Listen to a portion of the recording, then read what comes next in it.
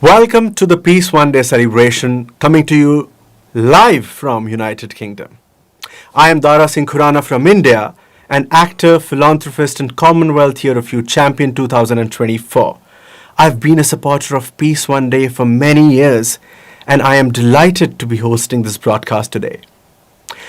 On this International Day of Peace, we gather at a time when conflict and crisis are affecting millions of people across the world. These are challenging times, but they remind us why this matters so deeply. Because unity and hope are more important now than ever. At Peace One Day, we tell individual stories focused on fundamental pillars of our survival. In the hope it informs, inspires, engages people towards action that's measurable. Peace One Day has always been about creating a constructive narrative, and today you will see it at its very best. Over the next 6 hours, you'll experience an incredible journey of live entertainment, conversations and performances, all raising awareness and driving action for peace. We'd like to take a moment to thank everyone who has made this broadcast possible. Our partners, our sponsors, the artists, the participants, and every single person working behind the scenes. None of this would have happened without you. What's especially exciting this year is Peace One Day Anthem, written by Stewart and Daryl. This anthem is already inspiring people all across the globe, and now you can own a piece of it yourself. Simply visit songbits.com or scan the QR code that you will see at the end of all performances and interviews today to join the community taking this anthem to the world. So, settle in. You are in for something truly special. Welcome to Peace One Day Broadcast 2025. First up, a short film telling Peace One Day story.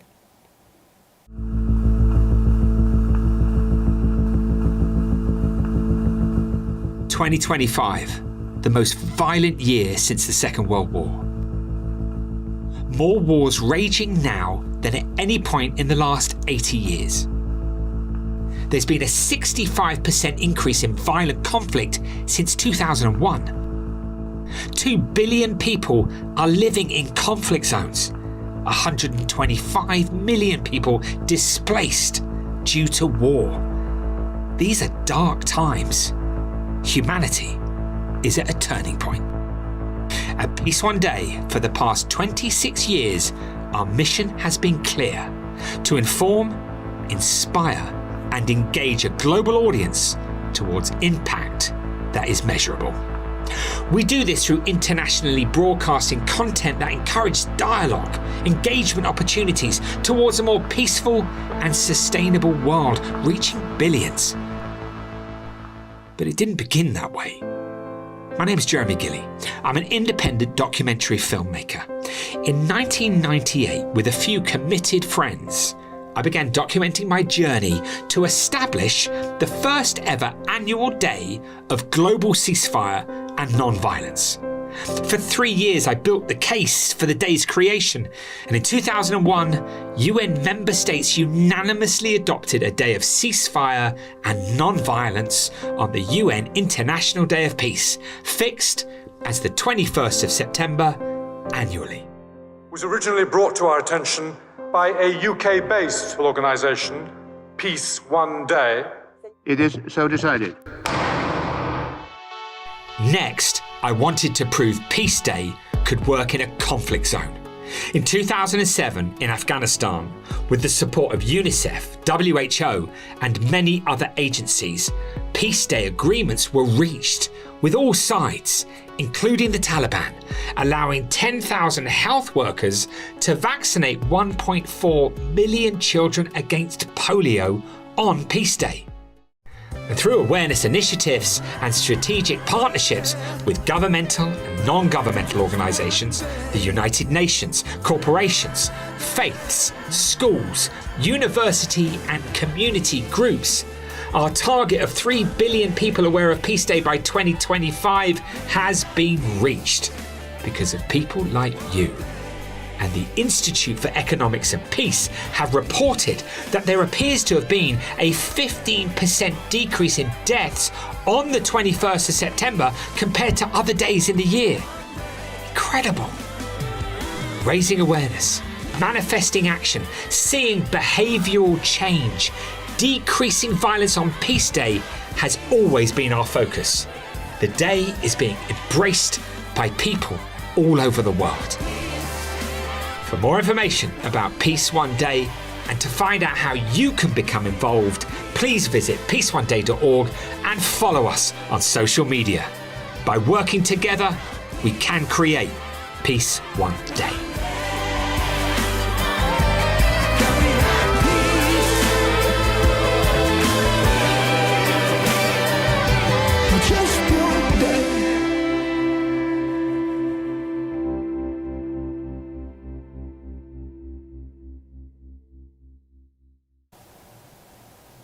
Amazing work. 26 years, relentless work.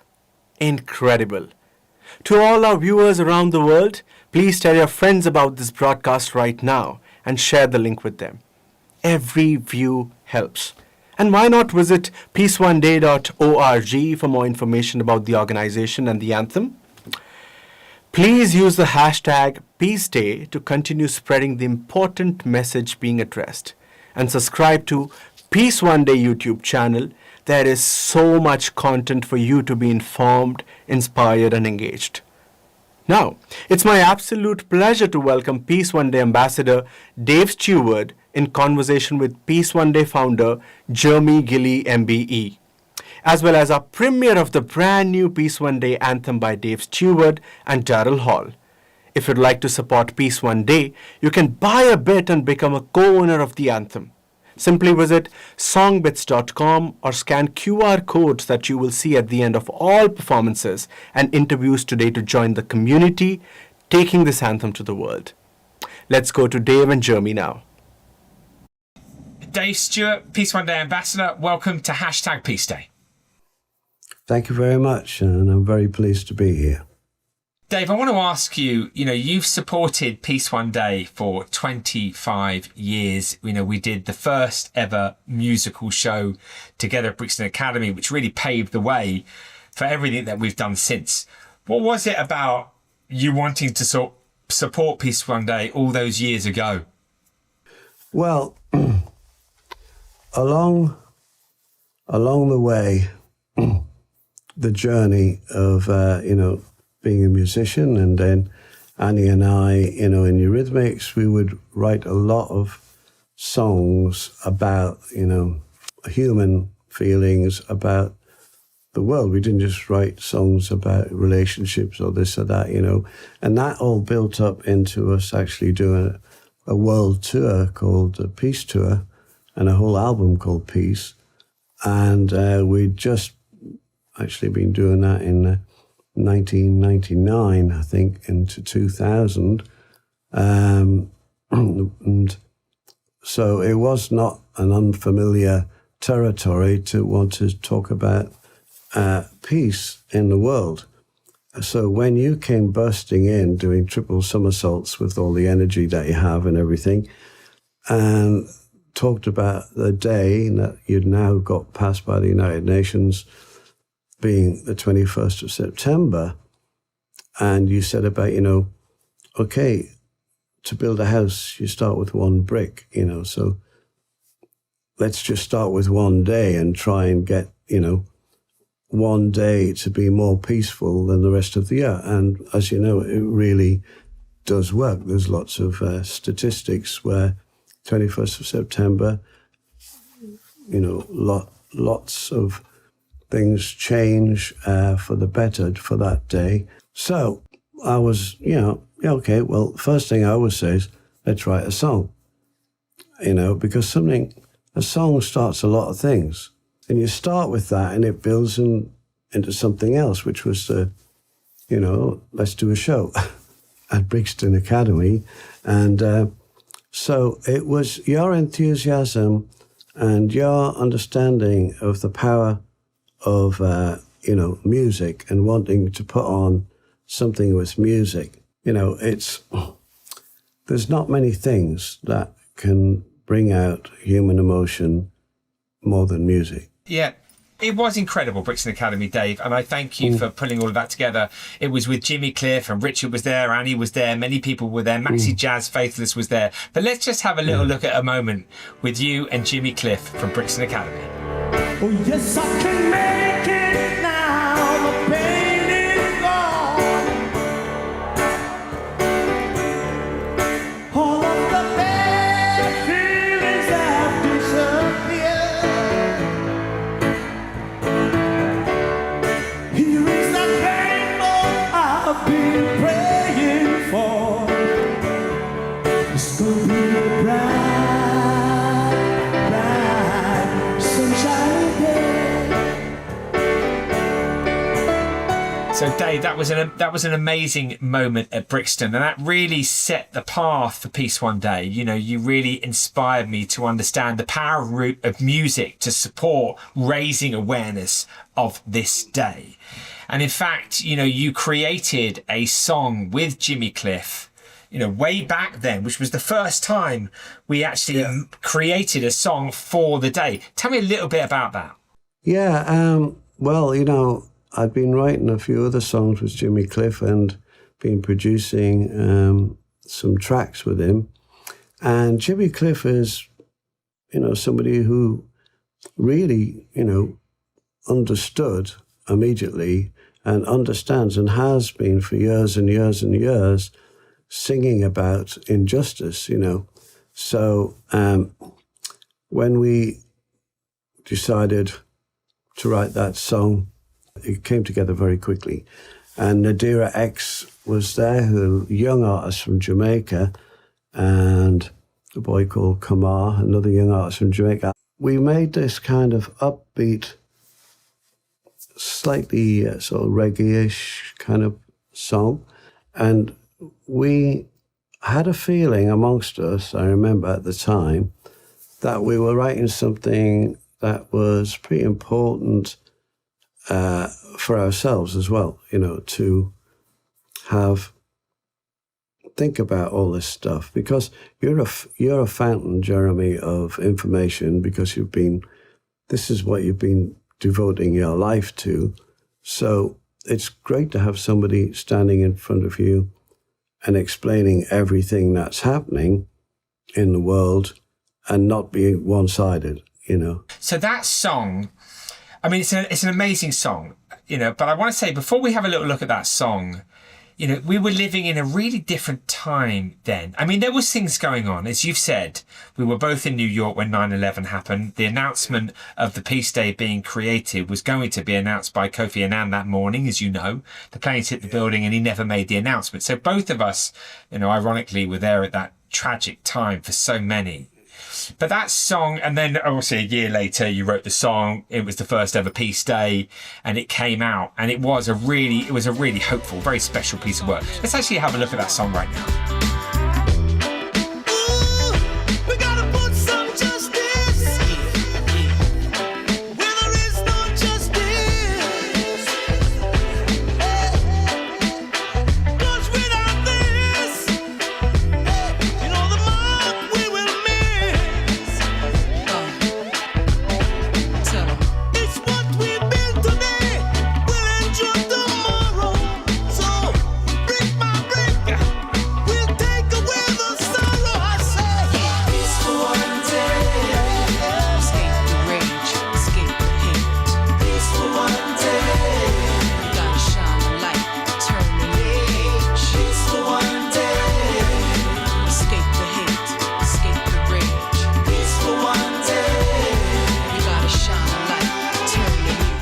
So, Dave, I remember we spoke last year's Peace Day.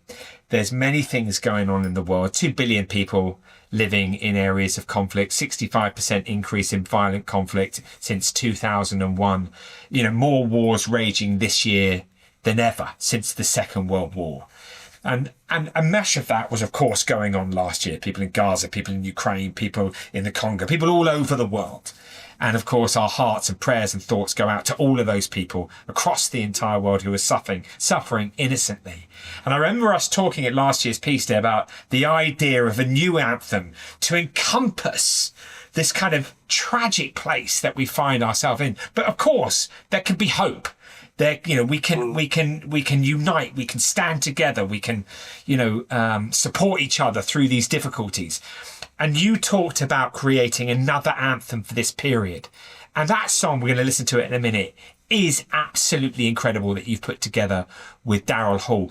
Tell me a little bit about how that song came together, because Dave, it is beautiful. Well, yes, the new song, which you named it an anthem, is it's one of those things where, you're sitting in a room with somebody, like I'm sitting in a room with Daryl, he's sitting at the piano, I've got a guitar.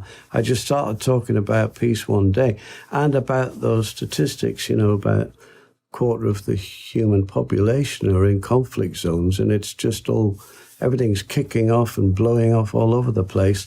And, we watched the TV a bit and we were like, oh my God. And I started talking about peace one day. And I said, why don't we write something about this? And it was literally, he was just playing the piano and I was playing a guitar, stood next to him, and all of a sudden we were coming up very quickly, line after line, about the feeling of it, of just watching this, seeing all this stuff flying by on social media and on the TV and everywhere. And so, again, it was like a song about how do we feel about this? Like you're just stuck watching all of this stuff going on. And it's like more like a plea, can we have peace one day? Just one day, And so it's a different kind of song. Yeah. It is, I've done this for 26 years. I've been on the road because of your support and many others. 3 billion people are now aware. 21st of September today, more people are thinking about peace today than any other day of the year. And it's the day with the greatest reduction of violence. You've been a massive part of that. Let's look at the Peace One Day anthem by Dave Stewart and Daryl Hall now.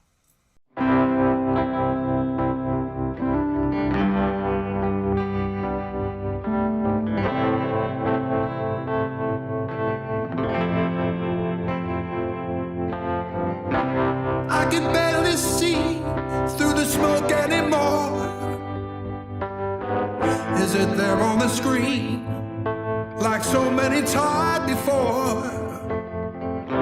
The noise is so loud, I can barely hear. It was far away, now it's really near, and all I hear is people say, can we have peace one day? One day. All I hear is people say, can we have peace one day? But just one day. There's a clearing down there, you can see it from the sky. That's not a good place for children to hide. What a decision to have to decide when there's buildings collapsing with families inside, and all I hear is people say, can we have peace one day? Just one day. And all I hear is people say,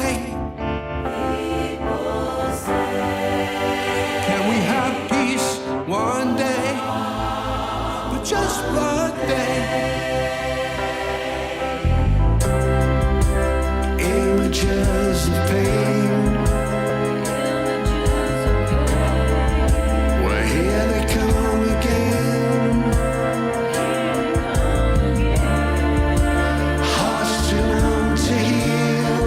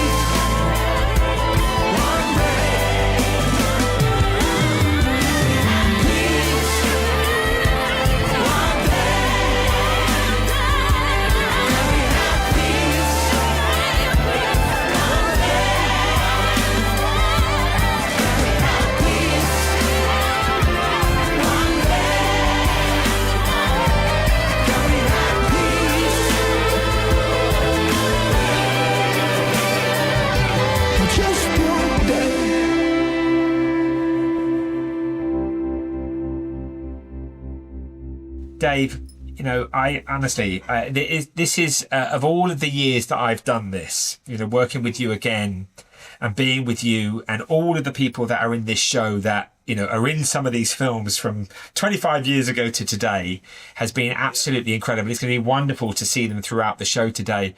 I want to ask you something now, which is pretty unique and very special, that people, you've put this, you know, anthem together, this Peace One Day anthem, and people can actually own a bit of this song. And by owning a bit of this song, you're becoming part of the community, and those proceeds, of course, support Peace One Day. And the company's Songbits is going to handle that process. Tell me why Songbits was important to you. Well, Songbits was necessary because the way the music industry has turned, an artist to make a minimum living wage would have to have 650,000 streams a month on a streaming service. So it's kind of virtually impossible. So that was when I put money in to build something, along with my friend Johan, to build the beginning of a piece of technology that would be able to handle people owning shares in a song, the general public, fans, and them to know exactly forever, they own it forever, and be able to see forever how that song is doing by using the blockchain. And so that took a couple of years to finesse, but now it's been working perfectly.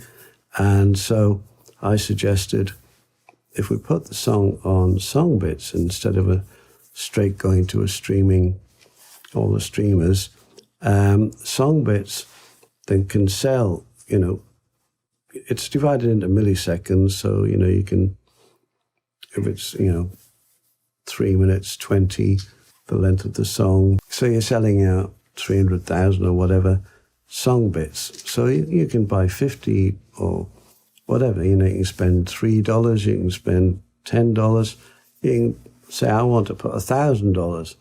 And some people do. So Peace One Day would get the instant payments coming in, as opposed to waiting for months and months and months or years and getting a tiny piece, you know. It's incredible, Dave. So, you know, you have written this anthem to raise awareness of Peace Day, which clearly you are going to do in an incredible way. That's the power of music. That's why we create these shows together.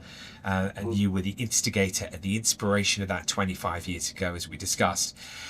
You know, it is amazing to think that people can support Peace One Day by owning a bit of this incredible anthem now and forever, and that be stored on the blockchain, and they'll be a part of this community that have taken this song to the people of the world, and by doing so have supported Peace One Day on the mission to continue to raise awareness of this day in the hope that we decrease violence. I mean, it's an amazing story, and Dave, I thank you so much for, like, I don't know, for everything that you've done, but for writing a song like this that I hope informs, inspires, engages people across the world. It's amazing, Dave. You're incredibly generous and kind and supportive, and I just want to take this opportunity to thank you for being just an incredible ambassador for Peace One Day and a good friend. Today's broadcast would not have happened if it wasn't for you. Thank you, Dave. Thanks so much. Well, one thing I want to say that you mentioned in there, you know, the word community. And I think that's an important thing to do with Songbits and owning a piece of the song, that you feel part of something and you can immediately share it. Like, I just bought a piece of this song, and then people realize, oh, that's to do with Peace One Day. And, you know, and to feel part of a community, because there's so many, it's so fractured, the world, into split into so many different sections. It's really great, I think, to have Peace One Day, which already is working all over the world, as a community of people that are just saying, look, we don't really agree with all of this stuff going on, and we're not political. We're just saying, hey, can we have peace one day? Dave Stewart, Peace One Day Ambassador, thanks for everything you've done for us, mate. Thank you.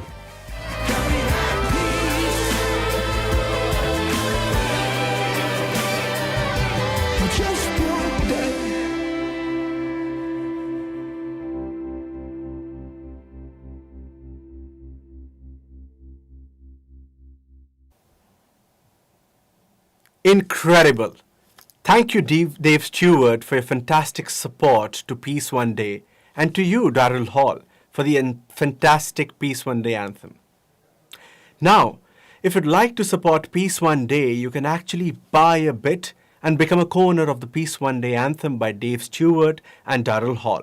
Simply visit songbits.com or scan QR codes that you will see at end of all performances and interviews today to join the community taking this anthem to the world. To all our viewers, please tell your friends about this broadcast right now and share the link with them. Every view helps. And why not visit peaceoneday.org for more information about the organization and the anthem? Please use the hashtag Peace Day to continue spreading the important message being addressed. And subscribe to our Peace One Day YouTube channel. There is so much content for you to be informed, inspired, and engaged.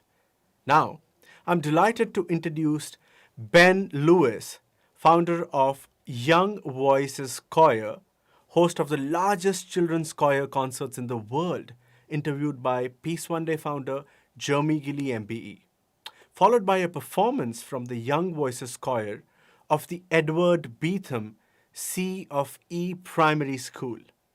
Let's go and have a look at that interview now. Ben, welcome to the Peace One Day broadcast. Lovely to be here. Thanks, Jeremy. So, Ben, the first thing I wanted to ask you was, why was it important for you that Young Voices participated in this Peace One Day event? Well, I mean, I think it's a cliche, but the children are the future. We always talk about it. And I think right now, what's going on in the world, they're hearing a lot of things that aren't about peace. They're hearing about troubles that are going on, and you can't ignore it. You can't, turn off the news and the things that are happening. So I think it's really important that we amplify the word peace, and we talk about it, and we talk positively about it, and we celebrate it, and that they're able to hear it. Because I think, again, as adults, we've been through peaceful times. We've seen, peace in certain places happen in our times. And I think that right now we tend to forget and assume that children have had that same feeling. And I think that to be positive, to be talking about peace and really show around the world that we're able to celebrate peace together is a really, really important message.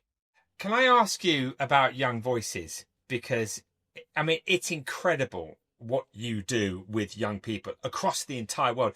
You sell, in fact, and not many people might know, more tickets than pretty much anybody. And that's because you're bringing parents and young people together in an extraordinary way. Tell us about Young Voices.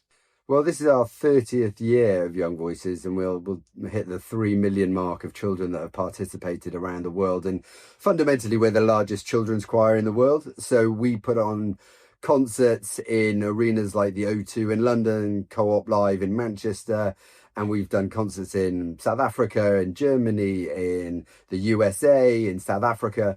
And it's really about giving young people, primary school age, elementary age in the US, this unbelievable live music experience where they're in a choir of up to 9,000 children, all coming together. They've all learned all the music, and they come together on the day to celebrate music and the joy of connecting. And I think being able to sell out an arena like the O2 for a 10 or 11-year-old, it's obviously one of the highlights of your life, but you're performing to your parents and the person you probably love the most in the world. So it is really a way of celebrating joy, celebrating the diversity of music, all the different styles of music, and showing children also around the world that feeling of connection is universal. It's incredible, Ben, and thank you so much for supporting Peace One Day and this broadcast and the day and raising awareness of it.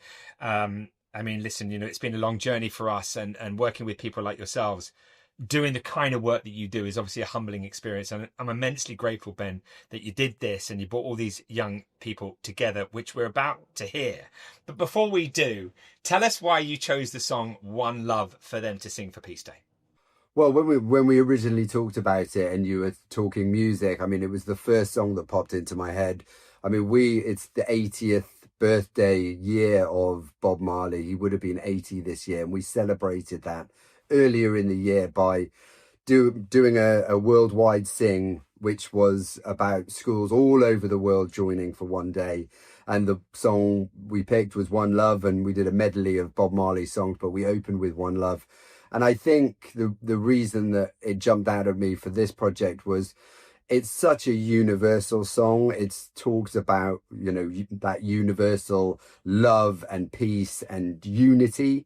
And I think those were the messages that Bob held really dear, and children especially. He really brought, you watch a lot of Bob's videos, his message, children were always such a huge part of that.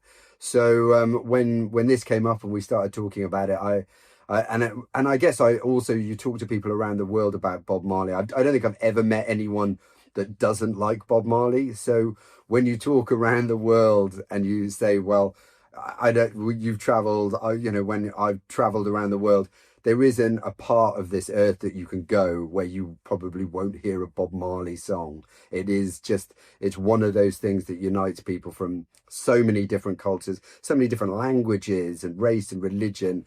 You will hear Bob Marley's message and his music, which ties together beautifully for Peace One Day. Ben, Young Voices, incredible. Thank you so much for your support. It's such a pleasure working with you. Let's hear the young people sing One Love.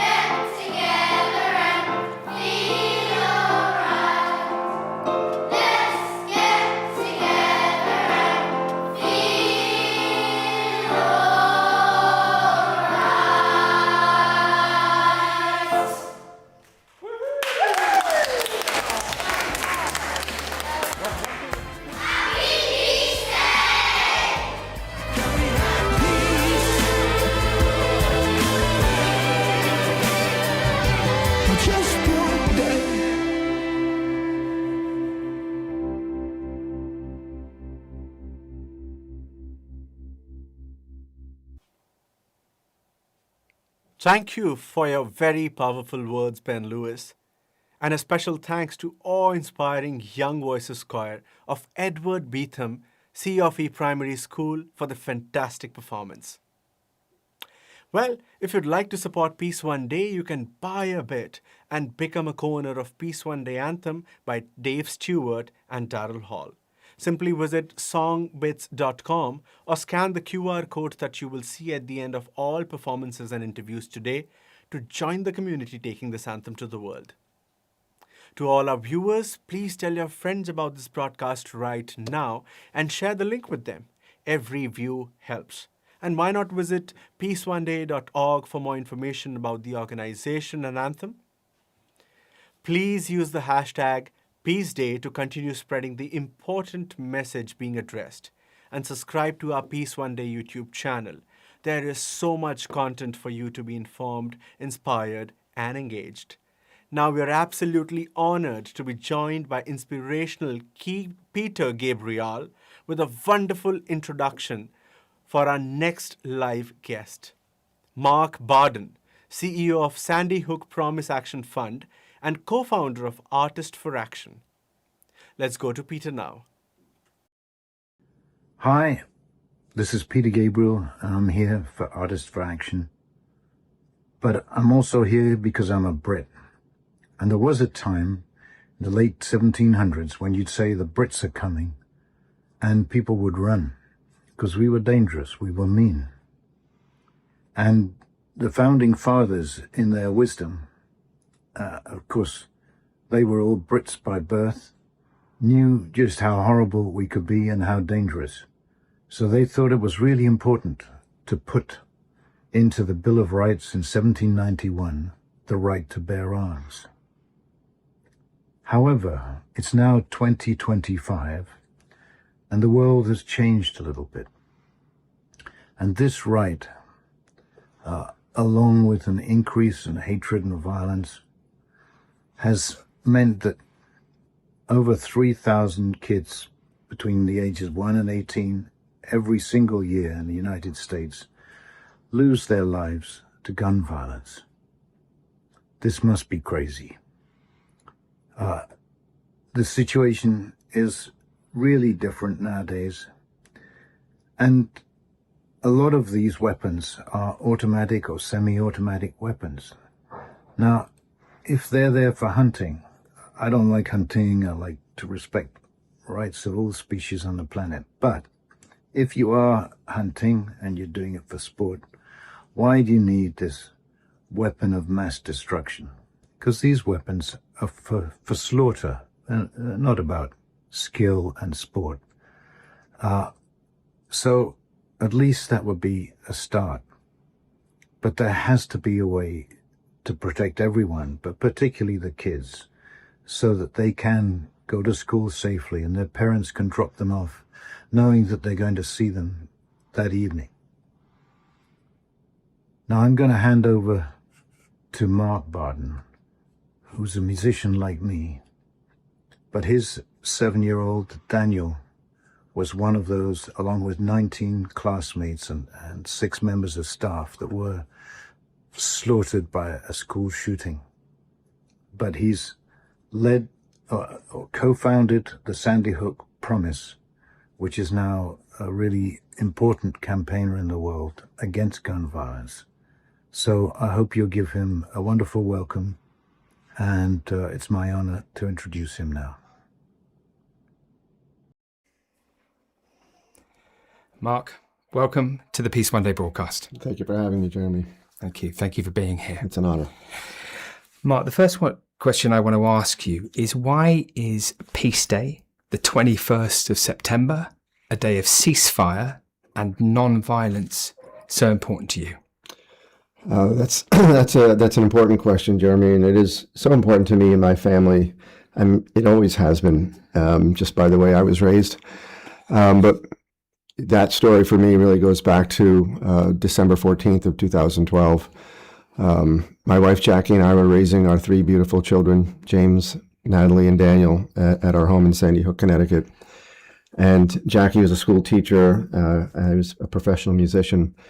And we really appreciated the wonderful life that we had, the opportunities that we had to raise our children where we were raising them. And as a musician, I was a stay-at-home dad, and I got to spend lots of time with my 3 children.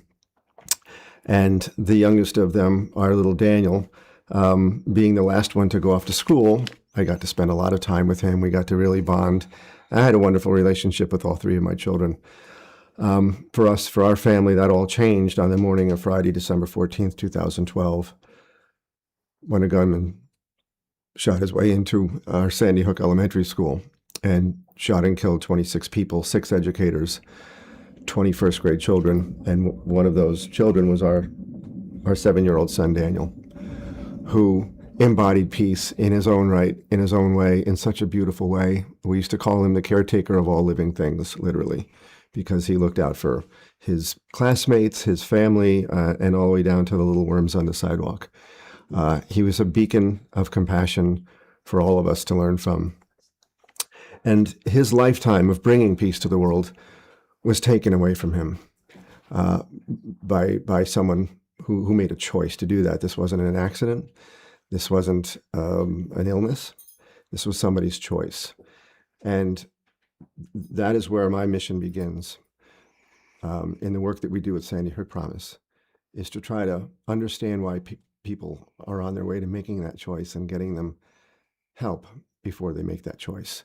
And that's how we are working with Sandy Hook Promise to bring peace and to prevent other families from losing a loved one to preventable gun violence, which is currently the #1 cause of death for young people 19 and under in the United States, and it doesn't have to be. And so that's why this is so important to me. Peace one day. We want to bring more peace to more people every day. Well, thanks for sharing, Mark, and all of our condolences to you and your family. Thank you. And I want to ask, what needs to change? How is it going to be different? So in the United States, where we live, as I said, we are suffering an out-of-control shooting epidemic. That needs to change. And there are a lot of ways to get there. There are cultural solutions, there are programmatic solutions, there are policy solutions, and this complex problem needs a comprehensive response, and through all of those methods and more. But what we focus on at Sandy Hook Promise is prevention by understanding those warning signs. We train students and teachers and parents how to look for and understand the warning signs that we have learned through research are almost always present before somebody carries out a mass shooting or somebody takes their life by suicide. There are almost always warning signs. So we have programs that we bring for free to schools and communities across our country to train those folks how to recognize those warning signs, and we give them the tools, access to an anonymous reporting system, a crisis center that's staffed with trained professionals who can then take that tip where somebody sees somebody talking about committing an act of violence and then connecting them to the resources and the help that they need, so that they can get better and we can prevent and avert that act of violence. Students trained in our programs at Sandy Hook Promise have now averted possibly now 19, but definitely at least 18 planned school shootings that were ready to go. And students following our Know the Signs training models have prevented that from happening and connected to somebody to help. Policy solutions, we have a part of our organization works on writing legislation for our states and for our federal government that they've been able to pass with bipartisan support that help communities have access to legal resources and policy resources to prevent gun violence in our country.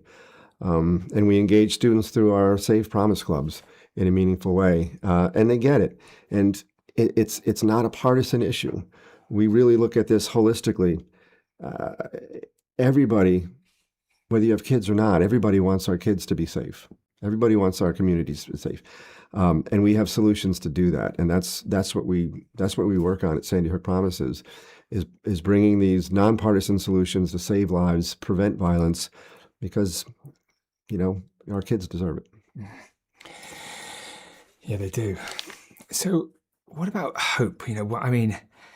I would imagine, the loss of your son ignites a fire in you that is incredibly strong. But what is it that kind of keeps you going? I mean, to kind of never give up, to see a change and make a difference. I'll be honest with you, Jeremy. I struggle with that all the time. It's very difficult work by nature of the work, and because it's so intimately connected to the greatest loss I've ever experienced in my life, worse than my own death, is the murder of my child. It's something that nobody should have to experience, and that's what keeps me going, is that we have a solution that works. We are preventing other families from having to live this pain, and I have the privilege of honoring my Daniel, who we call the caretaker of all living things, with this work. And so it's deeply personal, and in that becomes one of the reasons why it's so challenging. And then there's so much hope, because I know we have a solution that works. In our country, where this gun violence issue is so pervasive, that we have a solution that works, that resonates with everyone, that doesn't cost anything. It's reason for hope, because in addition to stopping all of these bad things, the suicides and the mass shootings and other homicides, we're also creating a culture of upstanders, students who understand the importance of know the signs, the importance of say something if you witness somebody who's on their way to hurting themselves or others. We're building a culture of upstanders in the students that we train across the country, who understand that they have to be there for one another, who understand that if they see warning signs, they have to take it seriously and act immediately. And then we give them the resources and the tools with which to do that. And to see how it resonates with the students. They do take it seriously, and they appreciate the model, and we're growing it across the country. I wish we could be all places to all people all the time, and we're getting there. But we're a nonprofit, and we rely on the generosity of our donors to help keep us moving and growing. So it's a lot, right? It's rooted in this terrible tragedy. I feel I owe it to my Daniel to try to do what he would have done in his life. It was take care of other folks and prevent other people from having to live this tragedy. And then, to honor the folks who support the mission and to make sure we do it right and the best we can. Yeah. Well, let's hope today we've raised some awareness of the incredible work that you're doing. But before I get to that final question, I want to ask you, more wars raging this year than ever since the Second World War, a 65% increase in violence since 2001, 2 billion people living in countries really affected by violence. I mean, with shootings recently that we all know about, the scenario in Gaza and elsewhere. Mm-hmm. When you see all of this happening, you feel all of this happening, what is it that we need to do? I mean, what can ordinary people do when we feel disempowered and frightened by everything that we're seeing? Yeah, I mean, I totally hear you. I mean, it's almost a challenge to consume the news anymore. And then it feels irresponsible not to, because we owe it to each other collectively as a species to do better. And I sometimes do think that, like, are we actually fundamentally flawed as a species because it's just a mess? And we can't do that. We can't give up hope. We owe it to ourselves. We owe it to each other, to the collective of humanity, to embrace this. And what I've learned in my work at Sandy Hook Promise, by raising awareness and teaching people, you don't have to turn everything upside down in your life and devote 100% of your mental and emotional capital to doing something and to being effective and adding value. Anything you do is worth it. So we owe it to each other to have these conversations, to be thinking presently about being peaceful. Make peace with your family. If you're having a rift with your family, start locally. There's so much that we can do. There are so many great organizations out there globally doing this good work. Spend a little time researching, find one that resonates with your own values and donate to them or volunteer your services. It's cliche, but peace starts with me, right? Give peace a chance. All of these things sound ambiguous, but if you really think about it, there are things we can do, and anything you do is worth it. Yeah. In fact, we're going to produce Mental Health Day on the 10th of October. If we want world peace, then we better start with inner peace, which is the point you've made so importantly. Finally, okay, so we've heard you today. What is the one thing that we can do to support you? What's the most important thing that you need right now? Jeremy, thank you. We have a model that works, and it takes a lot to do the work that we do. We have an incredible team of folks that work for Sandy Hook Promise to bring their talent and their passion and their experience to do this work. And this organization is amazing. Like I said, we are literally saving lives and improving the life of folks across the country. But it takes a lot of resources. It takes dollars. It takes time. It takes folks just letting people know who Sandy Hook Promise is and what we do and the value that we bring to our culture and the lives that we save through our programs and our policies. So any help we can get. Okay. And we go to the website, sandyhookpromise.com. .org, sandyhookpromise.org. Come see our organization, see if there's something there for you. We need all the help we can get. Okay, well, let's hope you get it. And thank you for sharing. You're a real inspiration. Thank you. And I'm really grateful. So Thank you. Good luck, yeah? Thanks. Okay. Thanks, Jeremy. Let's go back to Daryl. Thank you, Mark Burden, for your compelling contribution. We are so grateful to you for sharing your powerful story, and to Peter Gabriel for a wonderful introduction. If you'd like to support Peace One Day, you can buy a bit and become a co-owner of Peace One Day Anthem by Dave Stewart and Daryl Hall. Simply visit songbits.com or scan the QR codes that you will see at the end of all performances and interviews today to join the community taking this anthem to the world. To all our viewers, please tell your friends about this broadcast right now and share the link with them. Every view helps, and why not visit peaceoneday.org for more information about the organization and the anthem. Please use the hashtag PeaceDay to continue spreading the important message being addressed, and subscribe to Peace One Day YouTube channel. There is so much content for you to be informed, inspired, and engaged. Now let's watch an interview with Peacemaker, 3-time Nobel Prize nominee and founder of Oxford Research Group, the inspirational Dr. Silla Elworthy, interviewed by Peace One Day founder Jeremy Gilley, MB. Over to you, Jeremy. Silla Elworthy, welcome to #PeaceDay. I'm happy to be here. Could you tell us about yourself and your journey to this point? Living in South Africa in my 20s, I started a feeding scheme for starving children in the so-called homelands.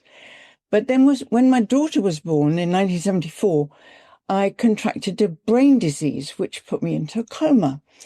And when I recovered, I found this was an incredibly useful experience because I understood then what it was like to be really handicapped. And that led me on in 1983 to wake up to the fact that nuclear weapons were a major threat to us all. And so I started the Oxford Research Group to do something about that, to begin to set up discussions on disarmament and so on. And then it went on to working with President Gorbachev in Russia and helping him to get rid of a lot of nuclear weapons. And since then, I started Peace Direct, which has now, for more than 20 years, equipped ordinary grassroots peace builders with the tools they need to stop armed conflict. You've had an incredible life, nominated a couple of times now for the Nobel Peace Prize, incredible, and many other awards through your career. And thank you for all of the support that you've given myself and Peace One Day. We've known each other a long time now, I'm pleased to say. And it's 2025. There's more wars raging now than there's ever been since the Second World War. A terribly sad situation, very frightening for us all.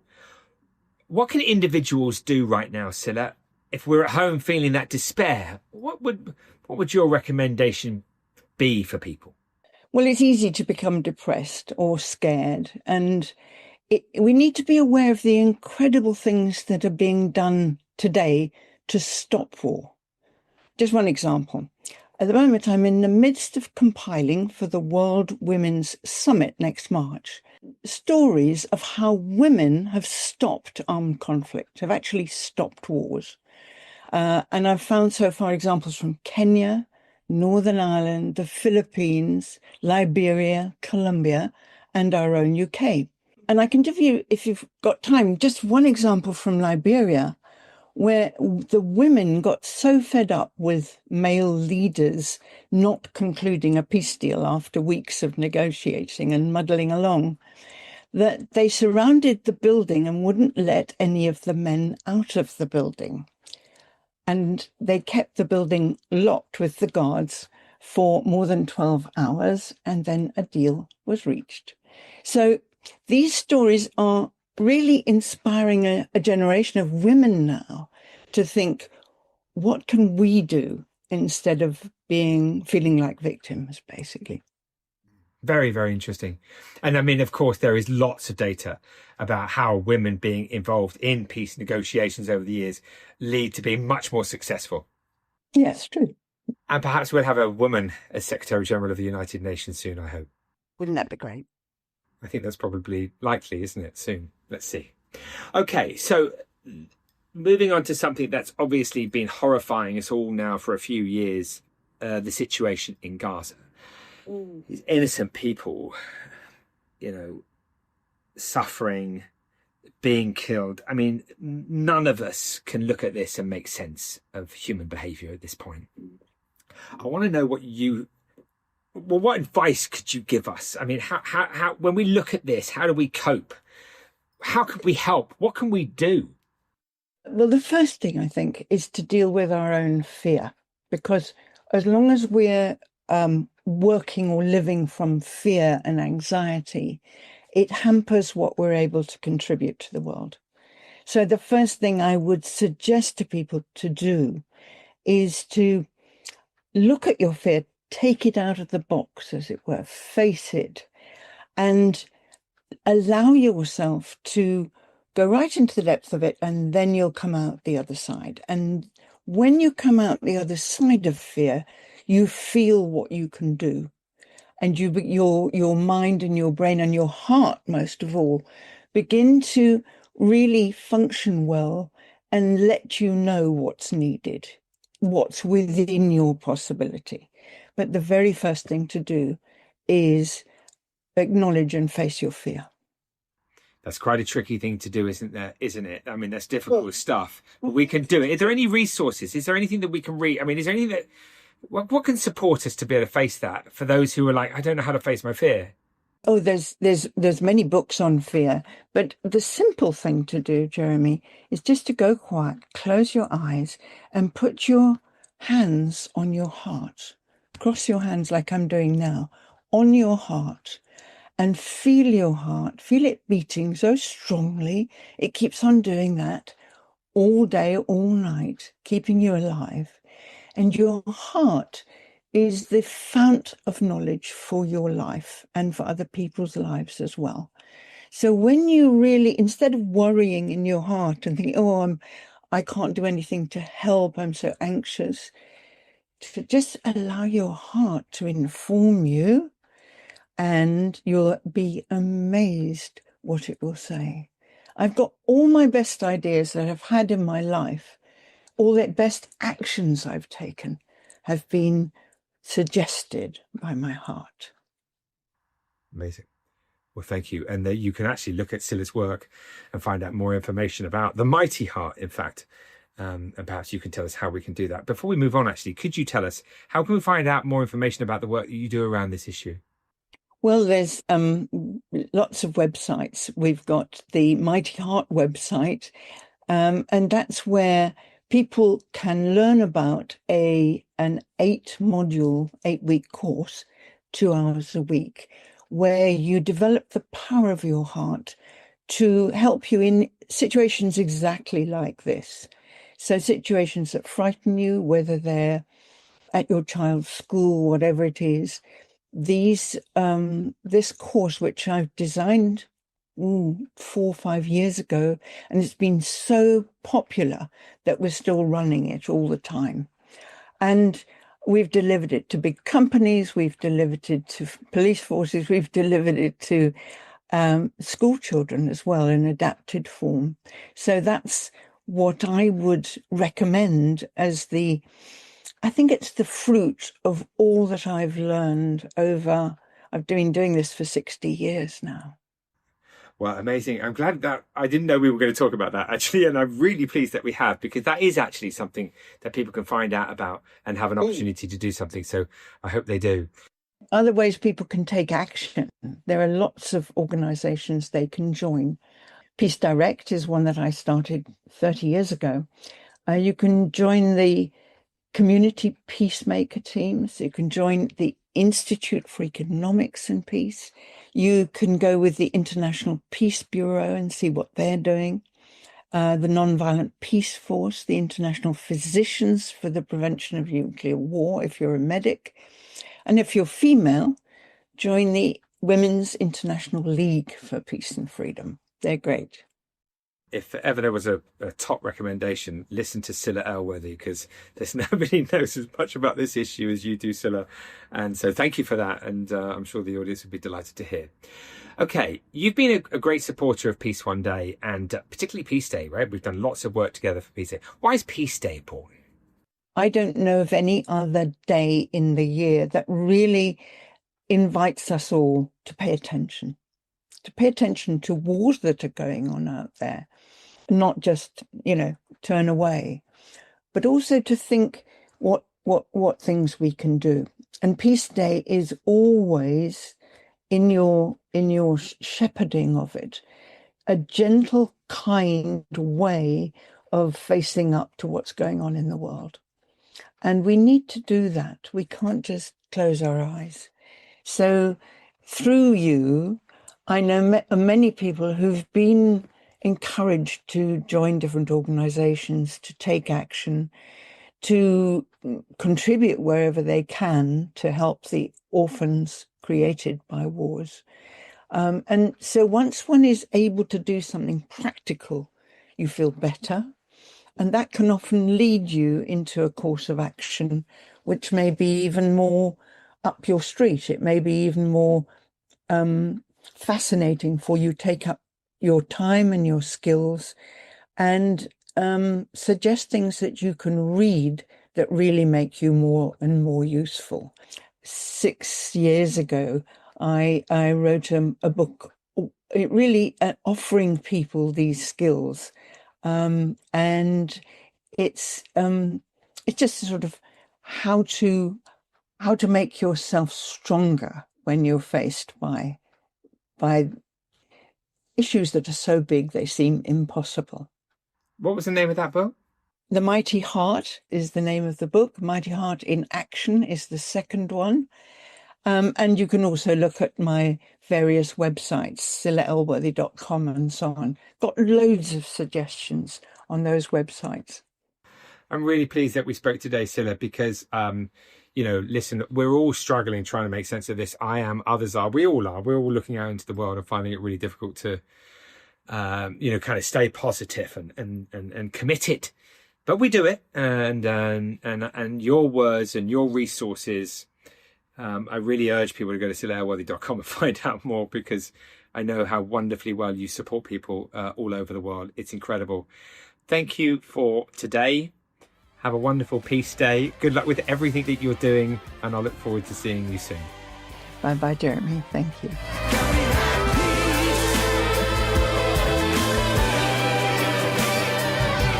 Just one day.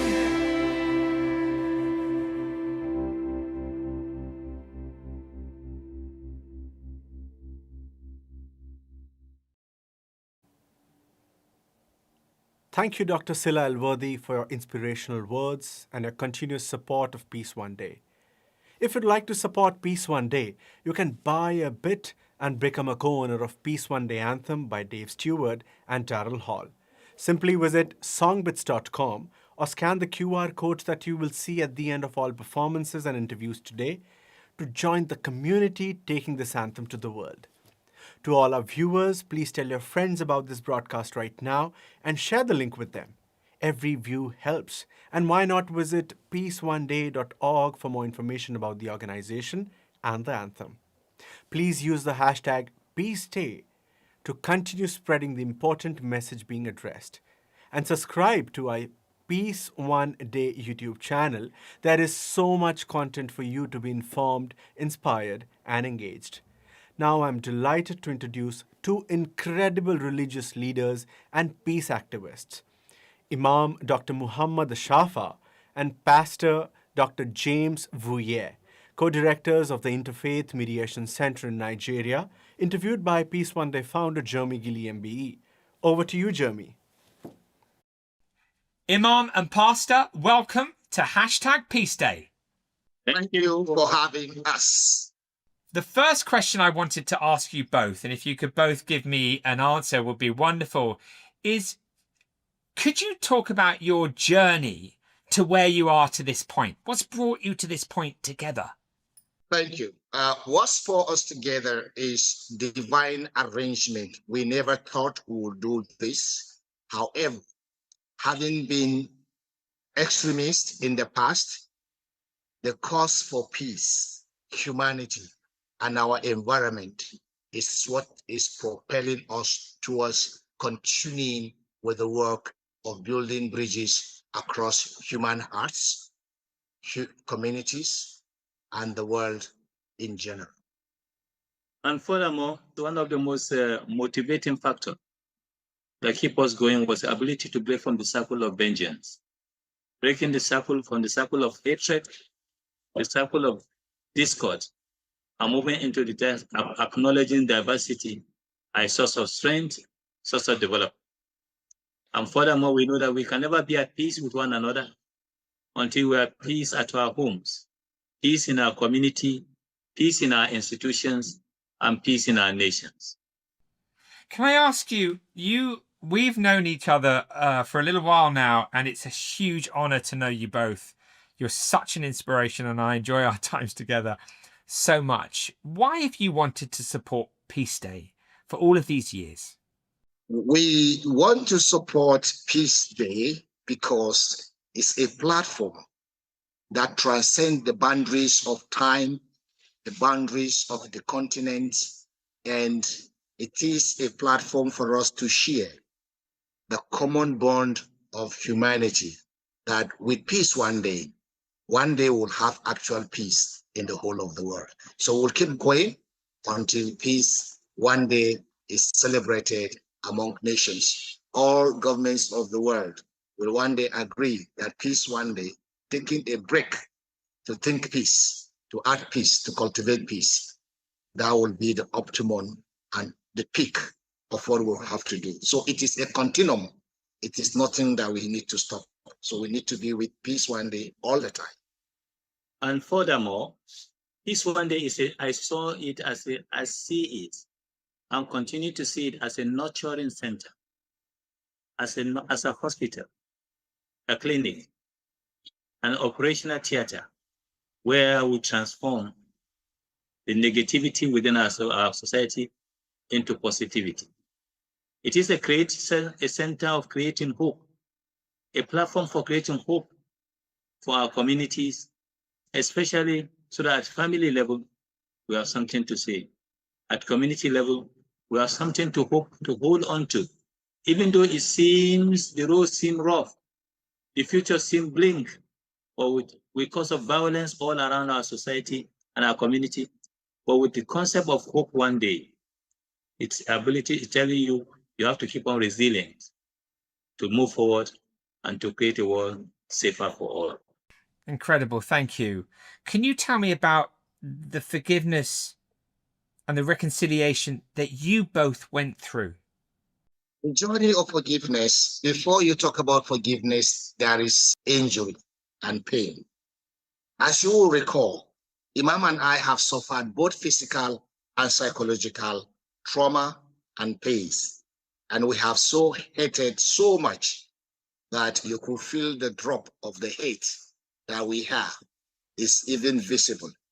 But to come to a point in time where you take a pause and say, no, all things have passed away. Behold, everything is new. Having suffered this hurt that you all know, and having lost his own cousins and many other loved ones, it is time to think of peace. At least one day, take a pause, take a tea, and think peace one day. Absolutely, as my colleagues have said, there's a lot of driving factor, what motivates you to action, even though when everything seems blackout. The concept of peace one day is a concept that tells you, be hopeful. Even though it looks uncertain, there's certainty at the end of the tunnel. Even though it looks dark, it looks unfavorable, but hope one day show there is a light at the end of the tunnel. That's why I believe this platform is a good one for all of us to work with together so that we can make the world a useful place, a better place, beginning with I as an individual, the family as a stepping point, the community as the next steps, and our nation in general. Incredible. You won the Commonwealth Peace Prize. How amazing, and congratulations. Tell us a little bit about that. Jeremy, I call you sir too because you are a knight. For us to receive the Commonwealth Peace Prize among the 56 nations that makes the Commonwealth, and to see us as people who are worthy of that honor, and to be presented the Commonwealth Peace Prize, the inaugural, before King, His Royal Majesty and Her Majesty, the King and the Queen. It's a great thing that we'll live to celebrate forever. I think it would propel us to do more. So Commonwealth, opportunity to reach out to our sister nations under this platform and to do a mentoring task for younger peacemakers is a great honor that we cannot take for granted. And we wish that we will not disappoint the world. We'll keep on hoping and we'll have this peace one day as to celebrate together a peace that is tackling all the problems in the world. It looks so messy, but peace one day is thing that we should keep propelling and projecting until every person in the world catch the fire, catch the virus. The new virus is peace one day. And we don't need immunization. We don't need anything. We want to catch the virus of peace one day. And furthermore, for me, I think one of the most important things is that when the award comes, we know the award is not for us. This award is for peace one day. But before the award comes, one of the points of acknowledgement was our input and the input of every network we work with. Peace one day is the key important factor. For the love of tomorrow as an institution is another important element that have contributed immensely. And various organizations we have worked with across the world, from Initiative of Change to United Nations Alliance of Civilization, and many other bodies that we have worked with. And I believe it is the input together, working together, acknowledging diversity that help us to get to where today the global community, in the honor of King Charles himself, among others, the chairman of that committee, to come and give us this recognition. I believe the Commonwealth Award, as it has been given, this is where the first to receive the Commonwealth Award among 56 nations of the Commonwealth. And it's a landmark that shows that we don't need to fear. We don't need to panic. We don't need to lose hope. We need to continue being hopeful that the future is brighter and you can get it there. If both of us, when we start the journey, we are seen as compromising, giving away the best in our society by working with the other. Today, we pick up the concept of Ubuntu. We talk of the scripture that reaffirms to say, love your neighbor as you love yourself across our traditions. We use them as a tools. 20, 30 years ago, we started this journey. And today, that tools of Ubuntu, that means you see yourself in the image of the other. You are because the other person is there.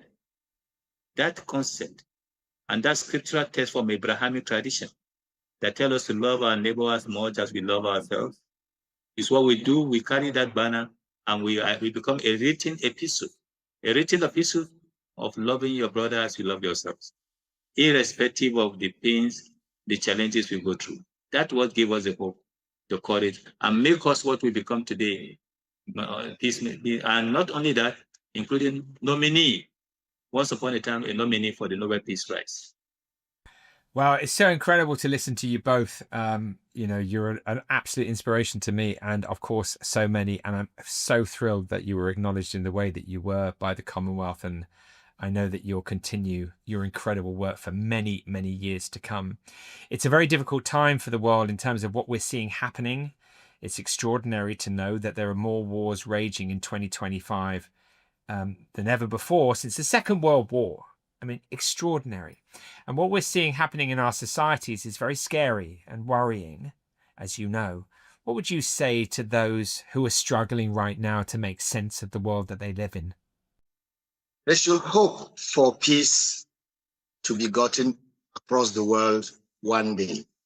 That is our dream. Together with you and others, we'll have peace one day. They should not despair, though it looks like help is coming around the corner. They are in great pains. We are with them all over the world where there are pains. There are natural disasters. There are man-made disasters. They are all hurting, very painful. That one day we'll have peace. So we want them to not to despair, hold on to that hope that one day there will be peace. Let's all over the world cultivate an attitude, because peace is an attitude. We need to cultivate it. We should all work towards harmony of both mankind, and the climate and the ecology where we live. Once we do that, there will be peace. Young men, young women, young boys and girls, we need to begin to think peace one day, and there will be that peace when everything shall be in harmony. We look forward towards it and will not give up until we have peace one day. And in addition to that, I want to call on the industrial complex, the military might across the world, the use of kinetic approach in order to address the concept of getting to peace. Kinetic approach has failed the world. It has never given hope for the world. It has never been sustainable peace and reconciliation within the human family. We therefore advise that the world must move to a non-kinetic approach. A non-kinetic approach, it is human-to-human approach. It is a community-to-community approach. It is a family-to-family approach. When we do that, we have a world better for all, safe for all of us. Our diplomatic community, hard diplomacy must give way for soft diplomacy. With soft diplomacy, track 2 diplomacy, where a lot of mediation and negotiation is going on, that is the only thing that can give a sustainable peace. The much we invest in our hard diplomacy, the most we invest in our kinetic approach, we shouldn't invest just some few % of it, divert it back into non-kinetic approach. So institutions like peace one day will be able to create a better society, more instruments to enhance a better tomorrow for all of us. And as we give this message, we want to say world leaders who have power for the nuclear weapon, like Martin Stefanik, a boy who turned 13 and died. He had a message for leaders. And I think all leaders should think before they press the red button. That red button will create a new world where there are no human beings, because they should think before the red button they press. So leaders of the world with nuclear powers, think of children, think of the animal, think of the environment before you press the red button. May there be no red button again in the whole world when peace come back one day. Thank you. Imam and the pastor, thank you for participating in #Peace Day. It's always incredible to see you both. The very best with your wonderful work. Thank you very much for having us around. And once again, I want to add to say that the weapon of mass destruction must be replaced with weapon of mass production of peace for our world. Thank you very much. Bye. Goodbye. And from us, solidarity with you, sir. Take care. Good luck with everything. Bye-bye. Lovely to see you both. Thank you so much.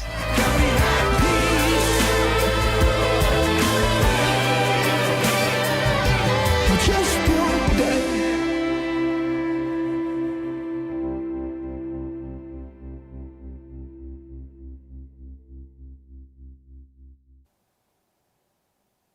Thank you, Imam Dr. Muhammad Ashafa and Pastor Dr. James Vouillet, for your incredible contribution.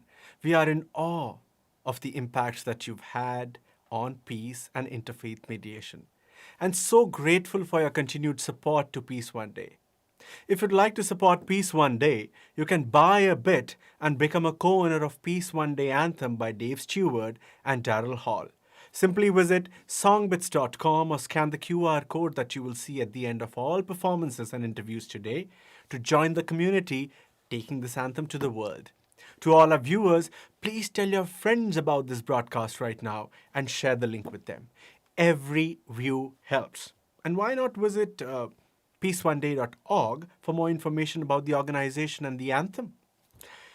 Please use the hashtag Peace Day to continue spreading the important message being addressed, and subscribe to Peace One Day YouTube channel. There is so much content for you to be informed, inspired, and engaged. Now, I am delighted to introduce Nadira X, an incredible hip-hop artist and poet, interviewed by Peace One Day founder Jeremy Gilly MBE. Jeremy, over to you. Nadira X, welcome to the Peace One Day broadcast. Hey, Jeremy. It's so incredible to see you, because I think it was last time I saw you was probably 25 years ago. Yeah, somewhere around there. Yeah. And I've thought about you probably monthly, because in all that time, due to the fact that you wrote the first ever Peace One Day anthem with Dave Stewart and Jimmy Cliff. Yeah. Could you tell me about that experience? Wow. Yeah, I got called into the studio. By the way, I was signed by Dave Stewart, and he said we have to work on this incredible project. Went into the studio, and then there was Jimmy and Mudbone Cooper from P-Funk, Kamar Doyles, and of course you guys were there. And we wrote the song on the spot while we were filming. So that was an amazing experience. And just being able to participate in that was big for me, because just lyrically, that kind of was where I wanted to go with my music and the message I wanted to spread. And so, yeah, it was really, really spectacular for me, and I enjoyed it completely. Yeah. And Dave Stewart, what a hero for both of us, right? Yes, I mean, an incredible absolutely. man. Yes. And to be working with Jimmy Cliff, of course, is an absolute legend. Of course, yes. And being Jimmy's from Jamaica, he's a hero anyway. Yeah. And growing up, that was playing in my house. And my parents actually knew him. So it was just an amazing moment to get to where I was and meet him, you know? Yeah. We're going to actually hear a bit of rapping in a moment. I can't wait. But before we get to that point, Peace Day. Why is Peace Day so important? I think it's one of those moments where it keeps you on track. Sometimes you're just going through the days, the moments, and the years kind of pass. And whenever you have anything like this happening, it gives you a moment to be still. And that's what I'm really big on, is the stillness. So if we're celebrating a peace day and pushing that forward, I think that's a prompt for people to just be still for a moment and really reflect on what's happening in the world. And I hope that that's what's happening with what you've been doing and all the other organizations that are impacting in this way, is that we can just pause for a minute or an entire day. That would be lovely, but just a pause, a stillness to reflect, to self-reflect on how we can make any kind of impact. Yeah. Yeah. That's why it's important to me. Yeah. That's just a reminder just to be still. Well, those words that you sang all those years ago, I mean, 3 billion people now fully aware of the day. Yeah. And the IEP talking to me, the Institute for Economics of Peace, about, a kind of 15% reduction of violent deaths compared to other days as a consequence of behavioural change, that pause that you talk about. It's a pause, it's a prompt. Yeah. That we just sit still today. Yeah. Well, your music and your words and all that support that you gave us those 25 years ago has been a real tool for us, right? So I'm immensely grateful to you. Oh, well, I'm just honored to be a part of it and to contribute in any way I can. Cool. I want to ask, we've talked about the situations that we're seeing in Ukraine or Gaza, these tragic scenarios going on. The violence in our communities, the increase of violence since 2001, more wars raging now than any time since the Second World War. I mean, how are you making sense of it? What's keeping you going? The moment, it's day to day. I don't know if we're making sense of it. I don't want to seem daunting. I think we're just making taking moments and appreciating those moments of good that we have and hoping that we can build on those.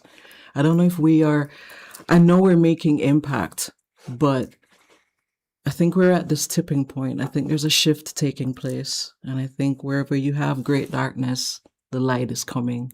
And I think that's what we're going through. It feels like this tunnel. No matter how many days you've gone through these good moments, here comes something else. And here is something else. And it's global. And we are so much more in touch now than we were before. We have the cell phones. We're seeing every part of the planet, every second of the day, every violent thing that could happen. But we're also seeing every beautiful thing that could happen. And I don't know. I think we just need to latch on to whatever good we can find in this moment, because I think whatever this shift is, whatever we're experiencing right now, something beautiful is happening under there, you know? We're mining something, and I think we need to hold on to that, I think. That there's something beautiful that's going to come from this. Yeah. There has to be. Yeah, there does have to be. There does have to be. We can't continue like this as humanity. It's an insanity and it's daunting, but I think we're gonna come through. Yeah. And our good friend Dave Stewart and Daryl Hall writing this beautiful piece one day, Anthem. Yes. Which of course we've heard today and we'll hear more. So music, the role of music, you know, I mean, it plays a huge role, doesn't it, in informing, inspiring and engaging us. Is that your love? Is that why you love it as much as you do? The arts? I love it from clearly a personal point of expression, yes. And the more I dived into music and then becoming my career, then I understood it wasn't just for me. My message wasn't just for me, even though I always write from a personal place. It is to impact in a positive way, you know, and that's what I want to use it for. It's not necessarily now. It's therapy for me to be able to write and to be able to observe and to be able to put it into words. I'm very thankful for that skill. But also I want what I'm writing is impactful in a positive way, even if I say I hate it. Yeah. Okay, well, now you've said the phrase, that leads us beautifully on to what is an amazing song. I mean, I first saw this with you playing with Dave. So, Nadira X, please perform I Hate This. Okay, so I'm going to do it a cappella, so if anybody you can feel free to jump in on the chorus and help me out here, because I do not have Dave with me. Yeah. Okay. So I'm going to say I hate this a lot. But I love everybody in this room, okay? But there are certain things I think we need to aggressively attack. And we should hate what's happening right now. So, when I think of what I've seen, my brain get beat. I can't remember the last time I really sleep. Hungry baby mama got a lot of ends to meet, so to get some food, she have to sell herself cheap. I weep how these politicians, they creep. Selling out them soul for a V8 Jeep. No consideration for the hungry or the weak. Now we're driven to the point where the hill gets steep. I hate this crazy life that we living, all this bombing and shelling. It's just the babies we're killing. I hate this. Now I'm really enraged that we got to the stage living in desperate days. I hate this crazy life that we're living, all this raping and killing and innocent blood spilling. I hate this. Now I'm really enraged that we got to the stage. We're killing our brother for a line on the map. For what? Can't you see you're killing yourself and all these people talking about guns? Think about those daughters and sons. Blazing that won't get you out the slums. All the envy and hate running through your vein. Look into yourself, feel love, ease the pain. Instead of hitting those streets and going insane, think about the repercussions of the next life you claim. I hate this crazy life that we living, all these bombings and shellings. It's just the babies we're killing. I hate this. Now I'm really enraged that we got to the stage. This is desperate days. I hate this. I could go on, but it's amazing. It's amazing, Nadira X. And so in terms of like you and the next phase? I mean, what are you going to do now? What's happening? What are your plans? Oh, I just keep writing from an honest place. Yeah. And keep trying to inject some kind of awareness and love into the music as much as I can. Yeah. That's the contribution, you know. And we just keep being peace ambassadors in every way we can. And just keep doing that. There's no other way to go than forward and through. Yeah. Yeah. And so to the individuals out there, to young people who might have been watching now, what would you say to them in terms of the future that we talked about, the darkness that we talked about, never wanting to give up? I mean, is there a message? I mean, you've just clearly delivered one in an incredible way. But to the young artists, the young people who are feeling disempowered and frightened, what would you say? I mean, there's negative and positive always happening. Constantly. This is how we exist, right? There's negative, positive, there's a juxtaposition. And we're going to experience negative things in life. I think a lot of self-love is going to be needed. A lot of self-reflection and a lot of pause and stillness and moments in order to get through it, in order to navigate what this pain is. We're going to need that. And for the young people, you know, our parents have been through dark times, and we're here. We're here. And we should just contribute to whatever light we can give, no matter how small that might feel, in a classroom, on a concert, whatever way you can express that. Just your little light. Your little light is enough, you know? Yeah. Don't feel like this massive impact has to happen. It's your community. It's your church, it's your mosque, it's wherever you are, it's your synagogue. Find that little light and focus on that. Be aware of your surroundings, but focus on that light. Yeah, that's a lovely thing to think about. It is. Well, we have to. Yeah. Look, we've got a minute left. A minute. And I want to use that minute. And I just want to ask you, like, in terms of your inspiration, musical inspiration, or a person that's really inspired you. If you think about your journey, where have you really drawn strength from? My mom. Yeah. My parents are incredible human beings. And I mean, musically, I could pull from clearly Dave and Annie and all these people. But really, my go-to place, my safe space is my mom and my dad. My family is my safe space. They're the inspiration. They're the movement behind the things that I do because of how I was raised. So yeah, I'd say my parents are my inspiration, especially my mom. My mom and I are like, we're best friends. Well, that's what Peace Day is all about, isn't it? The violence in our homes, or peace in our homes, in our communities, and our schools and places of work, coming together, saying sorry, reconciling our differences. Absolutely, that's having open discussions, yeah. And I think that's what my parents brought us up in, is to be able to communicate.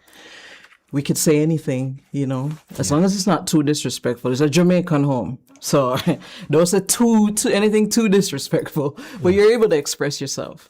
Okay, and that's it, you know, that you're able to speak and there's peace. Yeah, peace in the home. Peace in the home. Well, let's end on that. Nadira X, you're amazing. Thanks for everything that you've done for us. Thank you. And now, back to the Studio B. That was breathtaking. Thank you, Nadira X. You are absolutely amazing. Thank you so much for your powerful contribution and support of Peace One Day. If you'd like to support Peace One Day, you can buy a bit and become a co-owner of the Peace One Day Anthem by Dave Stewart and Daryl Hall. Simply visit songbits.com or scan QR code that you will see at the end of all performances and interviews today to join the community taking this anthem to the world.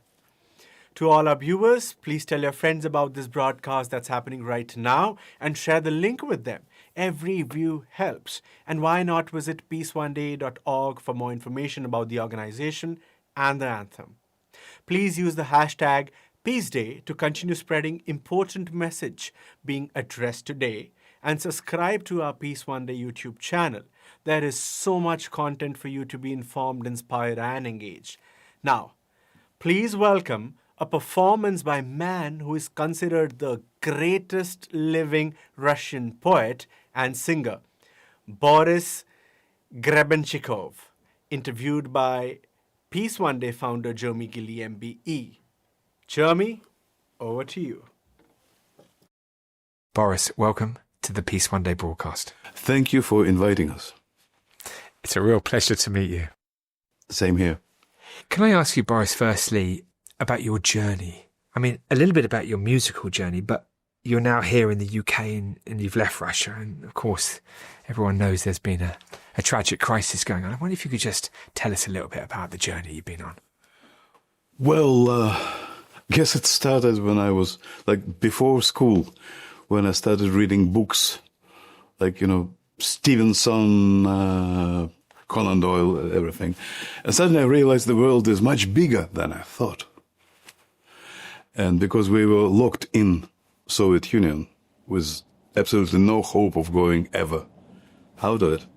So I was listening to the music, and suddenly the Beatles came on, and all this music, and it was like eternal celebration of youth and peace and love and just beauty. And I guess that made me a little bit different than the people in my class or in my school or whatever. And so I went on trying to find the source of it. And it's not a philosophical source, it's not a geographical source. It's something within the soul that everybody has, but not a lot of people actually know about.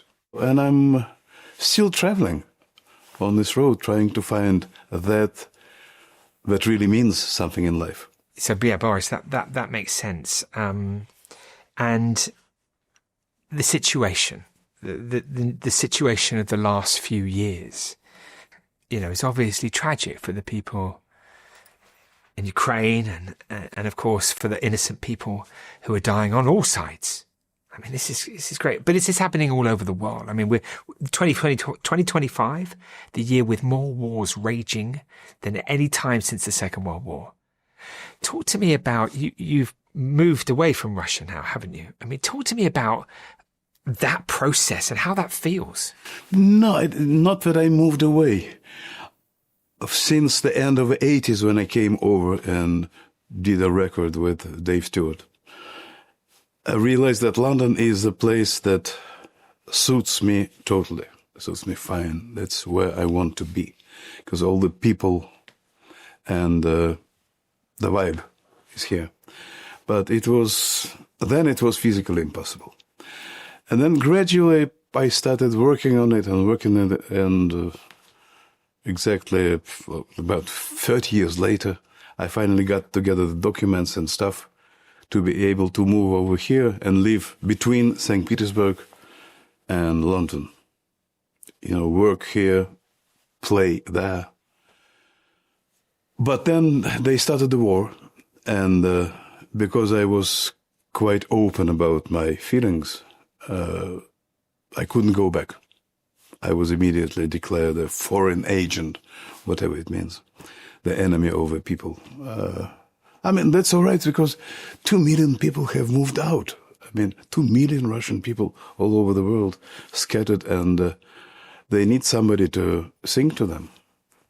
And people in Russia as well, they can listen to what we're doing online, whatever.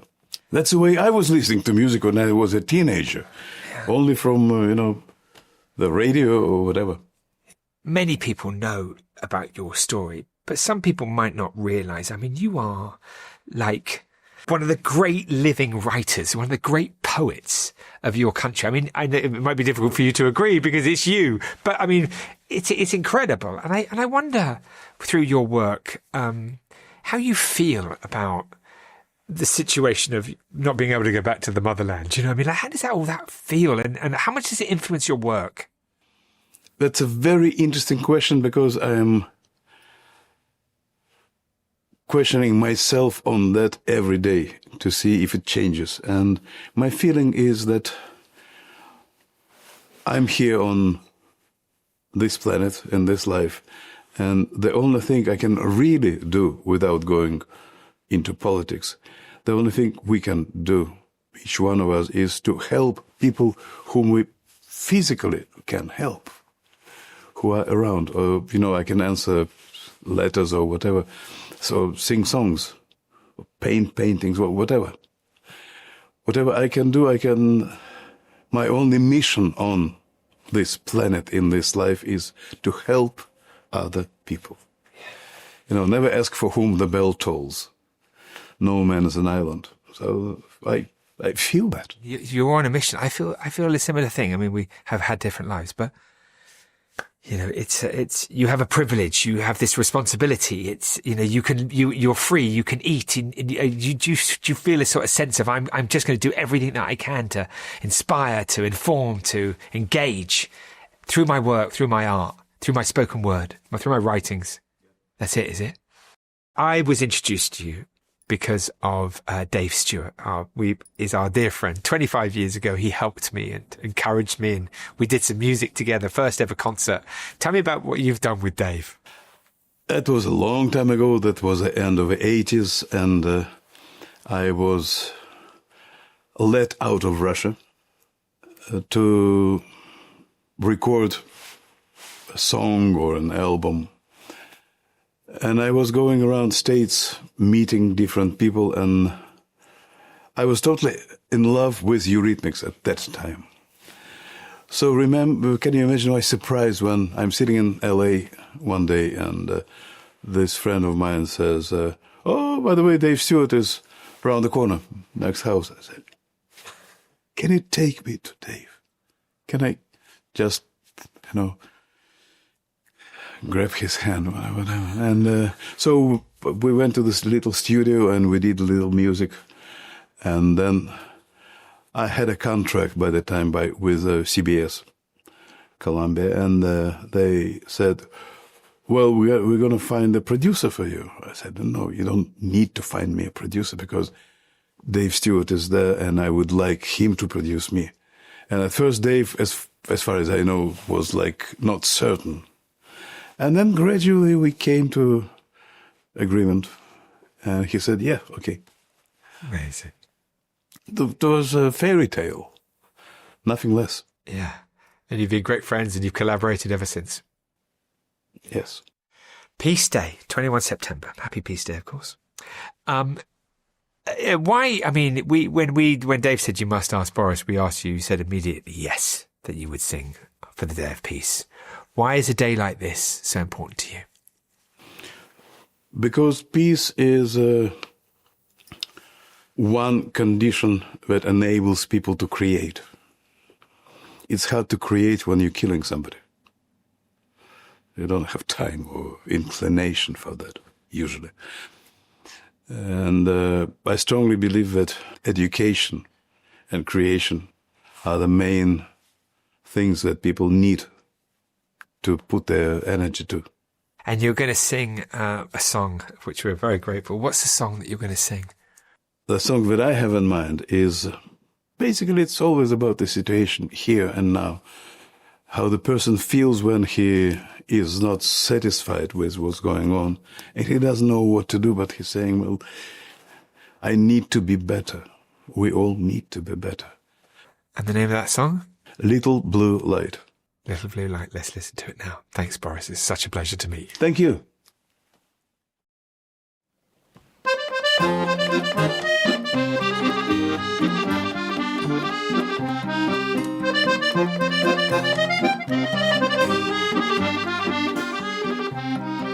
Черный ветер гудит над мостами, черной гарью покрыта земля. Незнакомые смотрят волками, один из них может быть я. Моя жизнь дребезжит, как дрезина, могла бы лететь мотыльком. Моя смерть ездит в черной машине с голубым огоньком.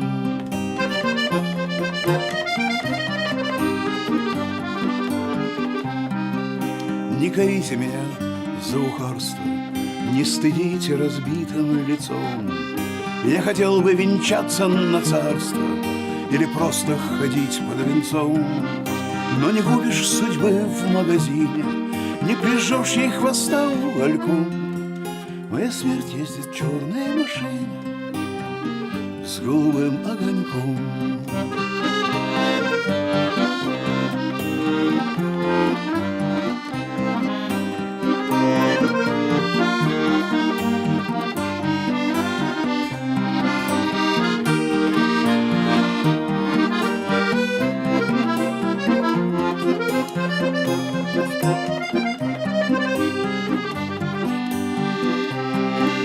Мне не жаль, что я здесь не прижился, не жаль, что родился и жил. Попадись мне, кто все так придумал, я бы сам его здесь придушил. Только поздно, мы все на вершине, и теперь только вниз босиком. Моя смерть ездит в черной машине с голубым огоньком. Моя смерть ездит в черной машине с голубым огоньком. Been amazing. Thank you. That was beautiful.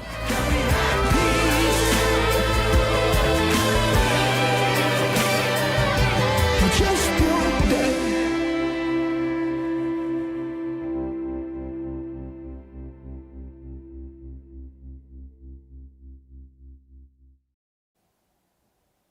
What an honor to have Boris participate in this broadcast. Thank you, Boris, for your contribution and support of Peace One Day. To all our viewers around the world, please tell your friends about this broadcast right now and share the link with them.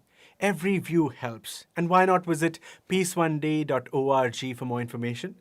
Please use the hashtag PeaceDay to continue spreading the important message being addressed.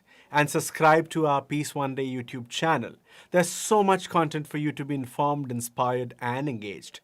Now, I'm delighted to introduce the Peace One Day Anthem by Peace One Day Ambassador Dave Stewart and Daryl Hall. If you'd like to support Peace One Day, you can actually buy a bit and become a co-owner of the Peace One Day Anthem. Just scan the QR code that you will see at the end of all performances and interviews today, or head to songbits.com. Let's listen to the anthem now.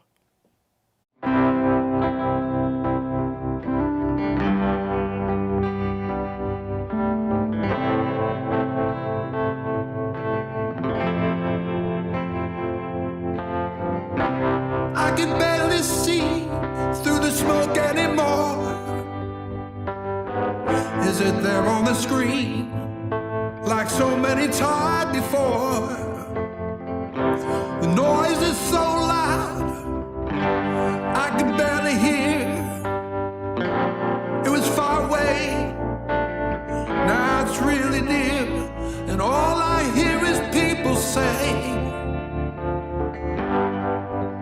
can we have peace one day? One day. All I hear is people say, can we have peace one day? But just one day. There's a clearing down there, you can see it from the sky. That's not a good place for children to hide. What a decision to have to decide when there's buildings collapsing with families inside, and all I hear is people say,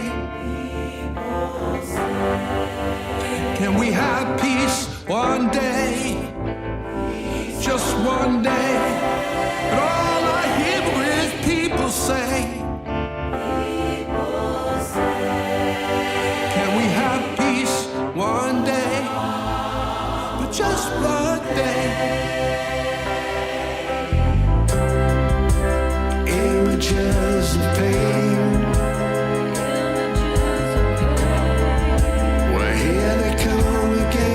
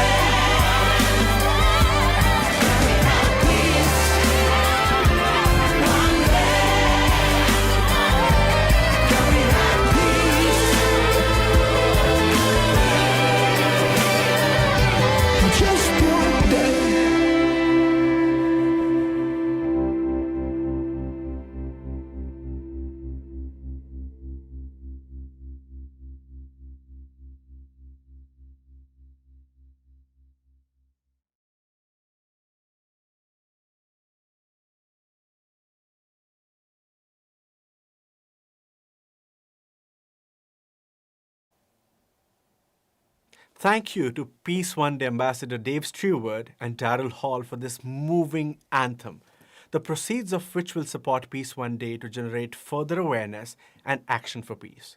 If you'd like to support Peace One Day, you can buy a bit and become a co-owner of Peace One Day Anthem by Dave Stewart and Daryl Hall.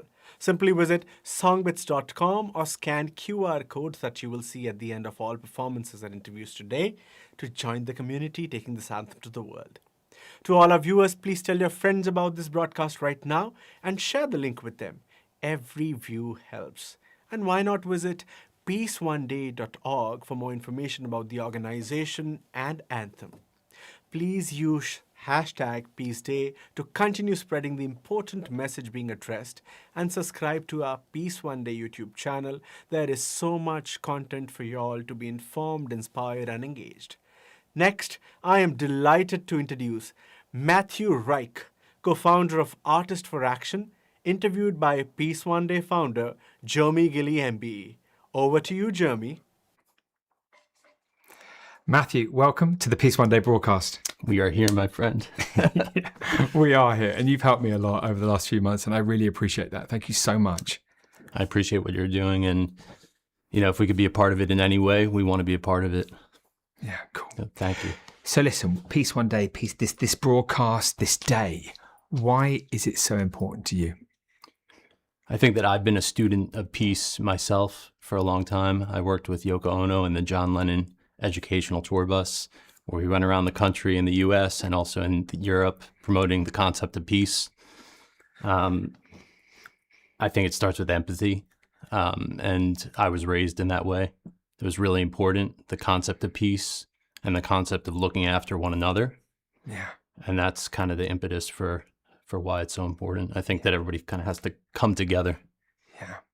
And Dave Stewart brought us together. And of course, what a guy. Yeah. And he's been instrumental in making today possible and doing the song with Daryl Hall, an incredible anthem. You're a guitarist yourself. Tell me a little bit about your journey. So my musical journey started when I was in high school. I started a band with my friend and co-founder of Artist for Action, Neil Saney.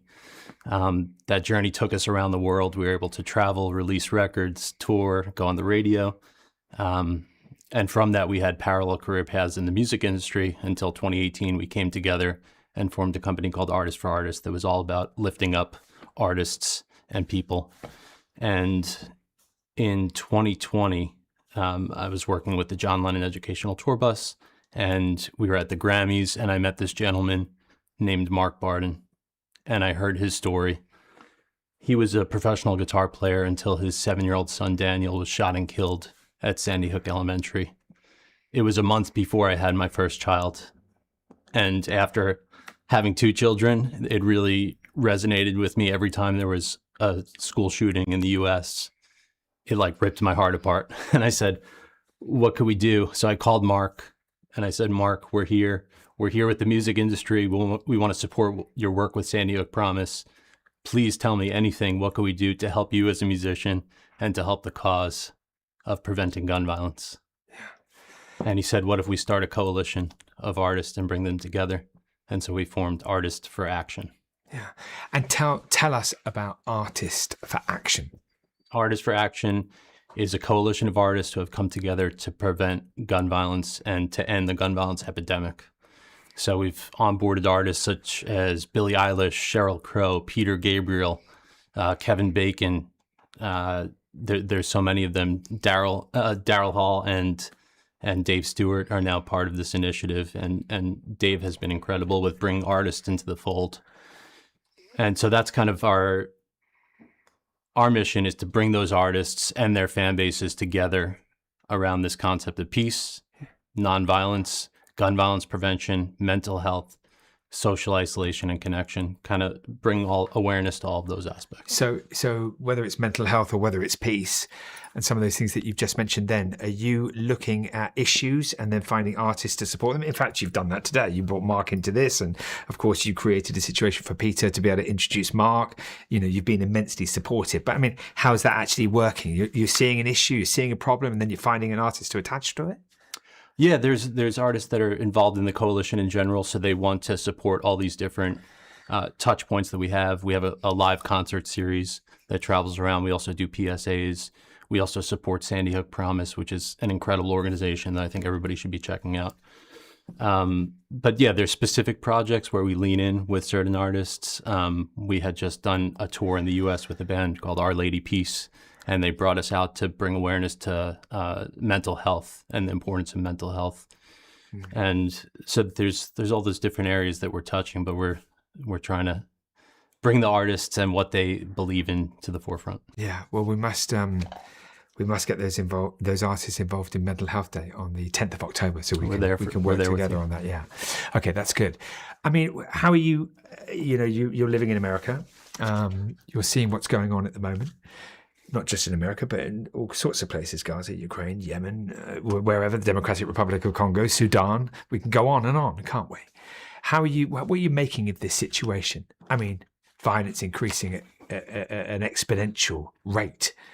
How are you making sense of it all? I'm not. I'm not making sense of anything. Unfortunately, I try to wrap my head around it every day. My only conclusion is this: what we're doing here right now, we're talking, we're having a dialogue, we're bringing peace to the forefront of the conversation rather than in the background. I think that's so important, and the intimate connections that people have with one another, so important. So how do we bring everybody together and to have these discussions? Yeah. And that's where my mind goes. And also music. What's a better connector than music? Yeah. And what musicians are really inspiring you? I mean, where do you draw your inspiration from to get your passion to continue the work that you're doing? Where's Mark Barden? Is Mark Barden over here? Come over here. Get over here. Because this guy, Mark Barden, who you interviewed before, he's the co-founder of Sandy Hook Promise. He's also co-founder of Artists for Action. And this guy keeps me going every day. He's my hero. And really, I mean, I wouldn't be doing this without you. And I praise him every day for the tireless work. He has to do this day in and day out. And he's doing it so that everybody else's lives could be better. Yeah. What do you think, Mark? What do I say? Thank you. I mean, my wife and I talk about how wonderful Matt and his partner Neil are. Artists for Action is an incredible force. And it's a great way to bring music into this conversation and bring musicians and their fan bases in to talk about this, because we need to do better, and there are ways to do that. And you're doing the work. You're doing the work. Yeah. And I mean, Mark, you're an amazing guitarist. I mean, this is how Dave Stewart's brought us all together. Are you still playing? Are you still using music? Yeah, I am, Jeremy, and more so. It's taken me a while. The work with Sandy Hook Promise is pretty much all encompassing, but it's thanks to Matt and to filmmaker Rick Korn, who kind of brought all of this together for us. To tap into the power of music, as Matt said, like, what's a better connector than music? And like I always say, it's universal, fundamental to all human beings that we just want to protect our kids. Music is a great way to reach folks with that message. And so it's like a very organic connection, the way it all works together. And Mark's very humble. He's shared the stage playing guitar with Sheryl Crow, with Kevin Bacon, Peter Frampton, who we brought into this anthem with Dave Stewart and Daryl Hall. I'm sure you're going to play with Dave Stewart soon. I hope. You've played with so many different artists through this initiative, and part of the joy is also putting Mark back where he should be. Yeah, and Matt has been instrumental in doing that and helping me back to music. Thank you. And it's amazing, isn't it? I mean, look, I've been on the road 26 years trying to raise awareness of this day. We created it, and then raising awareness of it. And artists and actors, the Jude being on the road, or Laura Whitmore, who's hosting today, Dara Singh, and yourselves, and so many others that are involved today. I mean, it's absolutely crucial, isn't it, for you to get your message out in terms of Sandy Hook Promise. I mean, it is. The musicians are fundamentally important, aren't they, for you? And so are you. This is all part of it, because you're giving us the platform to do this. So Artists for Action, Sandy Hook Promise, Peace One Day, we want this to be a larger partnership moving forward, a global partnership where we could discuss these issues and bring this to the world. I do find it interesting, though, this point about, when you want, you've got an important message about decreasing violence, and actually one of the, I mean, we now put constructive narrative out. I mean, we are streaming today. 10 million people probably will stream. I mean, we've worked it out of how to try to get the message out there without having to solely rely on artists and actors. But it is quite interesting how the media are operating and what they're accepting and what they're talking about. And of course, if you have these amazing artists, how much easier it is for us to penetrate. I find that quite interesting. They all bring their fan I mean, bases. They all bring their perspective and their point of view. And what if you put that together, that's where the magic is. And you, I mean, Billie Eilish or Sheryl Crow or Dave Stewart or Kevin Bacon or Peter Frampton. I mean, that's actually what you're doing, isn't it? You're saying, okay, for me to get this message out and to help others, I'm going to need these artists to be involved. And they've generously donated their platforms and their musical expertise and their musical collaboration and their activist collaboration. Yeah, it's quite fascinating. What do we think? I mean, what in terms of this sort of, there's so many guns, out there. I mean, what do you think the chances are of that ever changing? Will it never change? I mean, are we going to be able to get weapons as easily as we are? We definitely should not be able to get weapons as easily as we are. I'm afraid that the guns are here to stay in the United States for at least the foreseeable future. We need to do better at coexisting with them. I always say, if you identify as a responsible gun owner, then you should be doing all of the things that we advocate for. Everything we advocate for is proven effective, saves lives, and is consistent with our Constitution. There's a lot of room for improvement. There's a lot of room for improvement, and I know we can get there. And again, we can base it all on that fundamental value of protecting our kids. And everybody has a role to play in the greater conversation that we're talking about here and within our specific gun violence epidemic in the United States. Everybody has a role to play. And that's why Artists for Action is doing so much the important work of getting that message out to a different audience through the work of the artists who also believe in this cause. Everybody should believe in this cause. Yeah. And we're not relegated to people who don't own guns. We also want to bring in the gun owners to the discussion. 100%. Yeah. And I know many of gun owners who are 100% on board with everything that we're talking about. It is absolutely possible. We say, we were talking about hope and hopelessness earlier, and it's not inevitable. We don't have to just live with this as a fact of life or as a price to pay for a constitution. That's not right. It's not cool. It's not acceptable. And it doesn't have to be that way. And we know there's a better way forward. Yeah. Well, I really wish Matthew, Artists for Action, great success. And Mark, sharing your story today, I'm sure for everyone watching and the people in the room, you're an absolute inspiration, you and your partner. And we fully support you. Wish you the very best with all the incredible work. And for you, Matthew, thank you so much for supporting Peace One Day. Yeah. Thank you. And I also want to shout out Jackie Barden, who's his wife, I mean, I don't even need to say anymore. She is a force to be reckoned with, and the best thing that ever happened to my family and to more people than even realize. I mean, she's amazing. And we're here for Daniel. Yes, we are. And for everyone else's kids. Yeah. That's it, man. That's cool. All right. Okay. Take care. Thanks. All right. We'll go back to Daryl Singh. Thank you. Fantastic words, Matthew. Thank you for your contribution and support of Peace One Day. If you'd like to support Peace One Day, you can buy a bit and become a co-owner of Peace One Day Anthem by Dave Stewart and Daryl Hall. Simply visit songbits.com or scan the QR codes that you will see at the end of all performances and interviews today to join the community taking this anthem to the world. To all our viewers, please tell your friends about this broadcast right now and share the link with them. Every view helps. And why not visit peaceoneday.org for more information about the organization and the anthem. Please use the hashtag #PeaceDay to continue spreading the important message being addressed. And subscribe to our Peace One Day YouTube channel. There is so much content for you to be informed, inspired, and engaged. Now, please welcome, from the Democratic Republic of Congo, artist and World Food Program Ambassador, the wonderful Enos B, interviewed by Peace One Day founder Jeremy Gilly MBE. Jeremy, over to you now.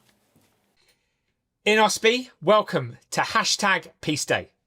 Thank you very much, Jeremy. I'm happy to be here, man. Enos, could you tell us about your journey to becoming an artist living in the DRC and coming from Goma? I think it's been so far it's been a long, nice journey. But as you know, it's not like we also have an industry in Congo to be like very proper with the music and doing everything in order. So it's been with a lot of challenges. You know, first of all, everything runs in Kinshasa. And Kinshasa is our capital, but me, I'm from Goma, the east, where all you hear about is war. So to find a way to come and even change even the location of where you stay and come to the capital was already a big challenge. So I went through a lot of situations. I had to go through a competition, a musical competition. I had to win locally and then come to Kinshasa as the representative of the Eastern Congo. And finally also, thank God I won the competition here in Kinshasa in the capital. That's how I got known in the country. And then it's been after years that I had to now identify as a real artist with songs and shows and have a strong fan base. So it's been really a journey with so many things. And we thank God we keep pushing with the support of my family, my people, no matter in what situations there are, of wars or of hunger, but they keep pushing. So it's been really a journey with so many emotions. Yeah. You've been a great supporter. I mean, we've known each other many years now. You've been a great supporter of Peace One Day and Peace Day. Why is Peace Day so important to you? Peace Day is so important because there is nothing that can be possible without peace, you know. Like to be able, even for me as an artist, like personally, there is no song I can be able to record if I'm not in a peaceful space, you know? And to me, it's like peace is everything because everything starts from there. That's like when you say day zero, that's like the peace. When we talk about day zero, that's the peace part because you need really that time where you can only think about positive things. And you only think about positive things when there is peace around you, in your environment, in your family, in your country, in your city. To be able to go to the studio, to be able to go to work, to be able to go to church, everything starts by peace. So Peace Day is really important. It must be one of the biggest celebrations we have to have every year. I agree. Well, thank you for all of the support in us that you've given us for many years. You're a huge inspiration to me, and I'm really grateful. I want to ask you, we spent time in the Democratic Republic of Congo together and time in Goma, your home. The situation in Goma has been really difficult. For those who don't know, could you explain to us a little bit about what it's been like growing up in one of the areas where there's been many deaths and war raging for a very long time? What's that been like for you, and how's it shaped you? It's been really difficult because, as you say, how did it shape me?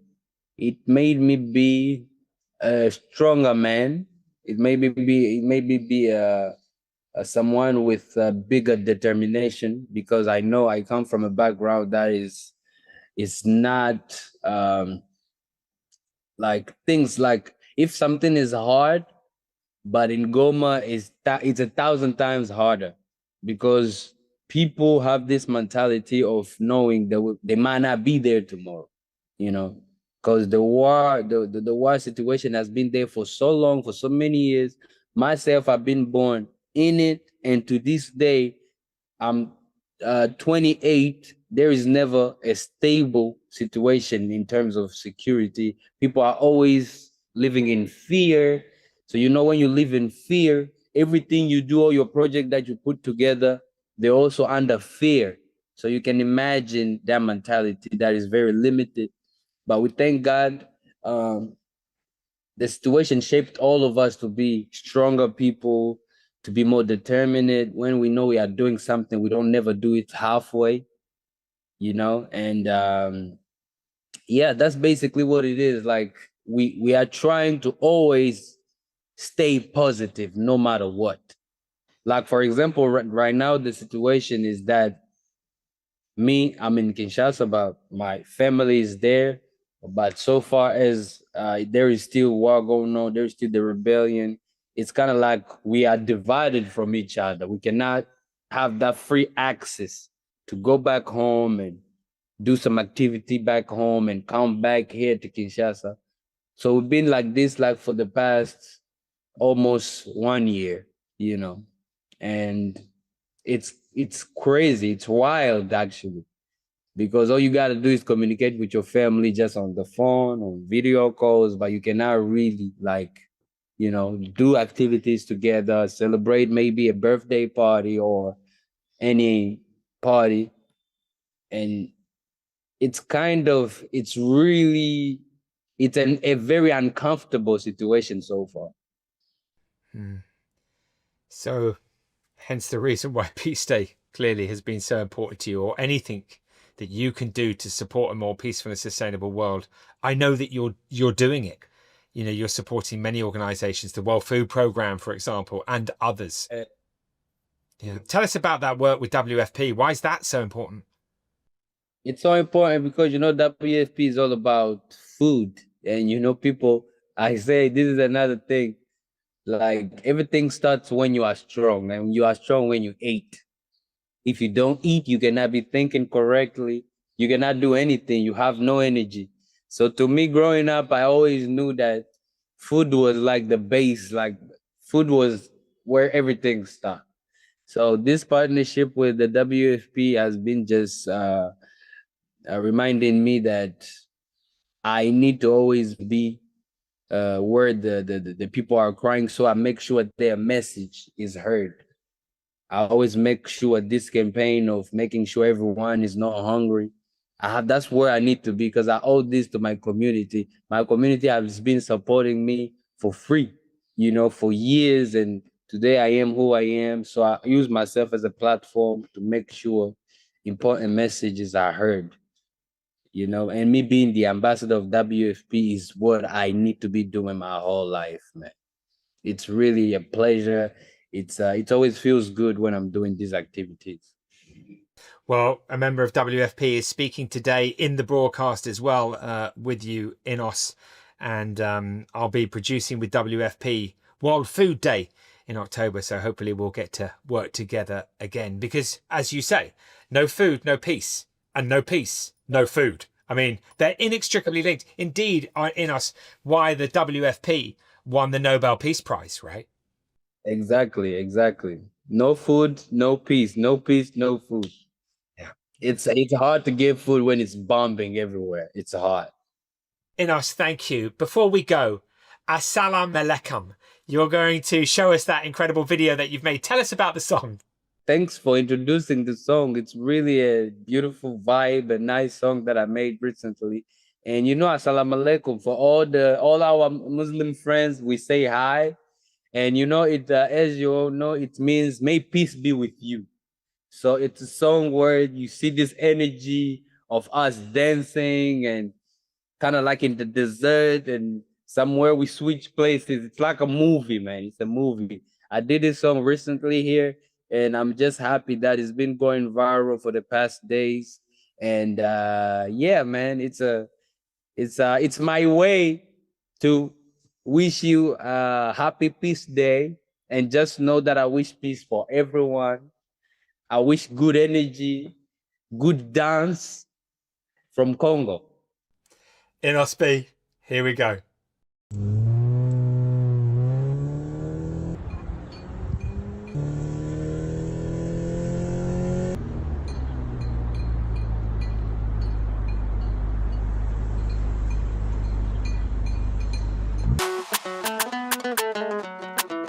Assalamu alaikum. Inas, Jizo, trop c'est trop, vous êtes rigolo. Je sais pas ce qui vous anime dans vos complots. Apparemment vous aimez beaucoup taper poteau. Ma vibration est trop élevée, n'a pas protégé n'a pas coco. Bosali likita, bombo bomba mwinda. Nase ya mesa, goza goze kanarabe.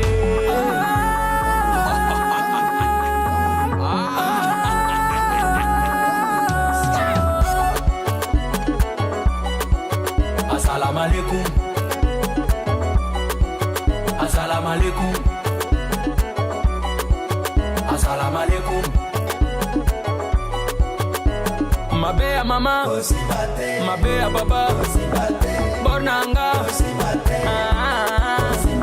bilogwa leta, bilogwa famille, wa 12-12, fierté du Mali. Ogozalanga nini, ogozalanga nini, ogozalanga nini, ogozalanga nini. Na yenga moko tigre nzoko banga kanyau. Na gabeli olivier nzoko zako pa mai. Nyose kwe ina mai. Iya yo nyoso mai. Bazogola yo na mai. Na wakela yo pe mai.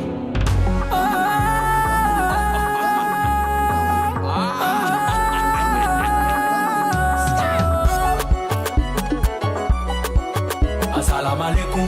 Grand maître choisi ma tata. Assalamu alaikum. Maman sociale, Fifi Masuka. Assalamu alaikum. Ron Bimwala, Ronaldo. Mabea mama, mabea papa, bornanga, bilogwa leta, bilogwa famille, Bosi bra, Banque Centrale, Son Excellence Denis Christel. Assalamu alaikum. Sassou, ya Nathalie Bumba. Assalamu alaikum. Jean-Paul Bichweka, Colin iPhone, RDC. Assalamu alaikum. Ridi Lumbele Tsunami.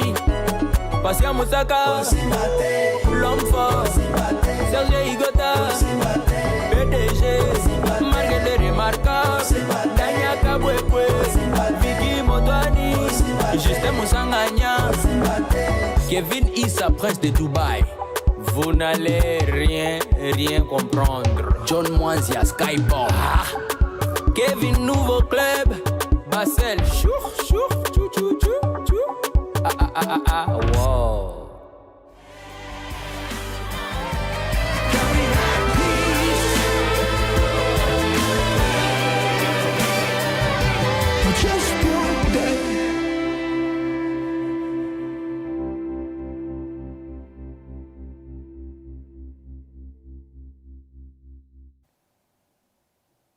Thank you, Nos B, for your inspirational words and your amazing performance.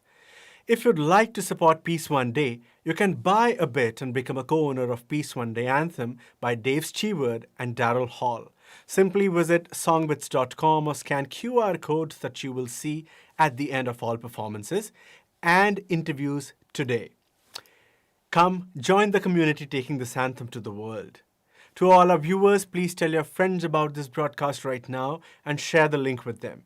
Every view helps, and why not visit peaceoneday.org for more information about the organization and the anthem. Please use the hashtag #PeaceDay to continue spreading the important message being addressed. And subscribe to Peace One Day YouTube channel.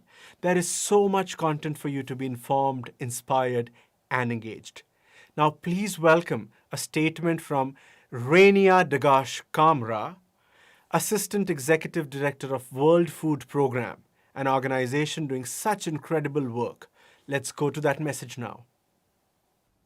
Hello, I am Rania Dagash Kamara, and I am the Assistant Executive Director at the World Food Program. I'm speaking to you today from Afghanistan, where WFP is on the ground every day. We provide food, nutrition, and hope to millions. Families who've lost their livelihoods, some have lost their homes and their loved ones, and it is conflict and extreme climate conditions that they are tackling every day. What many of these families need today is peace. So on this International Day of Peace, we join you in calling for peace around the world. We stand with all the families affected by conflict, including in my own country. And at WFP, we believe that food is a building block for peace. When people have enough to eat, they rebuild their lives, they rebuild their communities, and they see a future. Today, let us remember that peace is possible and that each of us has a role to play in making it a reality. A small contribution can actually help and go a long way.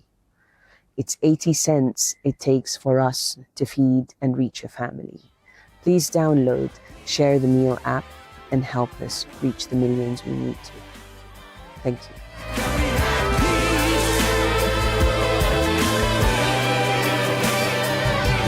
Just one day.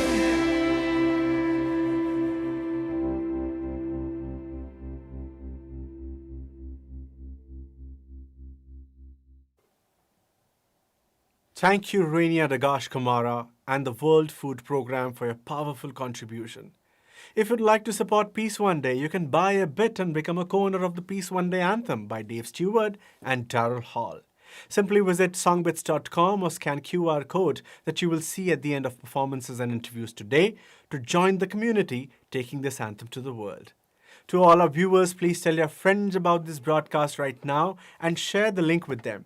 Every view certainly helps us. And why not visit peaceoneday.org for more information about the organization and the anthem. Please use hashtag Peace Day to continue spreading the important message being addressed. And subscribe to our Peace One Day YouTube channel. There is so much content for you to be informed, inspired, and engaged.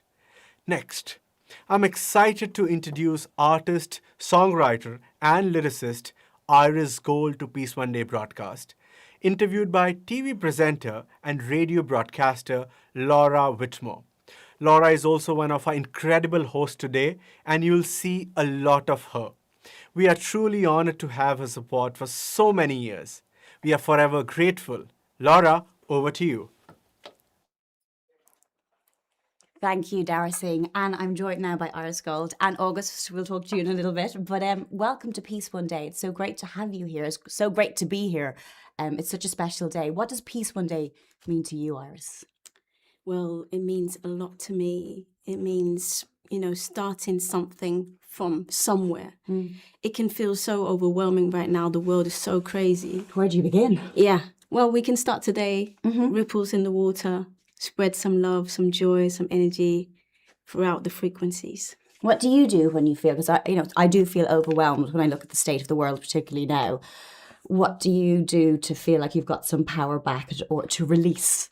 Well, things like this. Yeah? Yes. And that's why I think I have so much energy, because I just want to, I just want to. That's why she's got a microphone in her hand, ready to go. I just want to do something. Yeah. Is that what keeps you going? I think both everything, like my family, my friends, but also the work that I do with Plan International. Yes, I work with Plan. I sponsor a little girl with Plan. Yeah, oh, nice, yeah, nice. Love to see that. And obviously music. Yeah. Well, music, I think that's one thing that can really unite people, and you're going to perform for us very, very shortly. Yes. Can you tell me a little bit about the song that you're going to perform? Well, it's a song that I did with the amazing Dave Stewart. Oh, what a legend. And it's called Woman. And it's a song about dreams that may not come true, but the dreams that do, they're made especially for you. And it's a song that I always dedicate to all women around the world. Doesn't matter what religion, class, culture you're from. It's like a love poem to all of you out there. I love that, because I think, we spend a lot of time trying to divide people rather than realize we are just all really the one humankind. And I think this is a really beautiful song. And I know that we've got August here is going to accompany you on the guitar, and then you will sing another song afterwards. A little snippet. A little snippet. What can you tell me about the snippet? She's revealing a little bit. It's a love revolution. I believe August and I, we've come straight from Copenhagen, but we've also come from a planet called Planet Cool, where there's just love, a surplus amount of love and energy. You can pluck little, flowers off the trees, and then you get bonus love points. And that's what that song is about. It's about starting the revolution, the love revolution today, right now. Okay, well, should we start right now with your first song? Yes. Take it away in your own time. Thank you very much, Iris and August. Thank you.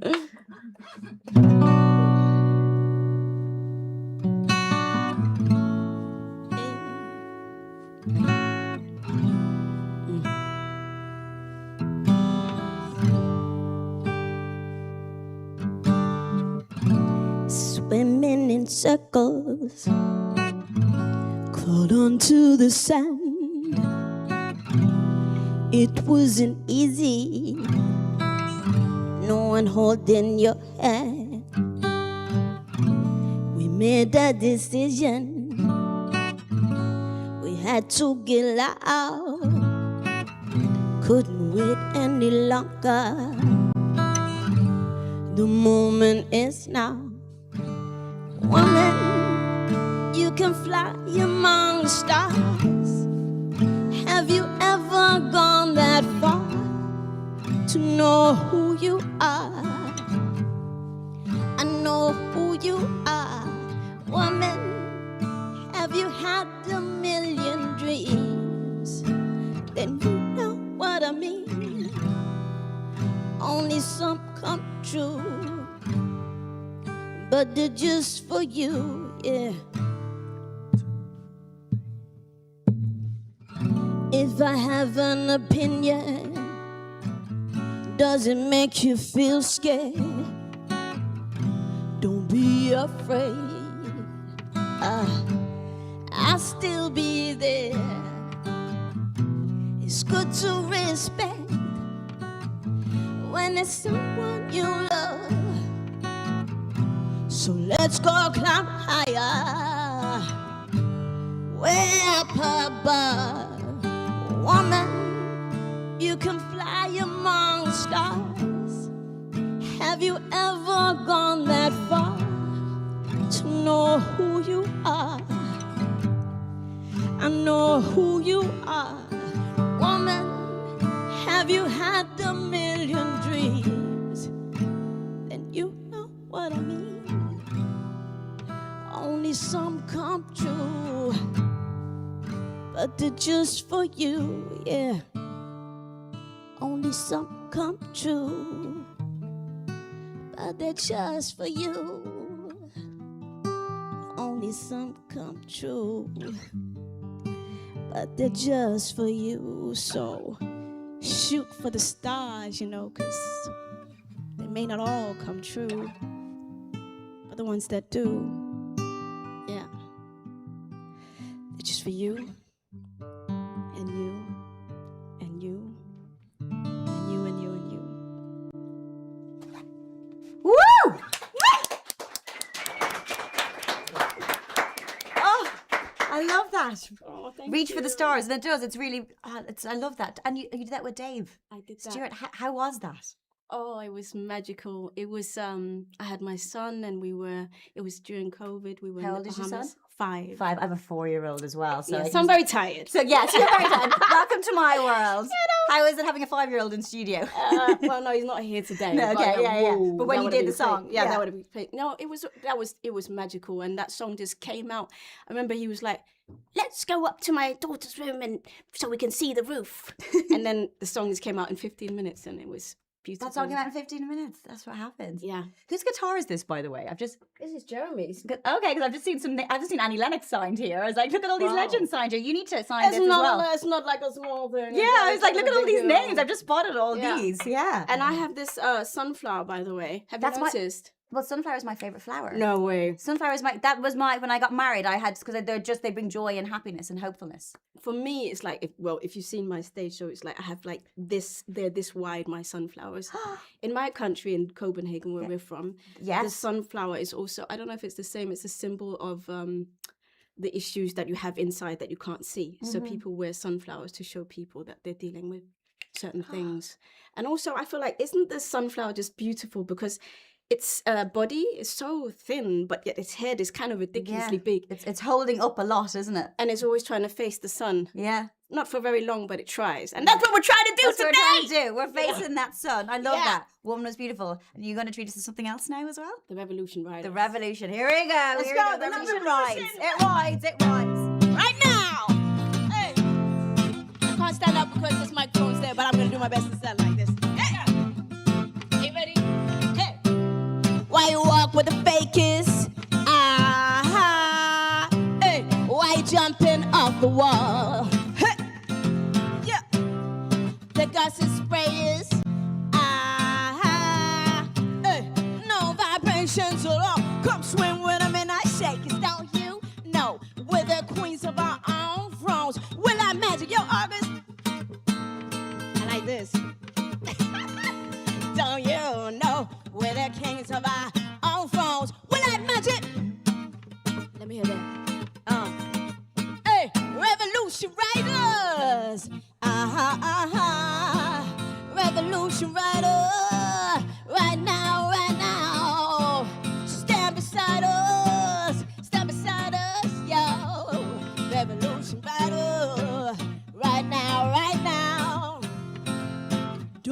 closer too far. Stay on the good side. Don't let them change your mind. Don't let them change your mind. Life is a fast car. License plate my heart. Speeding through the stop sign on the other side.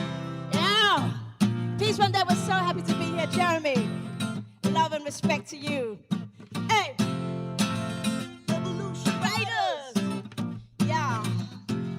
We're gonna do something with you. We're gonna do some hand claps. Are you ready?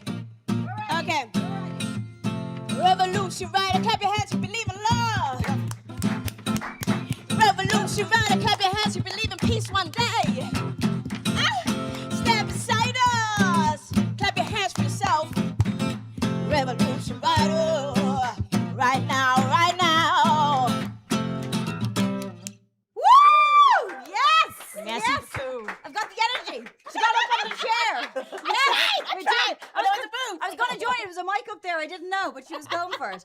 But it's something powerful with a song like that. And do you feel like we are in a revolution right now? Yes, I think that we need to be in this love revolution together as one. I love it. You've got a bit of a hair toss thing. I've got my hair tossed. She let herself loose. Peace One Day. She's ready for it. Yes. I can't help it. It's the music though, and we talk about the power. Has that always been like you since you were a kid? Is like the power of music for you to use your voice through that medium? Yes, and stories and whatnot. Like, I grew up with not so much. I grew up in hippie communions, and so instead of going on holidays, I would imagine myself being places.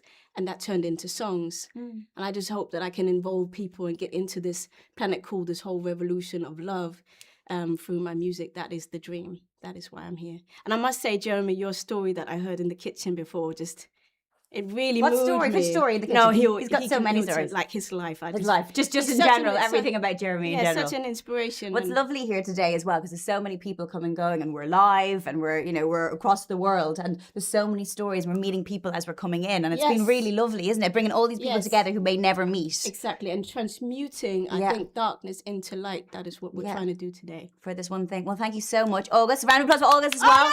For joining us too, getting in there too. At one point I thought you were going to get in the chair as well, but you had the guitar.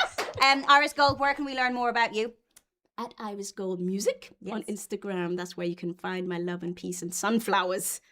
And surplus amounts. I love it. I feel like we've got a similar energy because I love sunflowers as well. As soon as I saw the sunflower, I'm like, we got the same energy. Peace. I love it. Well, thank you so much, and make sure you check out more of Iris Gold. And right now, it's back to the studio with Dara Singh, and I'll see you soon. Thank you, Laura, and thank you, Iris Gold. That was very, very special. Such a phenomenal artist. We wish her all the very best for her journey. Thank you for supporting Peace One Day. I'm your host, Dara Singh Khurana from India, and to all our viewers around the world, please tell your friends about this broadcast right now and share the link with them. Every view helps, and why not visit peaceoneday.org for more information. Please use the hashtag Peace Day to continue spreading the important message being addressed. And subscribe to our Peace One Day YouTube channel. There is so much content for all you guys to be informed, inspired, and engaged. Now, I'm delighted to introduce the Peace One Day Anthem by Peace One Day Ambassador, Dave Stewart and Daryl Hall. I absolutely love this peace anthem. If you'd like to support Peace One Day, you can actually buy a bit and become a co-owner of the Peace One Day Anthem. Just scan the QR code that you will see at the end of every performance and interview, or head over to songbits.com. Let's listen to the anthem now.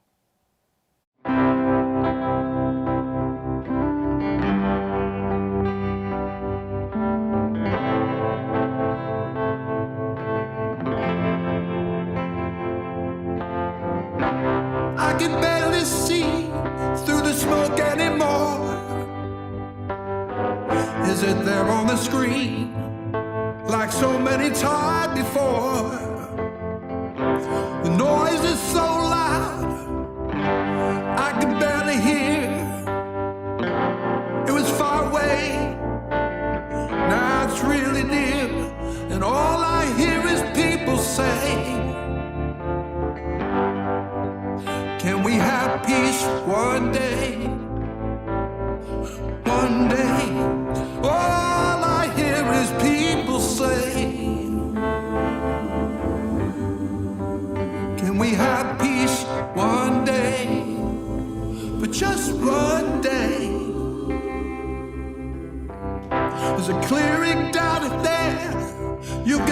from the sky. That's not a good place for children to hide.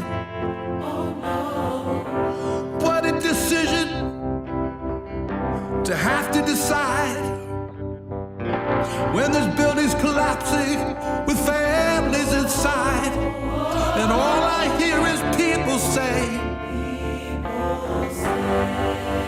can we have peace one day, just one day? And all I hear is people say, can we have peace one day, but just one day? Images of pain, well, here they come again. Hearts too young to heal. I can't believe it's real. I can't believe it's real. Oh, I hear people say, can we have peace one day? Just one day. All I hear is people say, can we have peace one day? For just one day.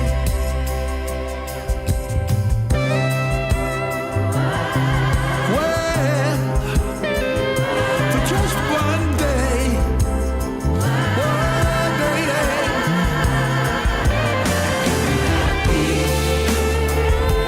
One day.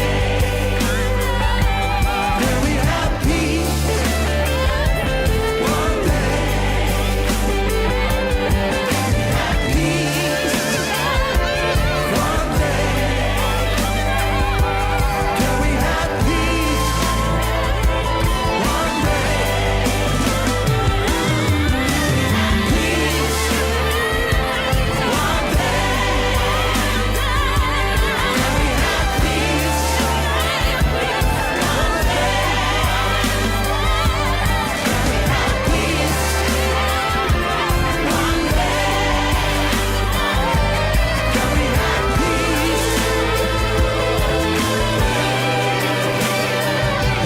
just one day.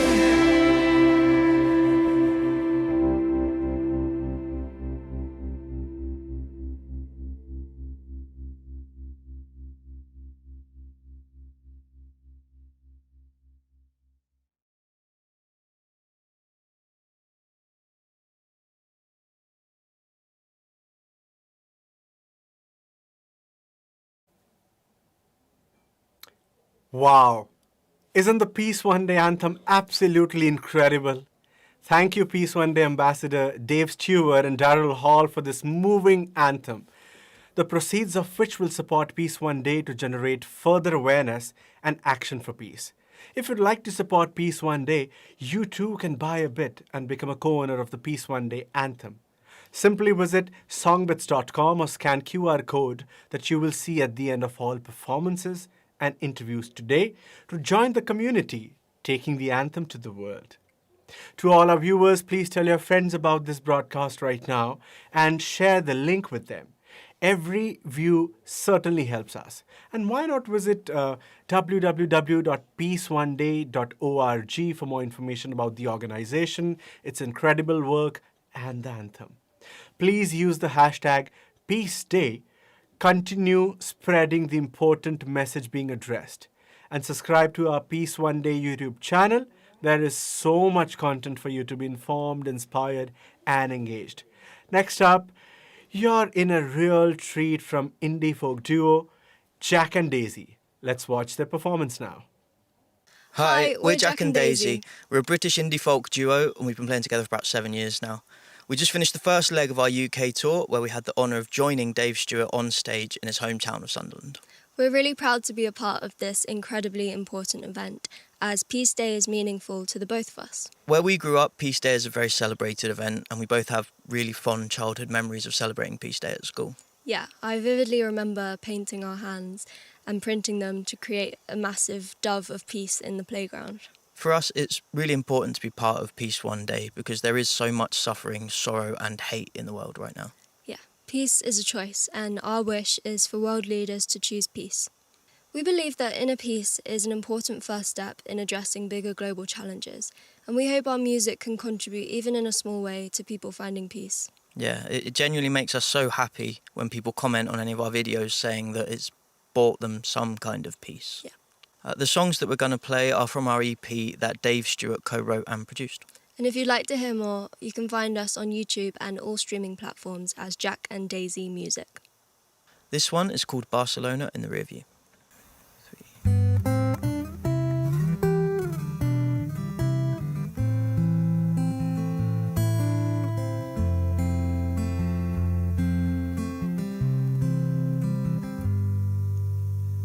And if the sun goes down too soon, with Barcelona in the review, you'll keep your eyes fixed on the moon, and I'll follow you.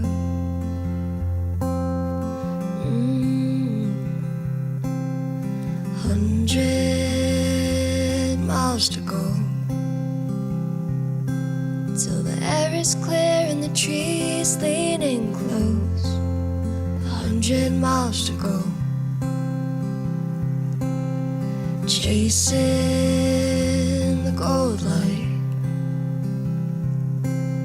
with promise hanging heavy in the skies. We cross state lines, and if the sun goes down too soon, with Barcelona in the review, you'll keep your eyes fixed on the moon, and I'll follow you. I'll follow you. Darling, another day to go till we reach the skyline on the eastern coast and see the cafe walk where the prophets are. How'd we get this far? But nothing but a suitcase and guitar. What a place to start. And if the sun goes down too soon, with Barcelona in the review, you'll keep your eyes fixed on the moon, and I'll follow you. I'll follow you.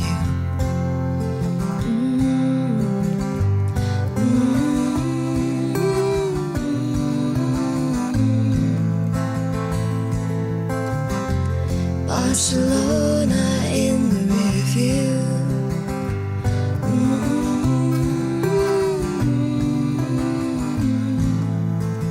I'll follow you. I'll follow you.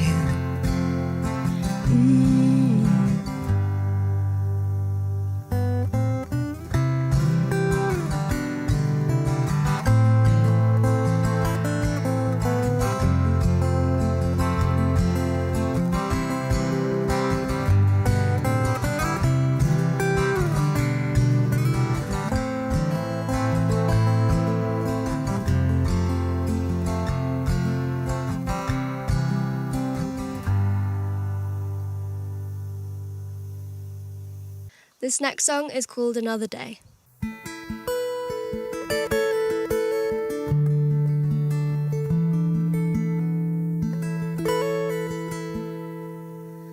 I touched down an hour ago, and I'm standing on the platform in the rain.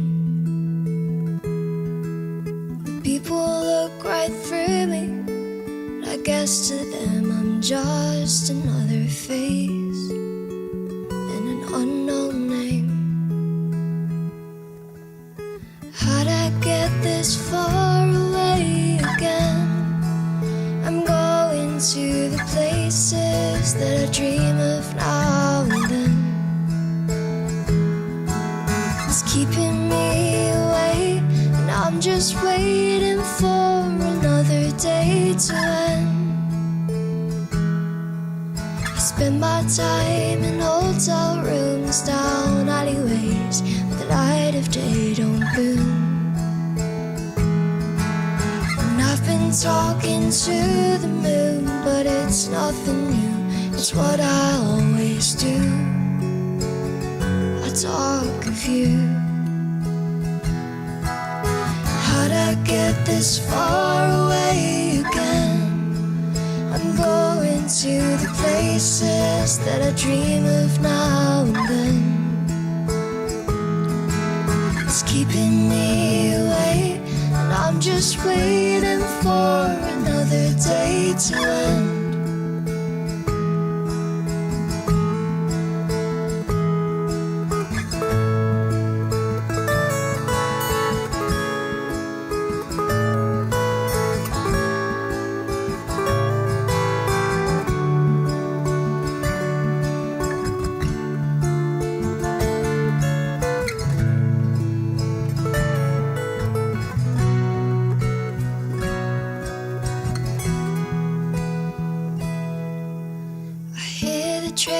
Like lullabies, they're singing me to sleep every night. And every day that passes by is further from the day we say goodbye.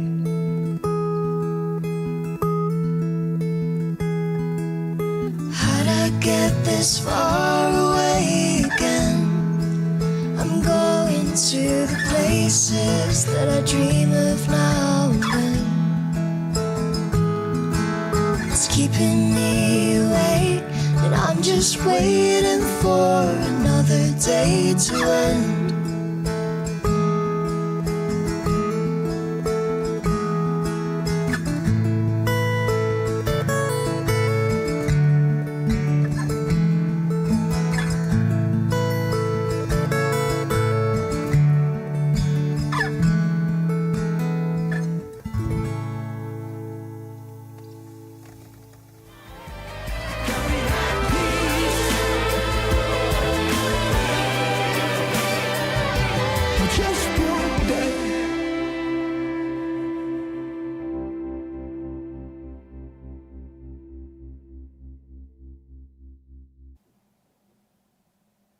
Thank you, Jack and Daisy, for your performance and contribution.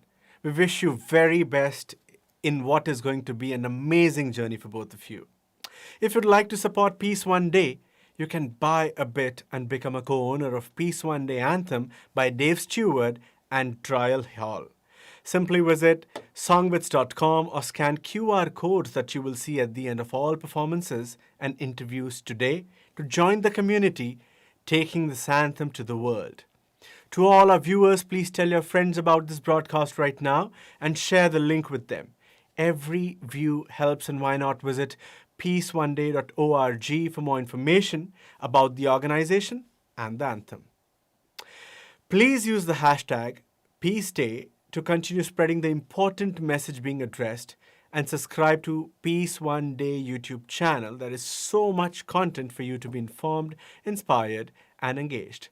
I'm your host Zara Singh Khurana from India, and now I am delighted to introduce Emmanuel Kelly, an amazing singer and songwriter with such an inspirational story, interviewed by my fabulous co-host Laura Whitmore. Let's go to that interview now. Thank you, Dara Singh. It's Laura Whitmore here. It is Peace One Day, and I'm joined by Emmanuel Kelly. How are you? Fan-bloody-tastic. That's what I want to hear. Now, we've been having a lot of chats before coming here. We've been having a lot of chats, and I'm just blown away by your story. So do you mind sharing a little bit about your story, your journey, and your early experiences in shaping who you are today? Yes. So I'm originally from Iraq. I was found in a box on a battlefield in Iraq by two soldiers who were shooting at one another. They heard a baby cry. They went towards that baby in that box, and they saw the most extraordinary jawline they've ever seen in their lives. No, but on a serious note, they did take me to an orphanage where I was then raised there for the next 7 to 8 years, every day wondering whether I was going to live or die. Eventually, an extraordinary human, Emmanuel Kelly, who's a humanitarian, rescued both myself and my now brother, who I met in the orphanage. Came out to Australia, had a batch of surgeries, learned how to walk for the first time, learned how to use a knife and fork, all the basic things that we take for granted. Do my hair, although I've got this gorgeous, spectacular hat. I have seen the hair underneath. It is perfection. It really is. No. But learned all the basic things that we take for granted every day. And then when I was about 11 years old, I said to myself, I want to be a magician. And then I realized I had too few arms and hands for sleight of hand. So that didn't happen. So I decided I wanted to pursue entertainment and acting and things like that. And then I discovered that I would be pigeonholed into a specific role. So music was the third choice. And I pursued music and eventually went on a TV show, X Factor, and performed a song, Imagine, which is, I suppose, all about peace. And, you know, long story short, ended up in the US, traveling, seeing some amazing things, working with some amazing people, from Quincy Jones to Snoop Dogg, who thought my arm was growing back every day. Kept having to tell him, no, mate, that's not the case, and you might have had too much grass today.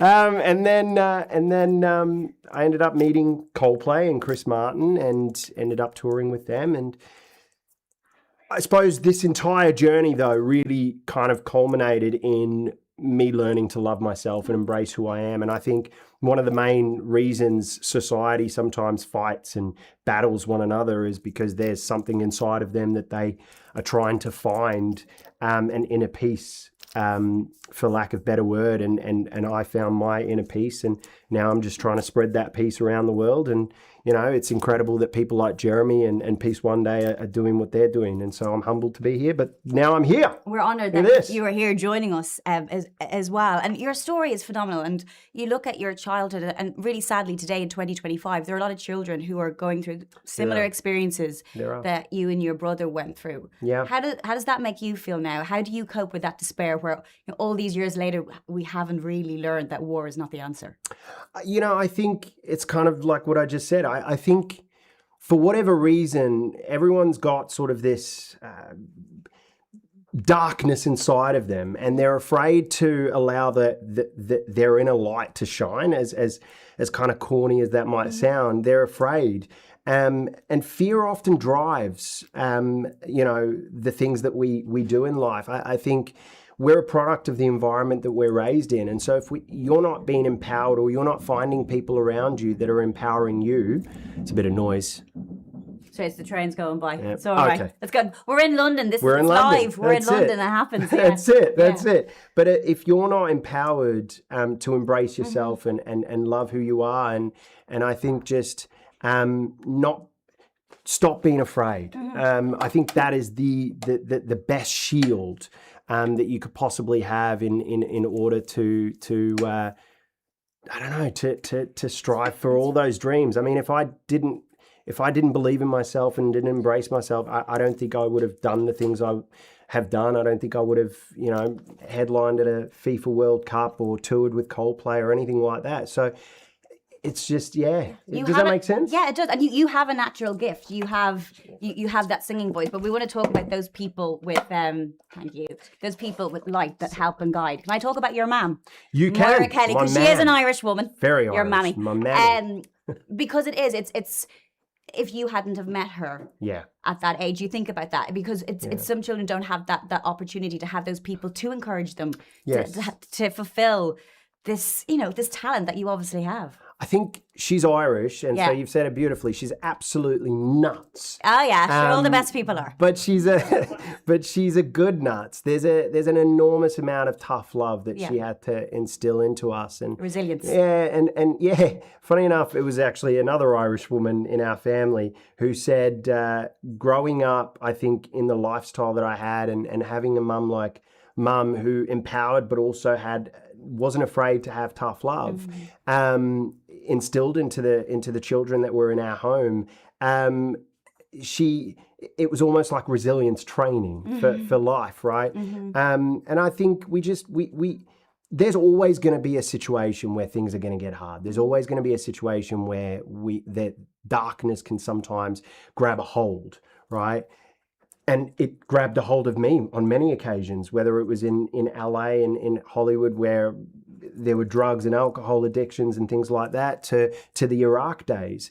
At the end of the day, it's always going to exist. Stop looking for somebody to rescue you, right? You have to find a way to rescue yourself, especially if you live in a Western country, because here's the reality. A lot of places on this planet and a lot of places on, around the world, there are people out there who genuinely need rescuing, whether they're, in Sudan or Gaza and Israel or, wherever you are, right?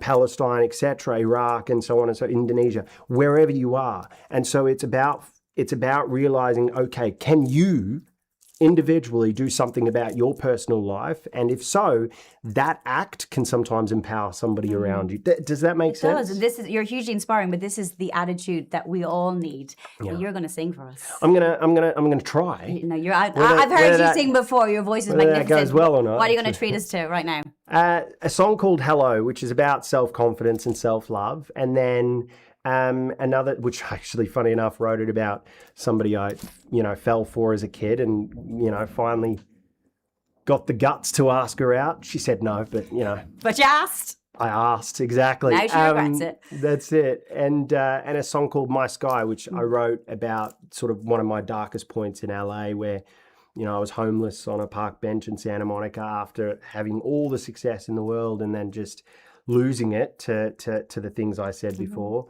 And then one day just realizing that with every sunrise comes a new day, and we have the power to create magic in our own lives. Well, create some magic now in your own time, Emmanuel. I shall. Yes, Emmanuel Kelly is going to treat us to Hello for Peace One Day 2025.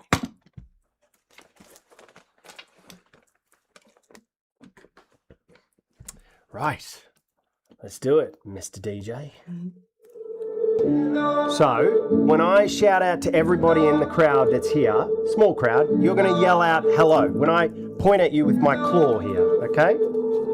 Staring at my feeling so insecure. Wish I could find myself a cure. It's all in my mind. Wish I could go back in time to get to know you. Hello, looking fine.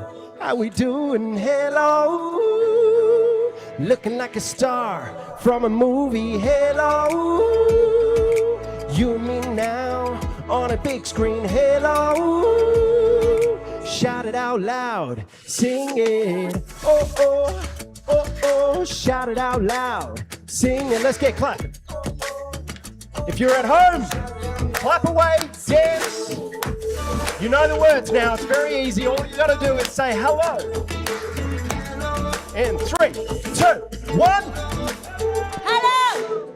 Way back at school, should have been a little more smooth. Making my move, I looked like a fool. I got scared that day, I took another chance away to get to know you. Hello, looking fine. How we doing? Your turn. Looking like a star from a movie. You and me now on a big screen. How are you? Shout it out loud, sing it.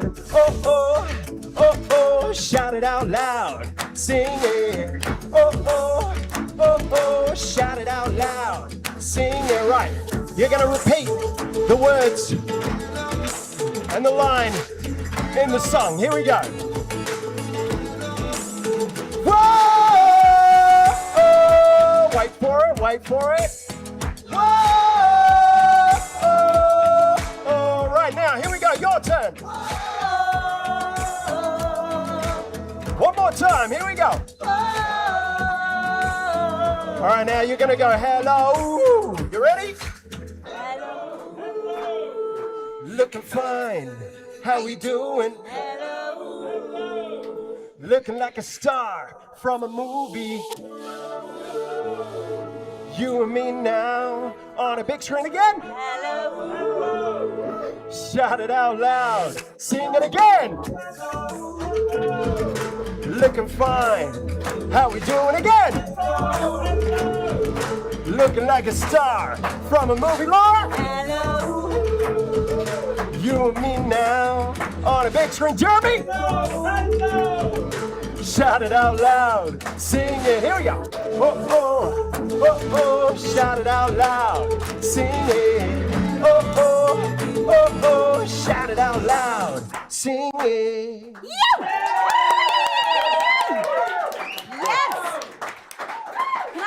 A lot of wannabe musicians out here as well. I mean, look at you, Jeremy, seriously, too. right? Good, I mean, yeah. not too bad. You did I'm play not a sure snippet. about Jeremy's voice, but you know, he's. It's loud though, isn't it's it? very It does loud. go over He everyone. can be a great backup He's singer. great. That's it. That's You it. played a little bit of that earlier on when you were just like sound checking it. It's catchy. It's catchy. That's going to be in everyone's it's, head. It's catchy.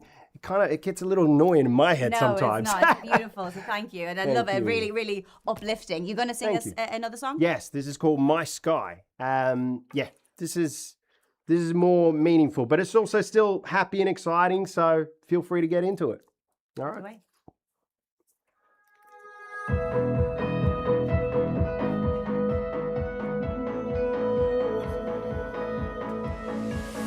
Morning comes, get out of that bed. Feeling good, feeling high, feeling not so low. Everywhere I go, just the mic a little on my ear. Well, I found that place called home. Perfect. I don't wanna block the sun out no more. 'Cause I believe I'll be standing out at your door. And I'll fly high. This is my sky. I see someone dancing over there. That's it. It's come, I'm staring at the stars. Here we go. Wondering if I'll ever get that far. Hey! Everywhere I go, when you're with me, I'm home. I don't wanna block the sun out no more. 'Cause I believe I'll be standing out at your door.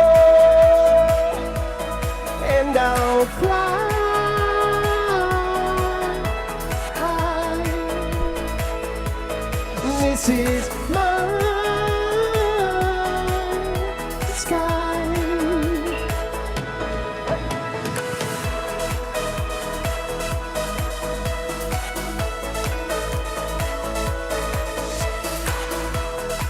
Jeremy, get in here. Come on. Come in. Whoever wants to get in, come behind. Let's go. Building bridges in my heart so we can go back to the start. Rose, building bridges in my heart. Come on. So we can go back to the start. Building bridges in my heart so we can go back to the start. Building bridges in my heart so we can go back to the start. I don't wanna block the sun out no more. 'Cause I believe I'll be standing out at your door. This is our sky. I don't wanna block the sun out no more. Hey,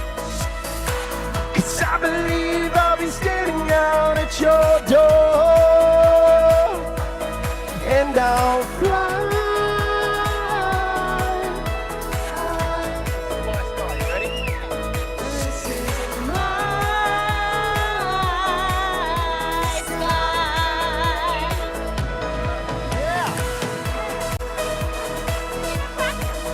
We did not practice. If you're at home and you're fighting something dark, the world, just know there's always light in this world. The sky is yours.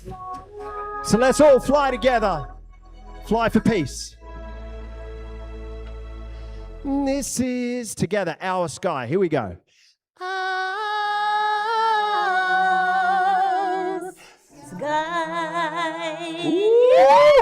Beautiful. Thank you.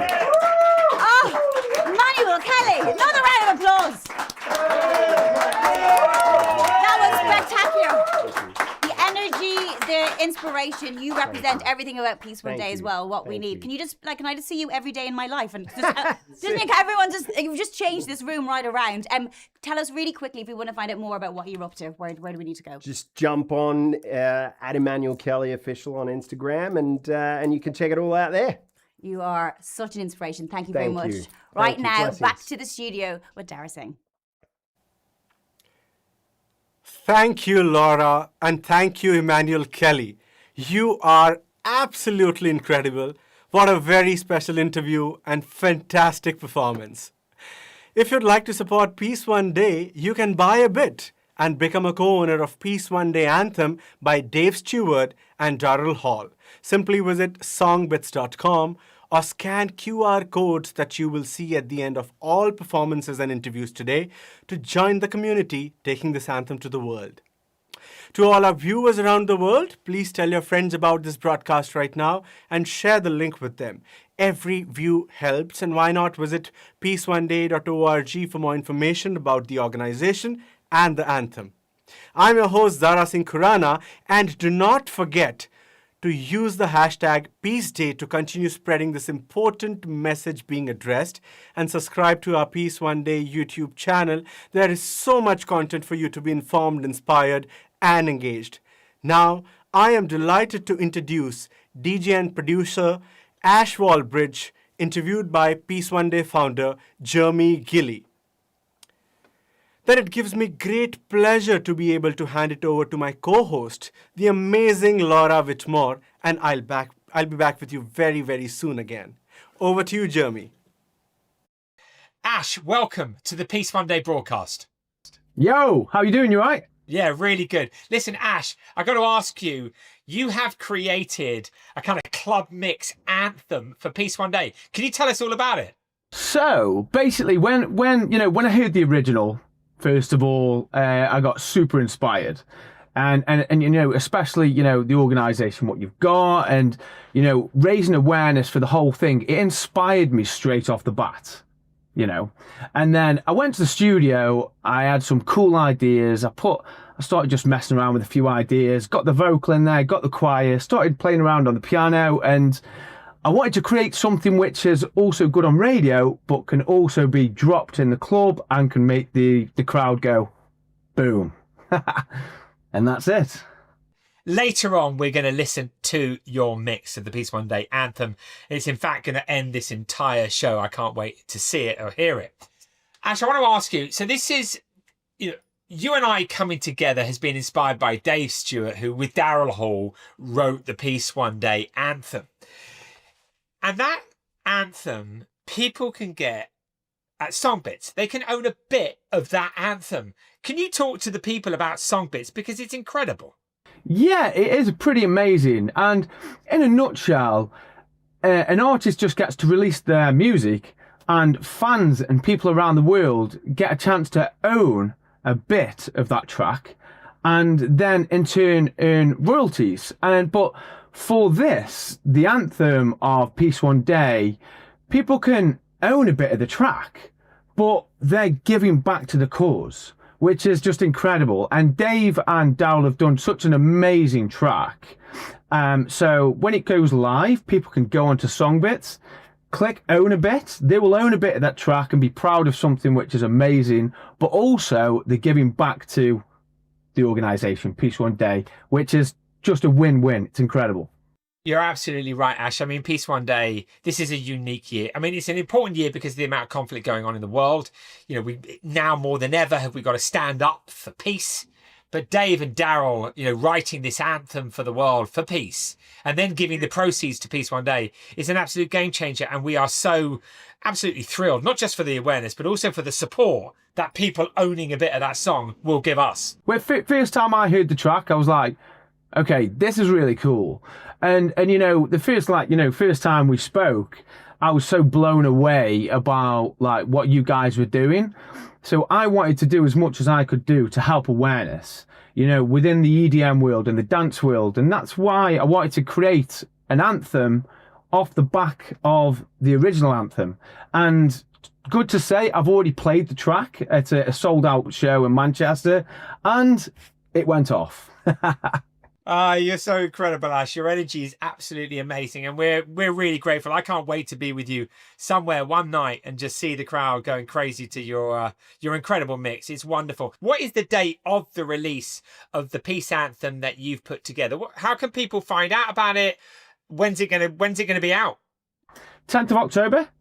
And it's going to be released worldwide. It'll be on YouTube, Spotify, iTunes, like everywhere worldwide. And it'll also be on Songbits. So, yeah, I can't wait. You know, just for me, I wanted to help out as much as I can, you know, and straight away off the bat, you know, my remix, for instance, you know, all royalties are going to be going back to yourselves. Like, you know, full charity. So anybody who even listens to the track will automatically be helping, you know, Peace One Day. Just by listening, you're going to be donating to the cause. Ash, it was amazing working with you because, I mean, when the audience, you know, hear your song, it starts with you asking me to speak to you and say a few things to you.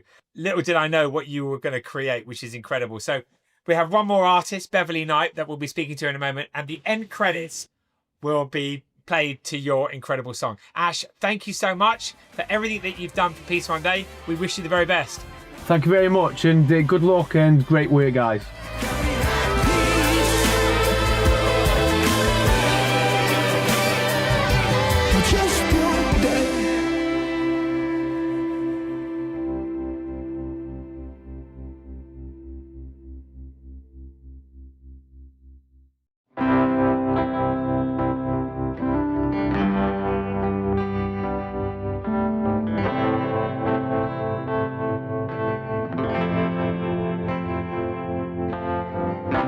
I can barely see through the smoke anymore.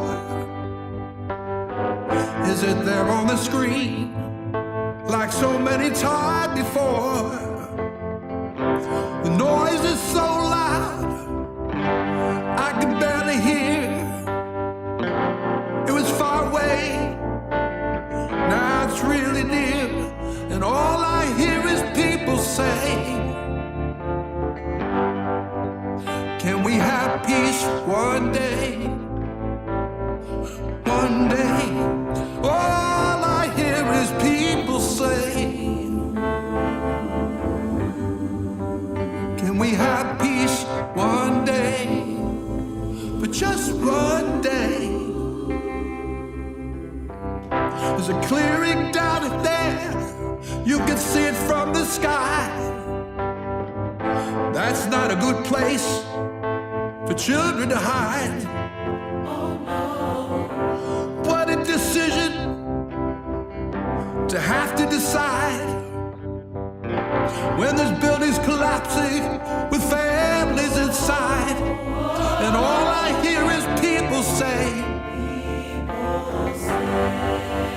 can we have peace one day? Just one day. And all I hear is people say, can we have peace one day? But just one day. Images of pain, well, here they come again. Hearts still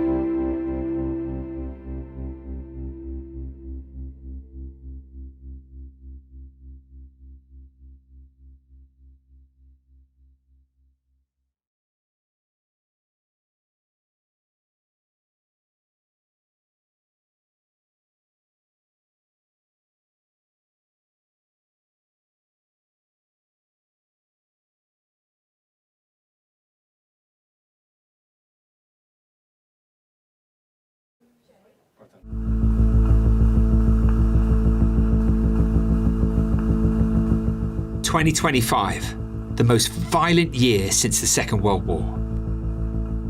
More wars raging now than at any point in the last 80 years.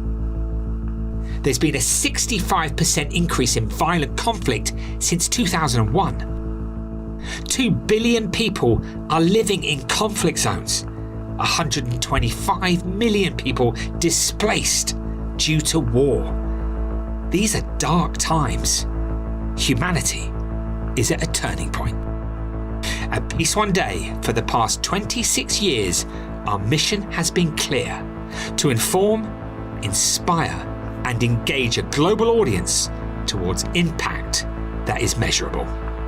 We do this through internationally broadcasting content that encourages dialogue, engagement opportunities towards a more peaceful and sustainable world, reaching billions. But it didn't begin that way. My name's Jeremy Gilly. I'm an independent documentary filmmaker. In 1998, with a few committed friends, I began documenting my journey to establish the first ever annual day of global ceasefire and non-violence. For 3 years, I built the case for the day's creation, and in 2001, UN member states unanimously adopted a day of ceasefire and non-violence on the UN International Day of Peace, fixed as the 21st of September annually. It was originally brought to our attention by a UK-based organisation, Peace One Day. It is so decided. Next, I wanted to prove Peace Day could work in a conflict zone. In 2007, in Afghanistan, with the support of UNICEF, WHO, and many other agencies, Peace Day agreements were reached with all sides, including the Taliban, allowing 10,000 health workers to vaccinate 1.4 million children against polio on Peace Day. And through awareness initiatives and strategic partnerships with governmental and non-governmental organisations, the United Nations, corporations, faiths, schools, university and community groups, our target of 3 billion people aware of Peace Day by 2025 has been reached because of people like you. And the Institute for Economics and Peace have reported that there appears to have been a 15% decrease in deaths on the 21st of September compared to other days in the year. Incredible. Raising awareness, manifesting action, seeing behavioural change, decreasing violence on Peace Day has always been our focus. The day is being embraced by people all over the world. For more information about Peace One Day and to find out how you can become involved, please visit peaceoneday.org and follow us on social media. By working together, we can create Peace One Day.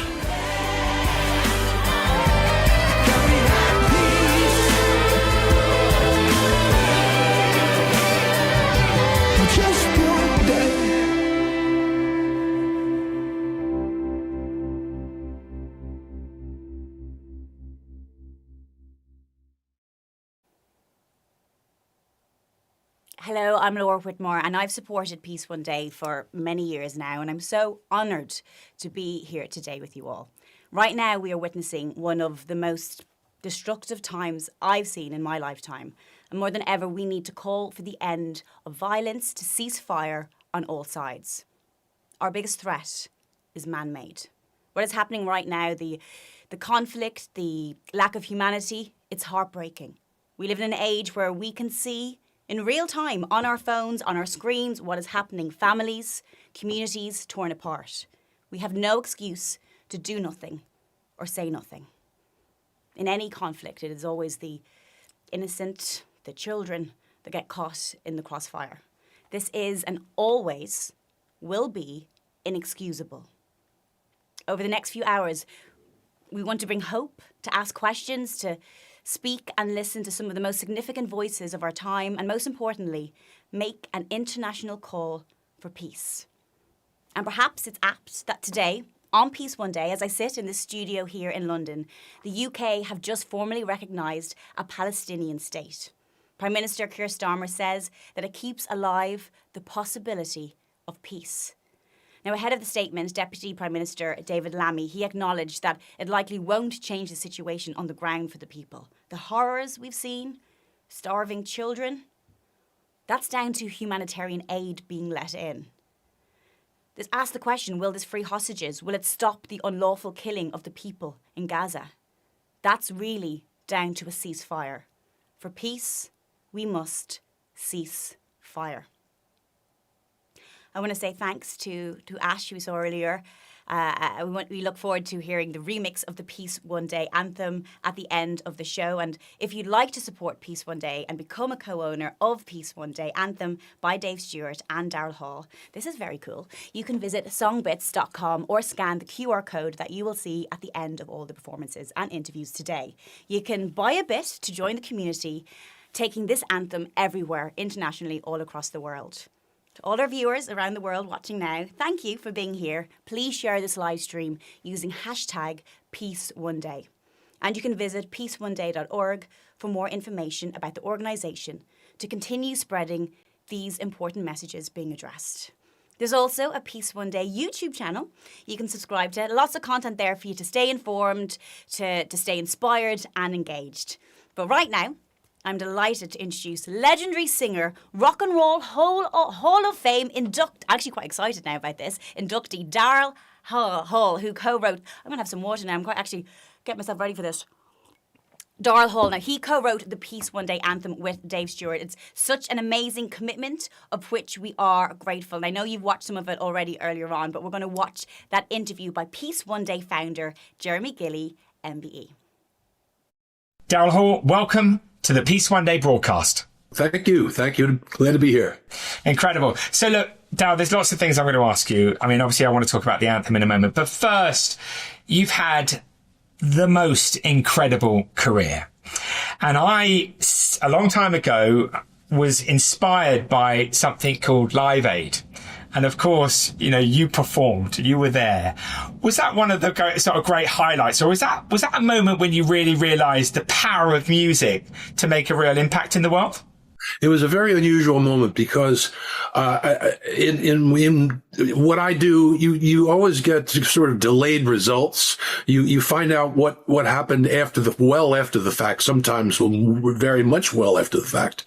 And there's something about what happened at Live Aid. I was in the moment. I knew something was happening. I knew it mattered. I knew that I was doing something that was sort of unprecedented, at least in my life. And it was a very much that kind of a feeling where I got the full force of it in the moment. Incredible. Absolutely incredible. And I'm sure there's been any other moments. Is there, when you think back at your career and the way in which you've entertained millions of people across the world, you've written so many major global hits. But when you think about Live Aid, is there anything else that comes to mind in your sort of musical journey that's had a sort of a profound effect on the way in which you see the world through music? Well, music, it's hard to avoid cliche, but music affects the world in ways that no other art form does, because it hits you in another way. It's not visual; it's audio. Well, it can be visual, but it's mostly in its heart. It's audio, and it goes into your head and it affects what you think about in your mind in a different way than, say, you look at a great painting or something like that. It's very effective, and I think subtly move people in ways they don't even realize over periods of time. Yeah, I completely agree. And I mean, a Peace One Day, it was 25 years ago that when Dave, your good friend Dave Stewart and mine, helped me to realize that with Jimmy Cliff when we created a show at Brixton Academy 25 years ago. And ever since we've always, used music. But this year, of all of the years that we've, created Peace One Day broadcasts, and now, there's 3 billion people aware of this day. There's billions of movements that will happen on the day with the hashtag Peace Day and other words associated with the day. Is a lot of people involved. There's a big decrease of violence. But of all the years that I've done this anthem that you and Dave have written is probably, in a few years' time when I look back like you did at Live Aid, this will be one of the most, I think, one of the kind of the proudest moments to be able to present this film that you've made, this beautiful song and the film that's been made. Can you tell me, how did it happen? How did it come about? And talk to me a little bit about the writing process, because the words are so profound. I mean, right now what's going on in the world, Daryl, is crazy. I mean, we all cannot believe where we are at this particular point in history. So talk to me a little bit about the importance of the song, how you wrote it, how it came about. I was at Dave's studio, which I'm there a lot because I live nearby Dave. And he told me about this. And he said, well, let's write a song. I mean, Dave. He just says, let's write a song. And I said, sure. And then he showed me your videos and, your whole thing, your history.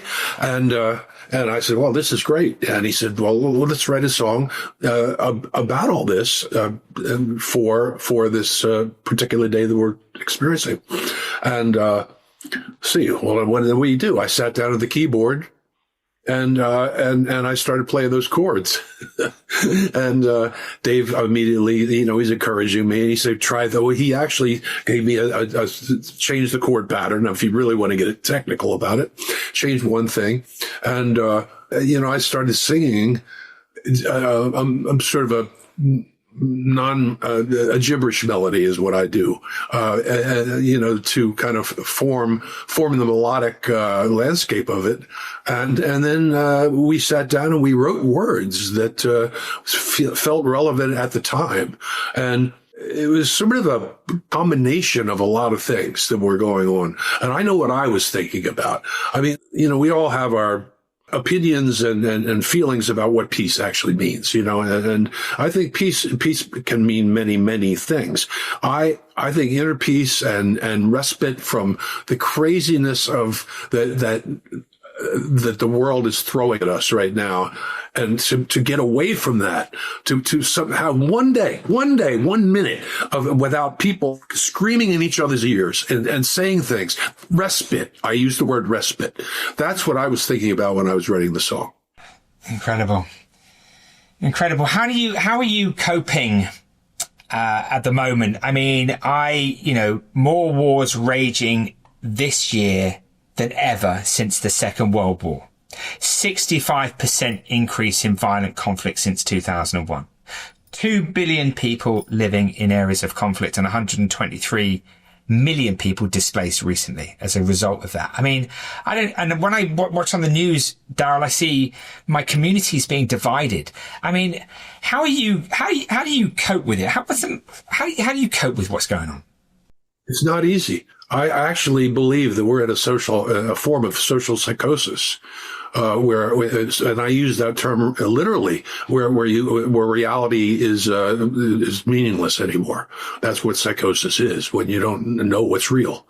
And I think societally, we are in that place where we don't know what's real and we don't know how to deal with it. And I think a lot of people are being affected profoundly, not just the war part, not the obvious part where people are getting, all the things that are happening to people, but it's going on. This is what I said earlier, is that people are being mentally affected by all this.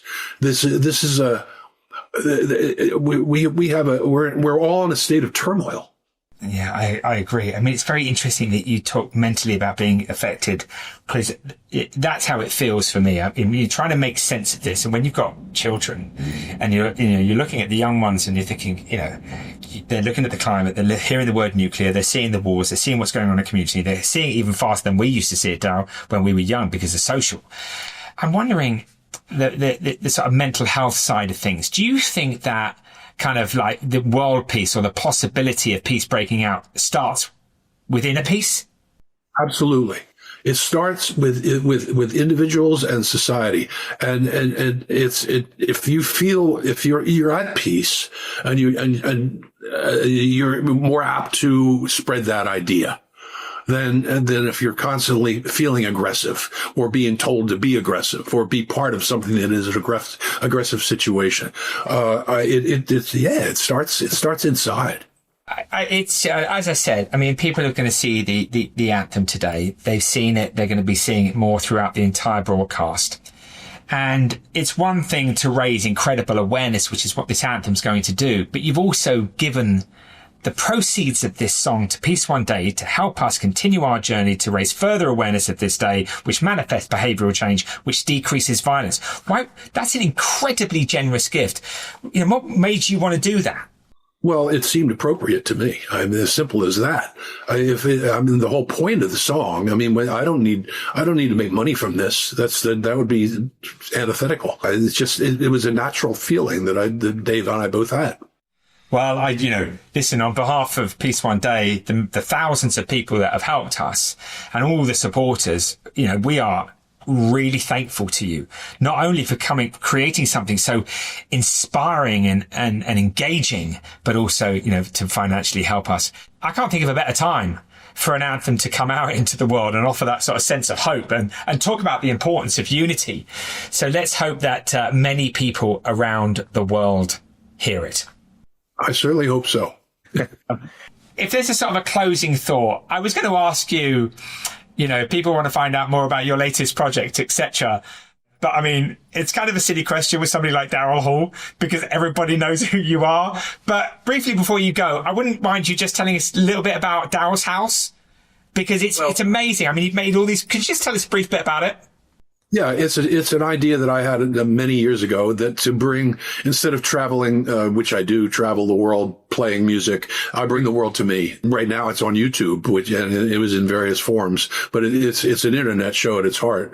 And it turns everything upside down. I just have people come to my house, or now they come to my club and play music, and there's no audience, and everybody just has a good time, and you get to feel what artists are really like, what they're really about when they're just hanging out and not paying any attention to anything. And there's a lot of episodes. We're in our 90s now, I think close to 100 episodes.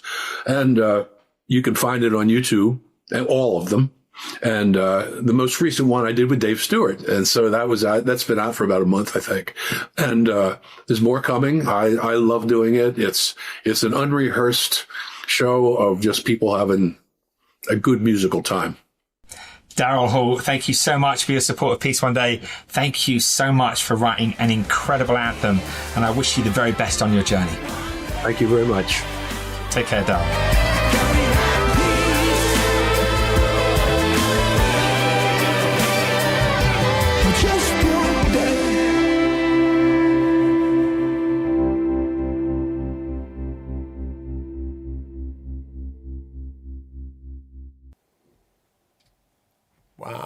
Wow. Thank you, Daryl Hall, for all your support of Peace One Day and that amazing song. And my name's Jude Law. I'm an actor and I'm a Peace One Day ambassador. I've been working with Jeremy and Peace One Day for 20 years now. And wow, it's been an incredible journey to support the growth of this initiative. What's always excited me from the very beginning is that film is being used in such a constructive way to inform, inspire, and engage people around the world on the issues that are fundamentally important to our survival. I make a lot of films, but it's particularly meaningful to be part of something that moves people toward real action. I've traveled all over the world with Peace One Day to be able to witness their work firsthand. The achievements in Afghanistan, where ceasefires allowed for vaccinations, and the incredible Peace Day celebration in the Democratic Republic of Congo alongside ACON are just a few examples.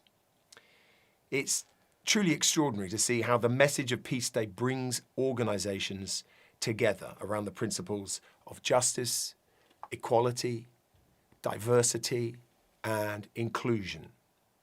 We talk about eliminating racial discrimination and the importance of education, giving young people the tools to change the world for themselves. I am incredibly proud of the drive and the achievements of my dear friend, Jeremy Gilley, Peace One Day's founder. And in recognition of his hard work and his incredible vision, he will be presented with the Goi Peace Prize in Japan, an honor that has been bestowed on people like Jane Goodall, and Dr. Oscar Arias. And this year's Peace Day feels particularly important, I suppose, because we're seeing more conflicts than at any time since the Second World War. An increase of 65% in conflict since 2001. Millions displaced. Billions living in conflict areas. Peace One Day and Jeremy are also adding focus to mental health. Because we need to stand together, I think, to unite in our homes, in our schools, our workplaces, and across countries. Out of that unity comes strength and hope, and ultimately the chance for peace. Thank you for listening. I hope you have a wonderful day with your families. Here's to you, here's to Peace Day, and to the incredible narratives that bring us all together. Now, next up, the brilliant Vanessa Amorosi and a very special performance of John Lennon's Imagine.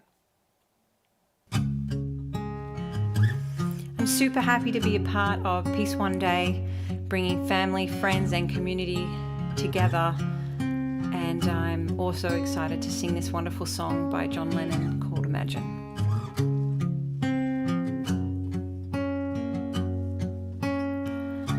Imagine there no heaven. It's easy if you try. No hell below us. Above us only sky. Imagine all the people living for today. Imagine there are no countries. It isn't hard to do. Nothing to kill or die for, and no religion too. Imagine all the people living life in peace. You may say I'm a dreamer, but I'm not the only one. I hope one day you'll join us, and the world will be as one. Imagine no possessions. I wonder if you can. No need for greed or hunger. Brotherhood of man. Imagine all the people sharing all the world. You may say I'm a dreamer, but I'm not the only one. I hope someday you'll join us, and the world will be as one.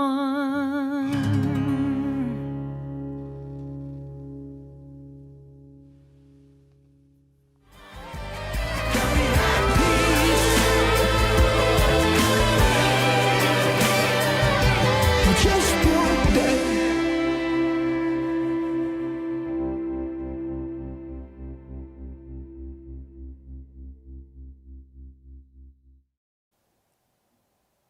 Wasn't that just gorgeous? Thank you, Vanessa Amorosi, for your wonderful performance of Imagine.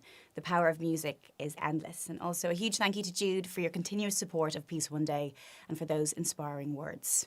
Now, if you'd like to support Peace One Day through music, why not buy a bit and become a co-owner of the Peace One Day Anthem by Dave Stewart and Daryl Hall. Simply visit songbits.com or scan the QR code that you'll see at the end of all the performances and interviews today. And to join the community taking this anthem to the world.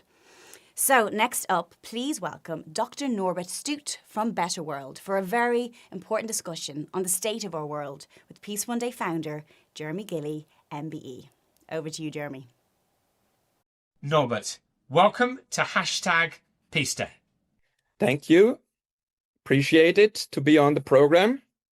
Norbert, the first thing I wanted to ask you is, could you tell us about Better World Info? Yeah, my name is Norbert Stute. I'm a physician living in Austria and the founder of Better World Info, which is a key information platform where knowledge meets impact. Its focus is on topics such as peace, nonviolence, human rights, and social justice. And we are a non-profit educational and networking hub with a mission to effect positive change in the world. Established 30 years ago, this encyclopedia for a better world is now home to over 700,000 carefully curated resources. And it is a place where engaged citizens, activists, and NGOs can collaborate and stay informed. Could you tell me about Peace Day? Why is Peace Day so important to you?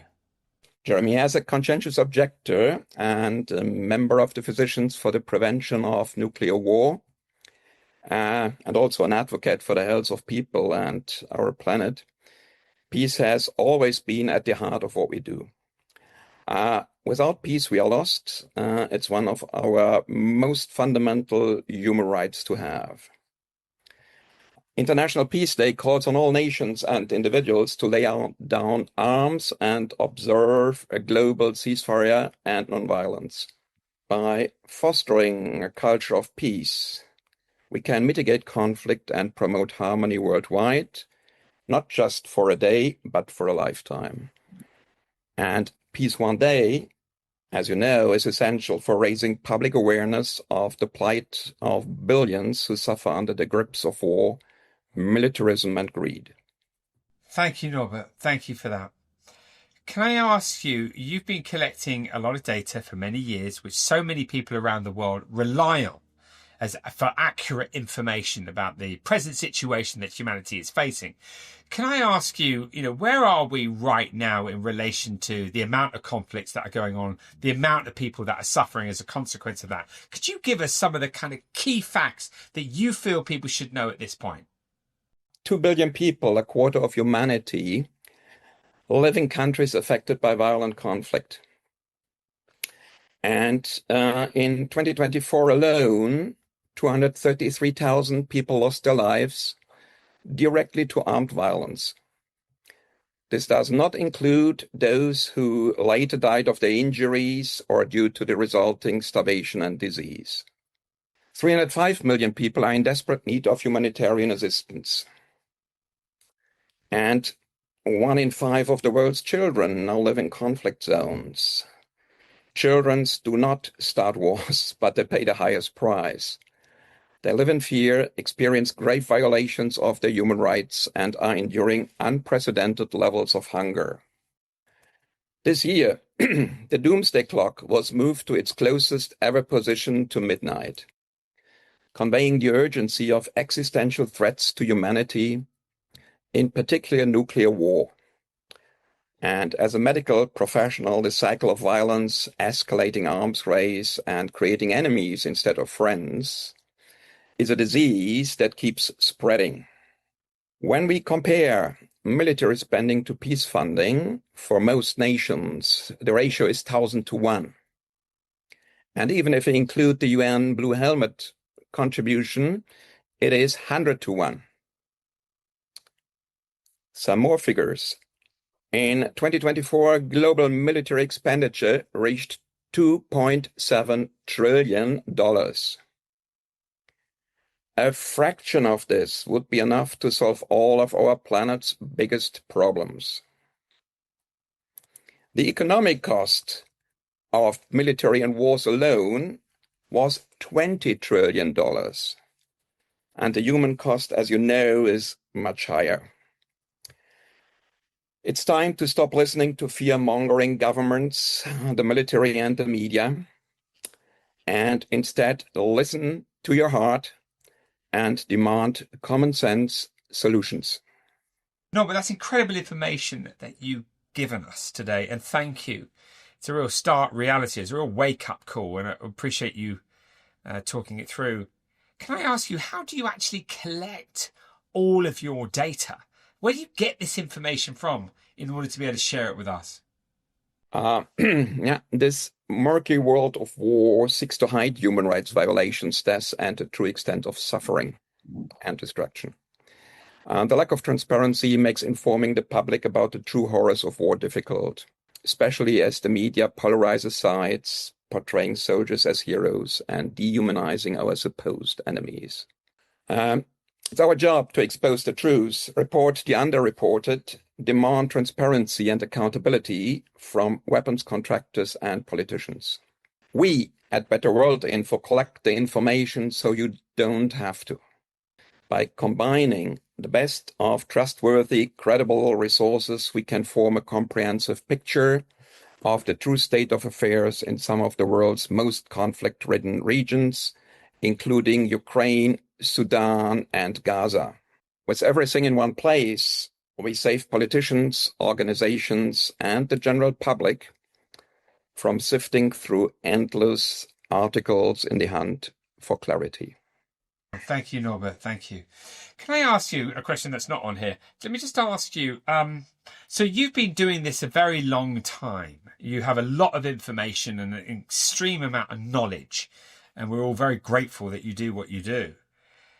Have you ever known a time as worrying as this, as dangerous as this? I mean, I certainly haven't, Norbert, in my lifetime. We're not dissimilar age. I mean, how do you feel about where we are right now in terms of all the studying you've done? Yeah, Jeremy, I think we are at a pretty bad time. Having said so, the last year or two already have been pretty bad about conflicts in the world. But as we have witnessed this year, even morality and international law is taking sidelines, and it appears that there is a kind of a collective madness going on about how to deal with one another, especially on a state level. So I think we really need to get over this, and rather than having a culture of war, which we do, we rather need much more of a culture of peace, where we need to go. So that's what I feel about looking back over the past and realizing that the last year and this one have been pretty bad. I think we can turn this around. I mean, we've been on a trajectory of conflict for a very long time. There have been some good periods, of course there have, and some historical breakthroughs, lots of them. But it is extraordinary the way we find ourselves. What's your projection of the future? Well, Jeremy, I tend to be optimistic. I think we should be, and never lose hope.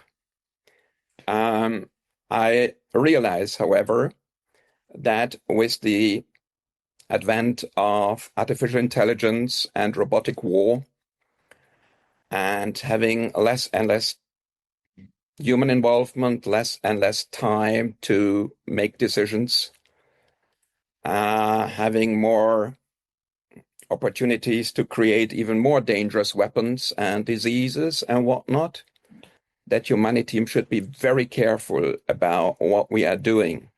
And in fact, just to pursue the concept of security as we did in the past, saying more weapons need more security or mean more security, in fact, I think it's the opposite. We really need to get out of this cycle of thinking and get towards what I think politicians say is common security, diplomacy, and listen to the other side, find common ground, and definitely change tack and go towards that type of approach.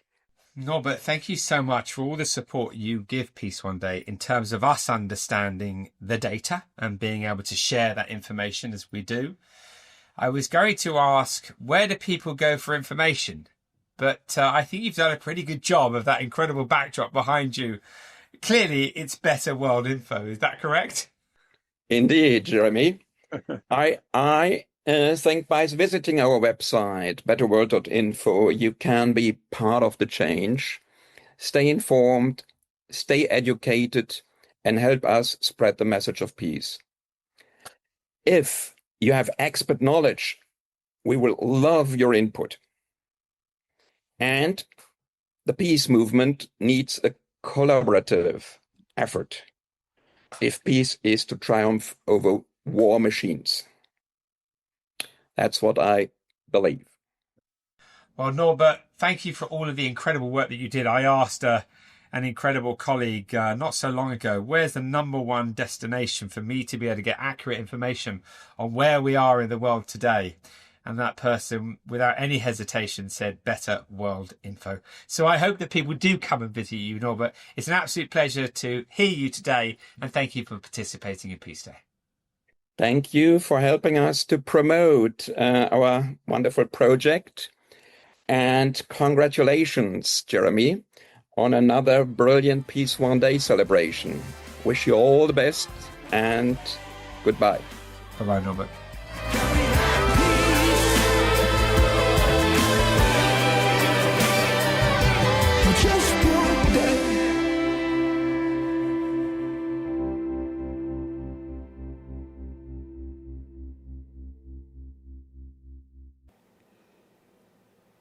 It is so shocking to hear what's happening, and we're so appreciative to Norbert for sharing that incredibly important information and for your continued work in this field.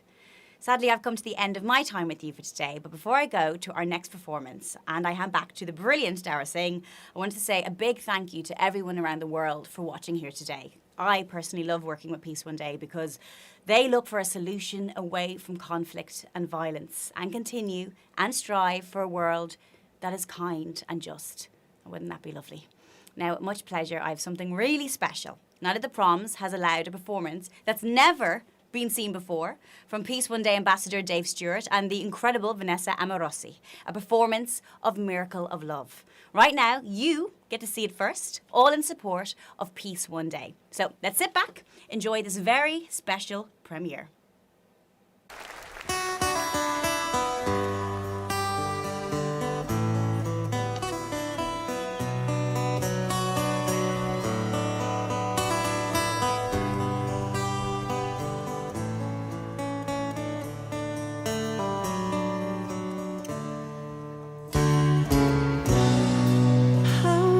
Sorrows do you try to hide in a world of illusion that's covering your mind? Oh, I'll show you something good. Oh, I'll show you something good. If you open your mind, you'll discover something you're longing to find. The miracle of love. Take away your pain. The miracle of love comes your way again. Cool is the night that covers up your fears. Tender is the one that wipes away your fears. There must be a bitter breeze to make you sting so viciously. Say the greatest coward hurts the most ferociously. I'll show you something good. Oh, I'll show you something good. If you open your heart, there can be a new start where you're crumbling world falls apart.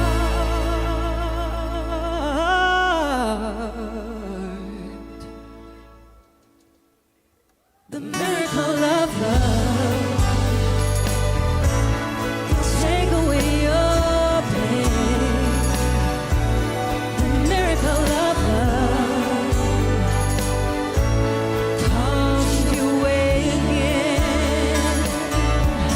The miracle of love will take away your pain.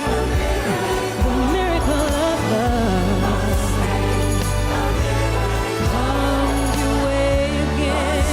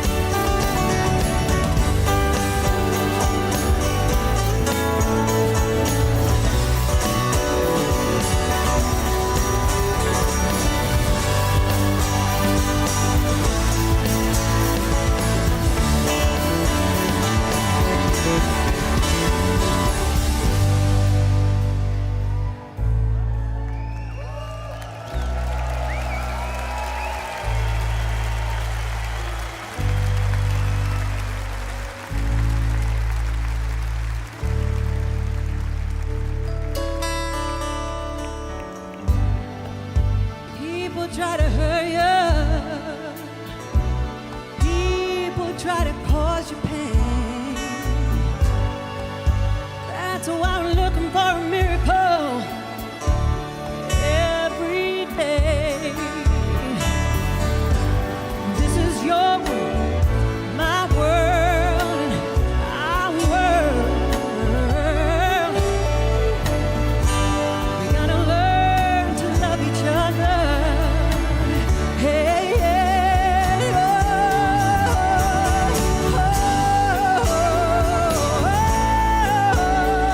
oh, miracle of love is gonna find you again and again and again and again.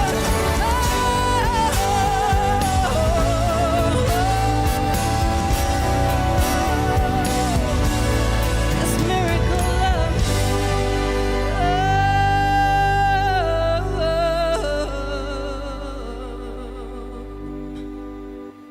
is gonna come your way, yeah. Again and again and again and again and again. This miracle love is gonna find us again.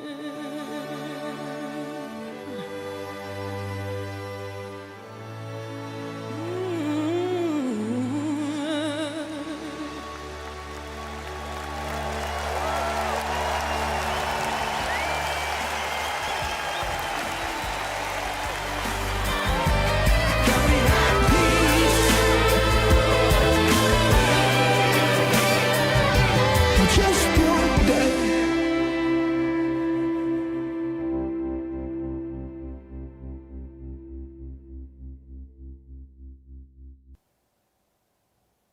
What a privilege to watch that fantastic performance from Vanessa Amorosi and Dave Stewart.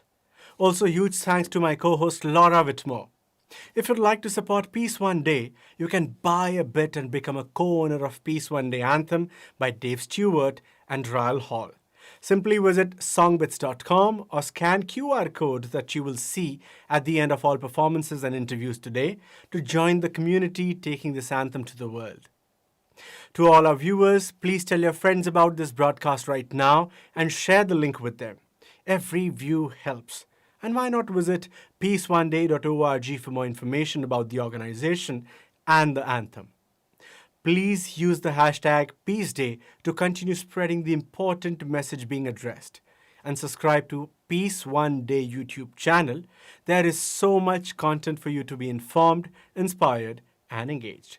Now, I'm delighted to introduce longtime Peace One Day supporter and the first woman ever to hold the post of Secretary General, the Right Honourable Patricia Scotland Casey, interviewed by Peace One Day founder Jeremy Gilly MBE.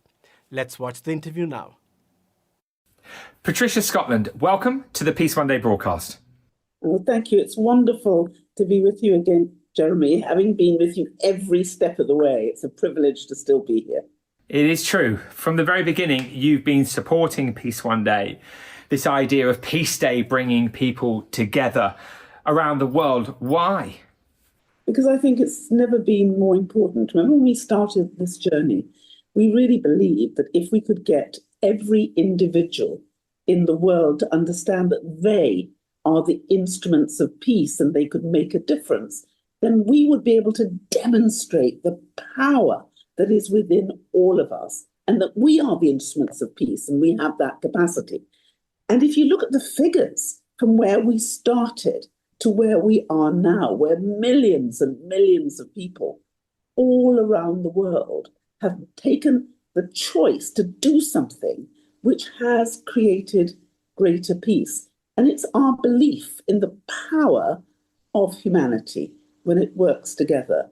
And so I think it's never been more important than it is now for us to continue that message of hope and love and the need for us to band at times of really difficulty together to be the difference we need to make in this world. And remember, we started by saying that peace starts in our families. So all the work we've done over the years on bringing greater peace in our homes, ending violence against women and girls, and enabling young men and boys to really be the best they can be. And so I think it's made a demonstrable difference, of which I think you, Jeremy, should be rightly proud. Well, thank you, Patricia. I mean, I genuinely couldn't have done it without your support and that of others who, of course, others are participating in this amazing broadcast. But I really thank you for constantly believing in us and encouraging and supporting. I want to ask you, Patricia, there's not many people I could speak to in this world that have a real sense of what's happening to innocent people across the world who are suffering unnecessarily and unfairly. I think if I were young right now, looking out and listening to the word nuclear or seeing a beautiful planet being destroyed or hearing about another war or a terrible act of violence within our communities, I think I'd feel real despair. And I want you to help us understand that and how we may be able to believe when it's the way it is, believe that peace is possible and that we can make a difference. What do we need to be thinking about, Patricia? I think, firstly, I need to say I really understand why people feel so frightened. Some people say that we've got about 92 countries involved in more than 50 disputes and wars across our world. Now, that's probably a higher number than any other time since the Second World War. So I understand why people are so anxious. And if you look at what's happening all around, there is reason to be concerned, but I think there's also reason to be determined, because what we know, every period of real darkness in our livelihood, in our lifetimes, and in the world, has actually been illuminated by beacons and opportunities of light. And that has been created by individuals refusing to be subsumed by that darkness and understanding that we are one humanity. There's so many people who want us to believe that we are other. And yet look at our DNA, Jeremy. 99.9% of every human being's DNA is exactly the same. So whether we like it or not, every single human on this planet is our brother, is our sister. And we have to work together. And I believe, and I've seen it as Commonwealth Secretary General, I've seen how when countries come together, they can do the most amazing things which they would never have been able to do on their own. So I think this is an opportunity to dig even deeper and to understand that we are the arbiters of peace and that what we say is so powerful because it can impact on how we make others feel. And we're not just passive, we need to be active in claiming peace, talking about peace, being the peace that other people need to see. And I know, because I've seen it, we can do that. Thank you for that, Patricia. So wonderful, people, to hear your voice and your thoughts. Can I ask you, this is a day of peace, the 21st of September, a day of ceasefire and non-violence, unanimously passed by the member states of the United Nations at the General Assembly in 2001, as you know. How important is the United Nations in relation to the manifestation of a more peaceful and sustainable world? Well, I think the United Nations was created in order to make sure that we would never go back to the situation we had in the First and Second World War. It was the emblem of peace. It is the demonstration of multilateralism, the fact that all nations on this planet can come together in peace and discuss how we live together in harmony. This opportunity to meet in one place is precious. And I think maybe many of us have taken the fact that we have the United Nations for granted. I believe we've never needed multilateralism more than we do today, and the UN is the emblem of that multilateralism. Patricia Scotland, thank you for all of your support of Peace One Day and Peace Day. We wish you the very best on your journey. Thank you so much. And I look forward to a more peaceful year as a result of what we will all do together this 21st of September, Peace Day 2025.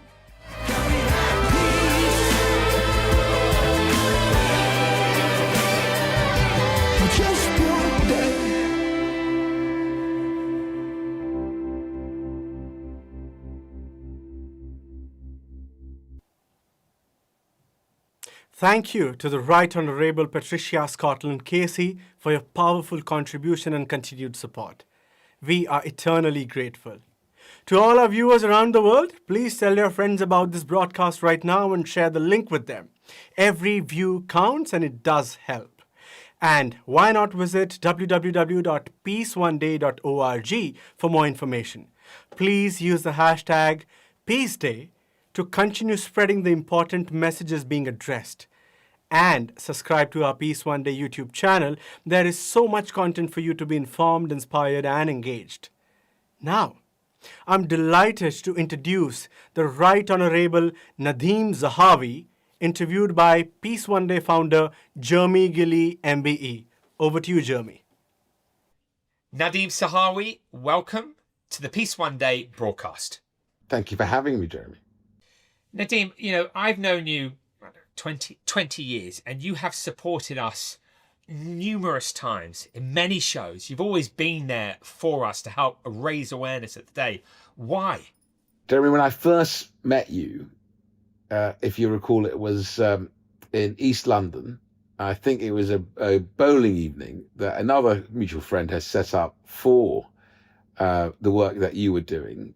And it was myself and Lana, my wife, and you with a bunch of your supporters and friends, and Jude Law was there, and lots of other people who believed in you more than anything else. And I think that the work you do in raising awareness of the 21st of September and Peace One Day and the stuff that you've done over so many years, I still tell people that, you, the team, managed to get the Taliban to lay down their arms so we can inoculate children in Afghanistan. And they literally are speechless when I tell them that, this amazing young man, I still think of both of us as being young, has been able to do all this stuff. And, at a time when wars are raging around the world, at a time when societies are so divided and polarized, if kids, and especially kids, would pause because of Peace One Day and think about whether it's their own, schoolyard and, the bullying that can take place, or in their community, on their estate, in their home, wherever, that, bad things can happen. And if they just think about Peace One Day, they can reconcile between different cultures, different communities, different beliefs. It is a wonderful thing. And that's why I continue to support Peace One Day. And I hope, as long as I remain healthy and of sound mind, you will have me on your shows every year. Thank you, Nadim. Thank you. So, 2025, more wars raging than at any time since the Second World War. I've had the privilege of being in Gaza, spending time there. Of course, there's 2 billion people living in conflict zones across the world right now. But when we see the news day in, day out of innocent people being caught in the crossfire, I just don't know what to think.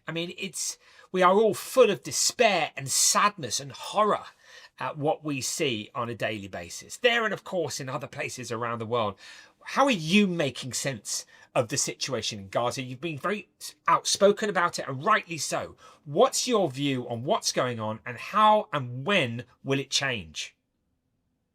Well, I think a couple of things, Jeremy. One, I'm glad you mentioned that there are 2 billion people around the world who are suffering unjustly because of war. Sudan, Eritrea, lots of parts of the world, again, because of terrorism. In Sudan, certainly the Muslim Brotherhood and the Islamist terrorism is not just blighting lives, it is taking life away, murder, killing, rape. But let's get back to Gaza. The Palestinian people have an inalienable right to a state. Now, the Palestinian people, in my view, have long suffered under the Hamas terrorist group grip on the Strip, on Gaza Strip, and that suffering needs to end. The hostages need to be released, and I think the day after planning needs to be accelerated, and people need to get serious about the day after planning. Let me give you an example. 2 years ago, Jeremy, the foreign minister of the UAE, Abdullah bin Zayed, and the UAE government put forward, really well worked through, well thought through ideas about the day after for Gaza. They have been second only to the United States in delivering aid to the beleaguered people of Gaza.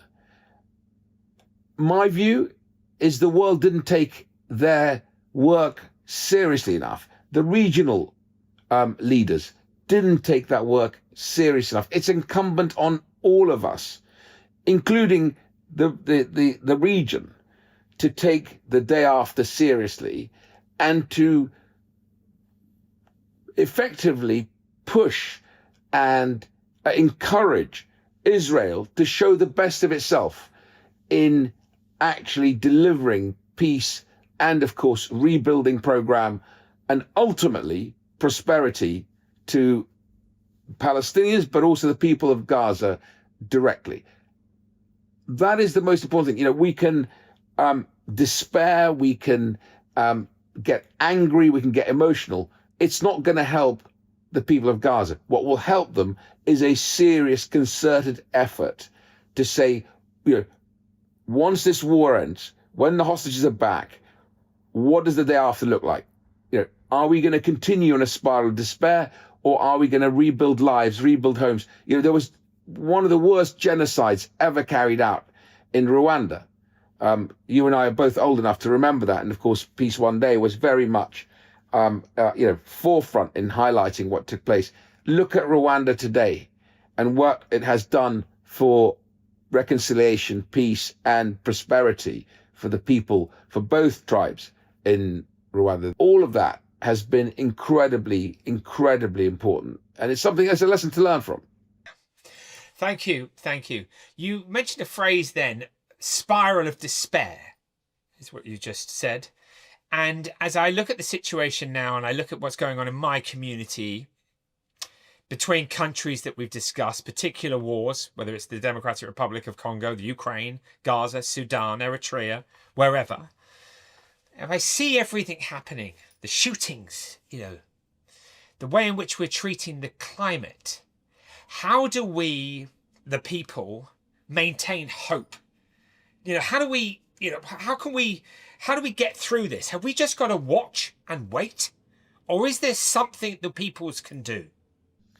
Well, one of the things that people can do is support Peace One Day, support the day, on the day, use it as a catalyst to get a message to their leaders to take seriously, back to the Gaza issue the day after, back to Sudan, to listen to our allies in Sudan who can see the dangers of the Muslim Brotherhood and deal with terrorism in those countries. Much of these wars around the world is because of bullying and thuggery and terrorism, whether it's Ukraine or, of course, in Gaza or in Sudan. You've got terrorist groups that hijack whole communities, whole populations, and use them for drug smuggling, money laundering, all sorts of illicit activities. That's what we can do as individuals, is really use the day as a catalyst to say to our world leaders, say, look, yes, of course, you're taking these things seriously, but a concerted effort to go after the terrorist will, in my view, deal with many of the wars around the world where we've allowed, whether it's because it's not been a priority or it's just too difficult to deal with, we've allowed these spaces for these terrorist groups to operate in, and we've looked the other way. Okay, I think, it's difficult for people, isn't it, these days, Nadim? We all understand it. In fact, Peace One Day will, of course, pick up on Mental Health Day on the 10th of October to talk about, can we have world peace if we can't find inner peace?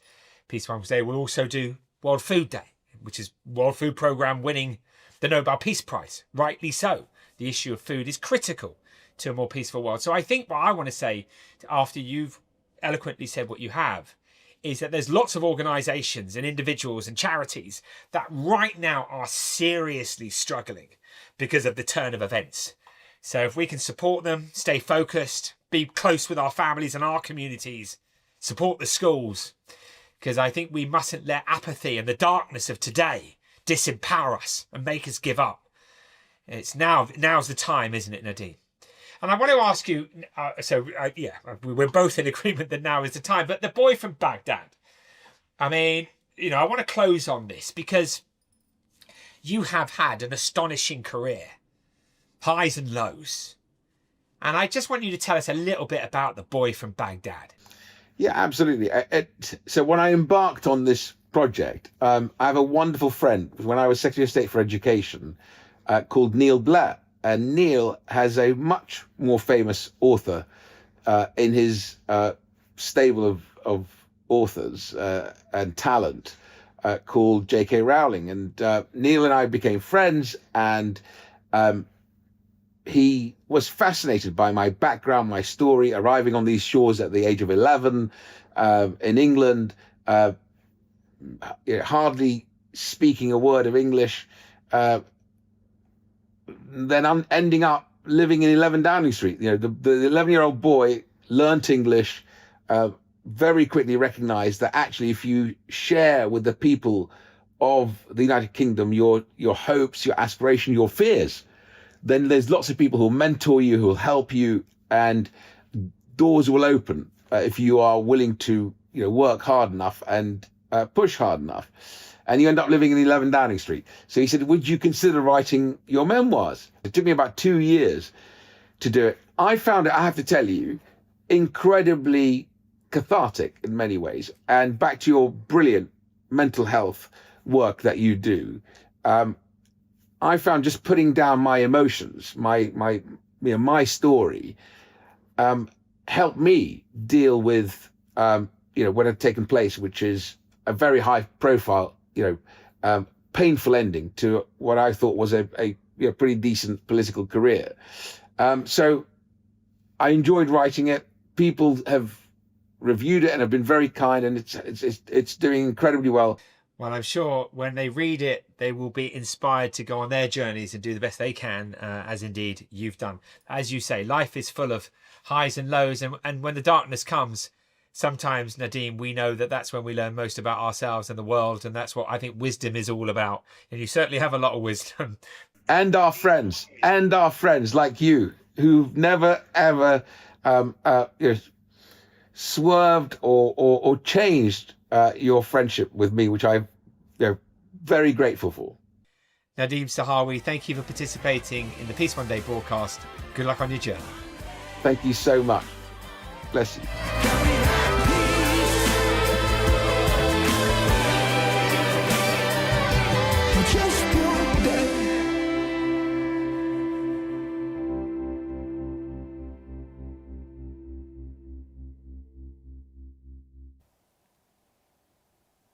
Thank you, Right Honourable Nadim Zahavi, for those insightful words. If you'd like to support Peace One Day, you can buy a bit and become a co-owner of Peace One Day Anthem by Dave, Stewart and Daryl Hall. Simply visit songbits.com or scan the QR code that you will see at the end of all performances and interviews today to join the community taking this anthem to the world. To all our viewers, please tell your friends about this broadcast right now and share the link with them. Every view helps us. And why not visit www.peaceoneday.org for more information about the organization and the anthem. Please use the hashtag #PeaceDay to continue spreading the important message being addressed, and subscribe to our Peace One Day YouTube channel. There is so much content about peace for you to be informed, inspired, and engaged. Now, it gives me immense pleasure to present the London Community Gospel Choir with their performance for Libby Sifere classic, Something Inside So Strong. Let's go to that now.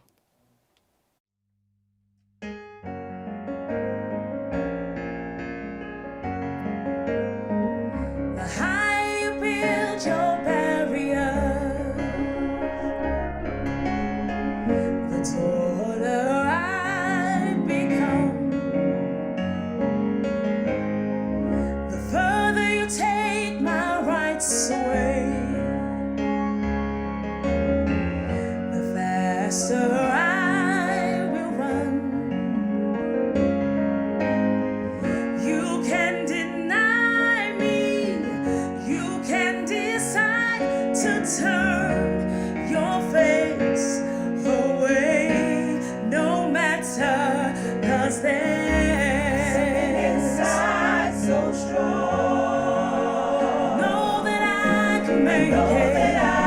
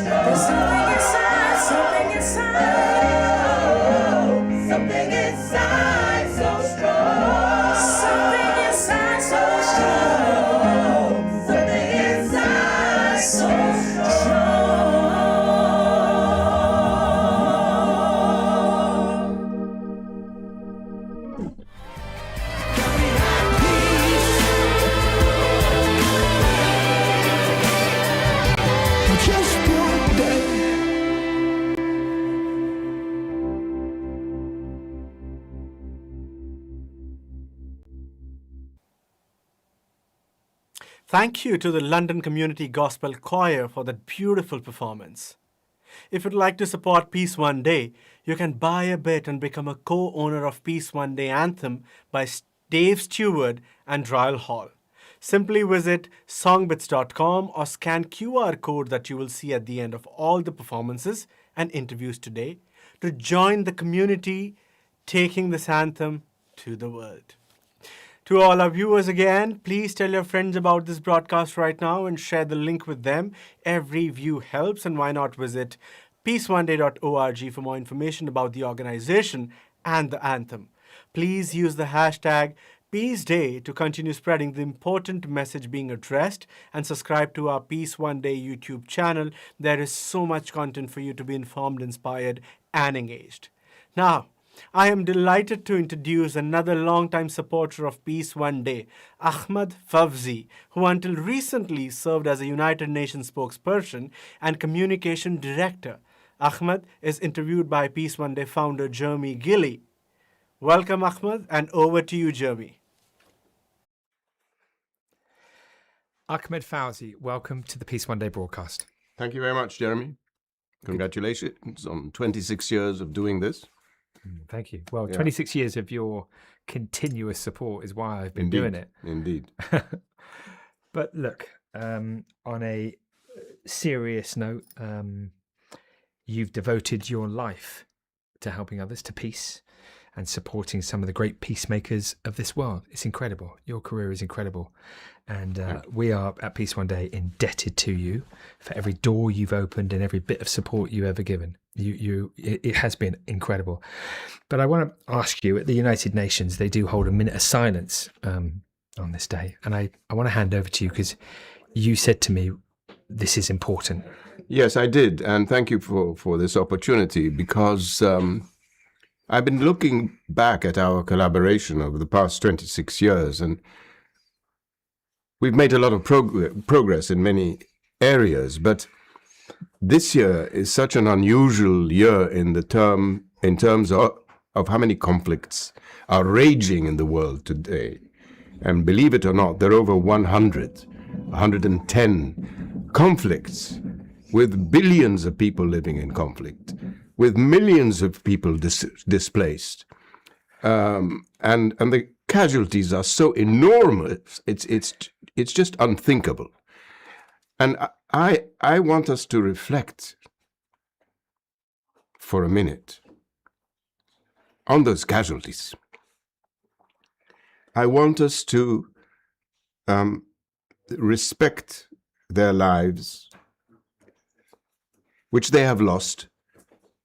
Many civilians, children, women, men, who lost their lives and left behind orphans or brothers, sisters, mothers, fathers. So I want us to reflect deeply and pay our respects to the victims of conflict. If we could pause and have a minute's silence just to set the scene for this unusual day of peace. Starting, please, in 3, 2, 1.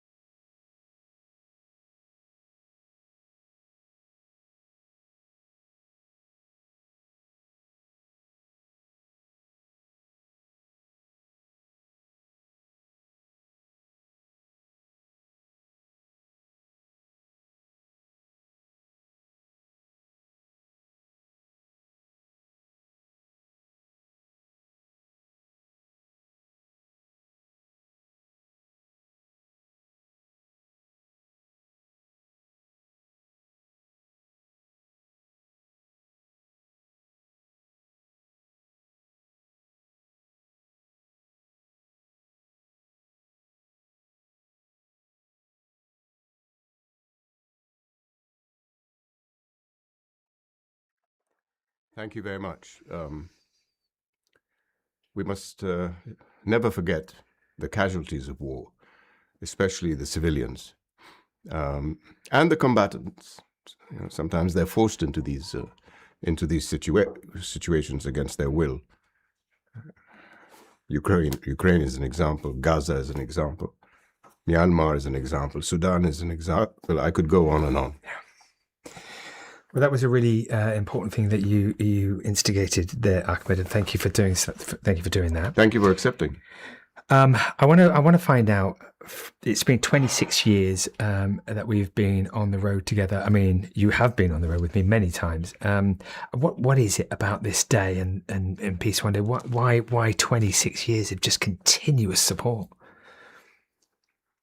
Because there's no alternative, and because I believe in every minute of every day and year and the 26 years that we have been trying to promote peace in the world.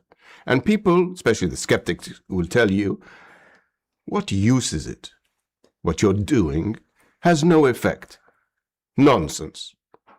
I believe that if we put the concept peace in the world's conversation, it will start to sink in. And it is known at the United Nations and across many respectable organizations that peace is the cornerstone of prosperity. That any country that is in conflict will not prosper. A country that is at peace will have development, respect for the dignity of human beings. It will have respect for the rule of law, respect for international humanitarian law, and respect for human rights. And therefore, building on that, you will have countries that are developed. And when we look at the world today, you look at, for example, Northern Europe. All the countries in Northern Europe are developed countries. They're in the top 10 of the Human Development Report because they are at peace with themselves and at peace with their neighbors. That's why I support it's not just a concept, it is a reality. Look at around us today. We have war raging because of the lack of peace. Now that sounds simple, but peace is not just the absence of war. It is the presence of justice and respect for human rights and the dignity of every human being. What is the alternative for people like me who have worked at the United Nations and have seen the horrors of war and have been to combat zones and post-conflict zones? The death and destruction is unthinkable. It's not a movie, it's reality. And so I respect what you have done, and I have supported you and Peace One Day, and will always do so, because there's no alternative. And we have to tell people around the world, peace is essential for your life and the life of the people around you. Well said, Ahmed.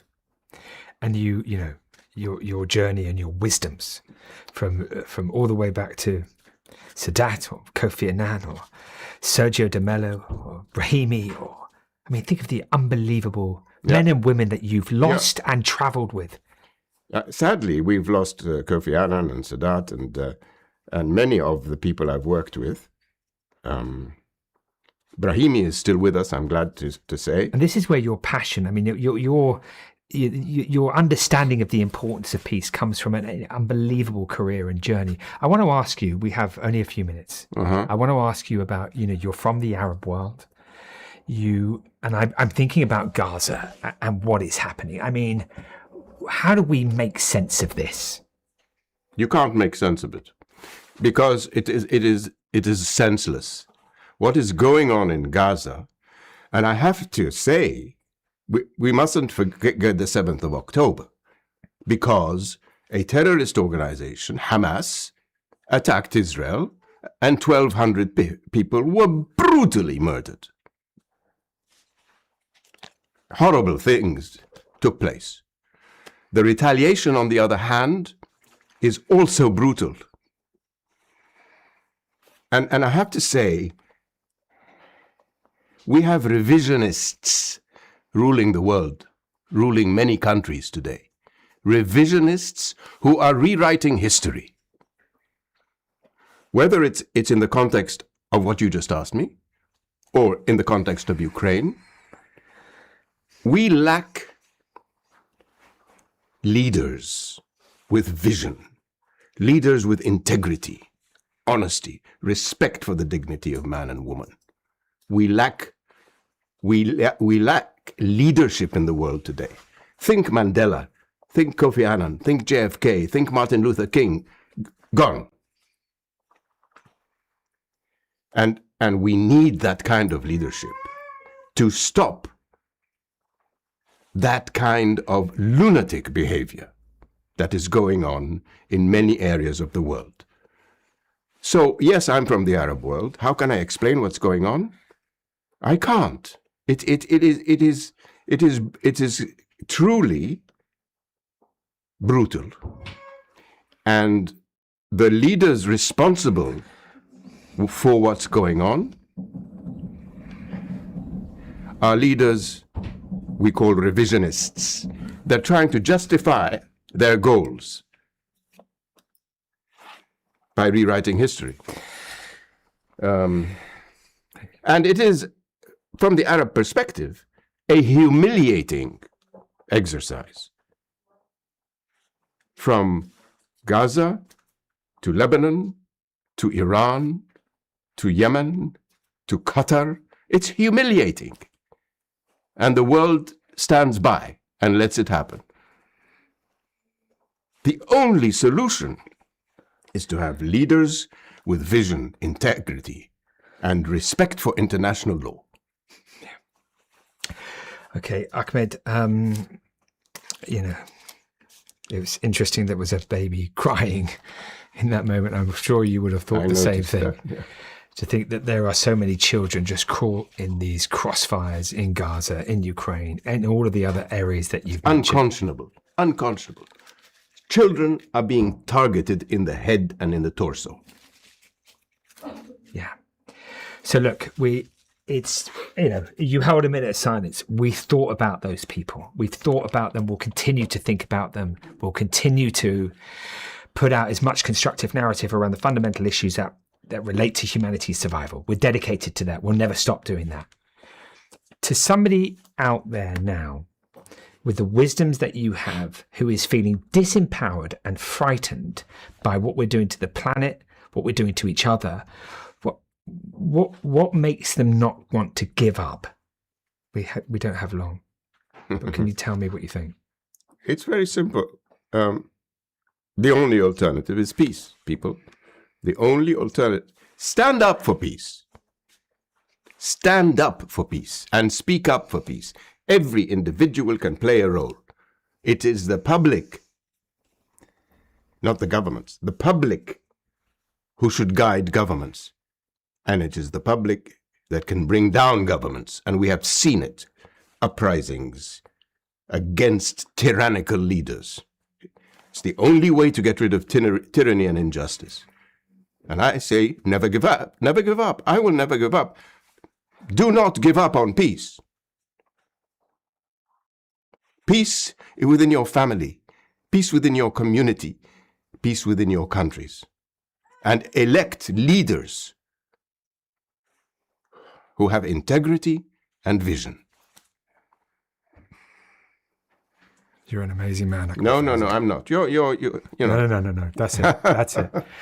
Ahmed Fousy, I wish you the very best on your journey. Thanks. Thank you for everything that you've done for me and for Peace One Day and for many other people around the world. Thanks. Back to Daryl. Thank you, Ahmed Fousy, for your incredible support of Peace One Day over the years and your powerful contribution. I am absolutely moved. Well, to our viewers, If you'd like to support Peace One Day, you can buy a bit and become a co-owner of Peace One Day Anthem by Dave Stewart and Royal Hall. Simply visit songbits.com or scan the QR code that you will see at the end of all performances and interviews today to join the community that is taking this anthem to the world. To all our viewers, please tell your friends about this incredibly beautiful broadcast that is happening right now and share the link with them. Every view really helps us spread the message. And why don't you actually visit peaceoneday.org for more information about the organization and the anthem that we've just released. Please use the hashtag PeaceDay to continue spreading the important message being addressed. And you can certainly subscribe to Peace One Day YouTube channel. There is so much content for you to be informed, inspired, and engaged. Now, please welcome a very exciting new recording artist, award-winning guitarist, songwriter, and band leader, Grace Bowers, interviewed by Peace One Day founder, Jeremy Gilly. What's up, y'all? My name is Grace Bowers, and I am so thankful that my friend Dave Stewart invited me to be on this amazing broadcast. And for such a great reason, too, as today is Peace Day. And I think that we need to take this moment in time, especially right now, just to remember that we don't have to be so divided and just to love on each other a little bit more.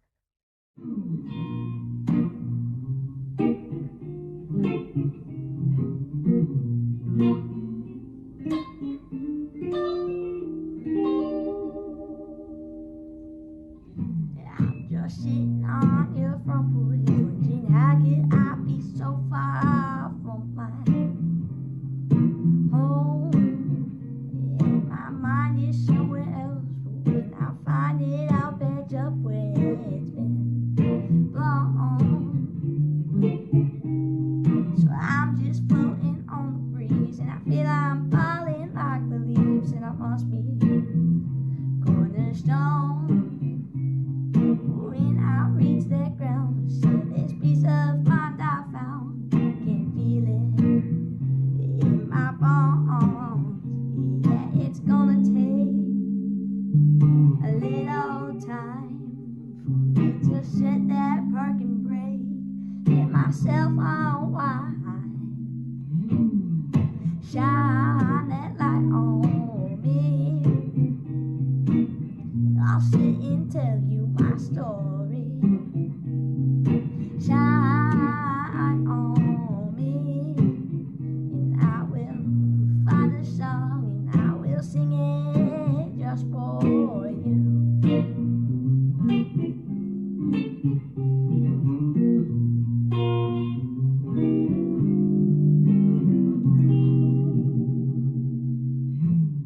So I've been riding way too fast on a runaway train with a heavy load of my past.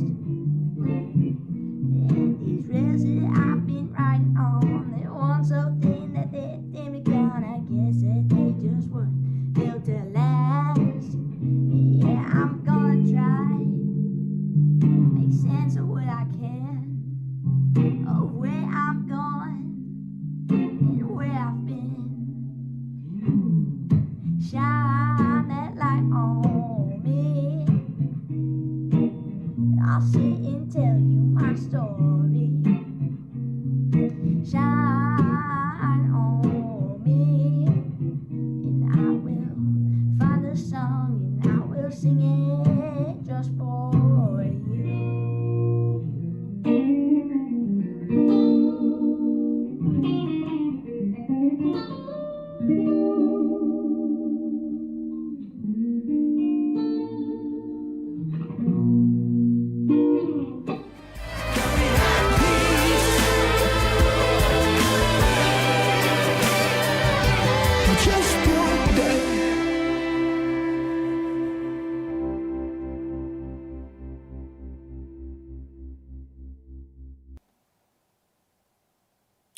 Thank you, Grace, for your wonderful performance and incredible words.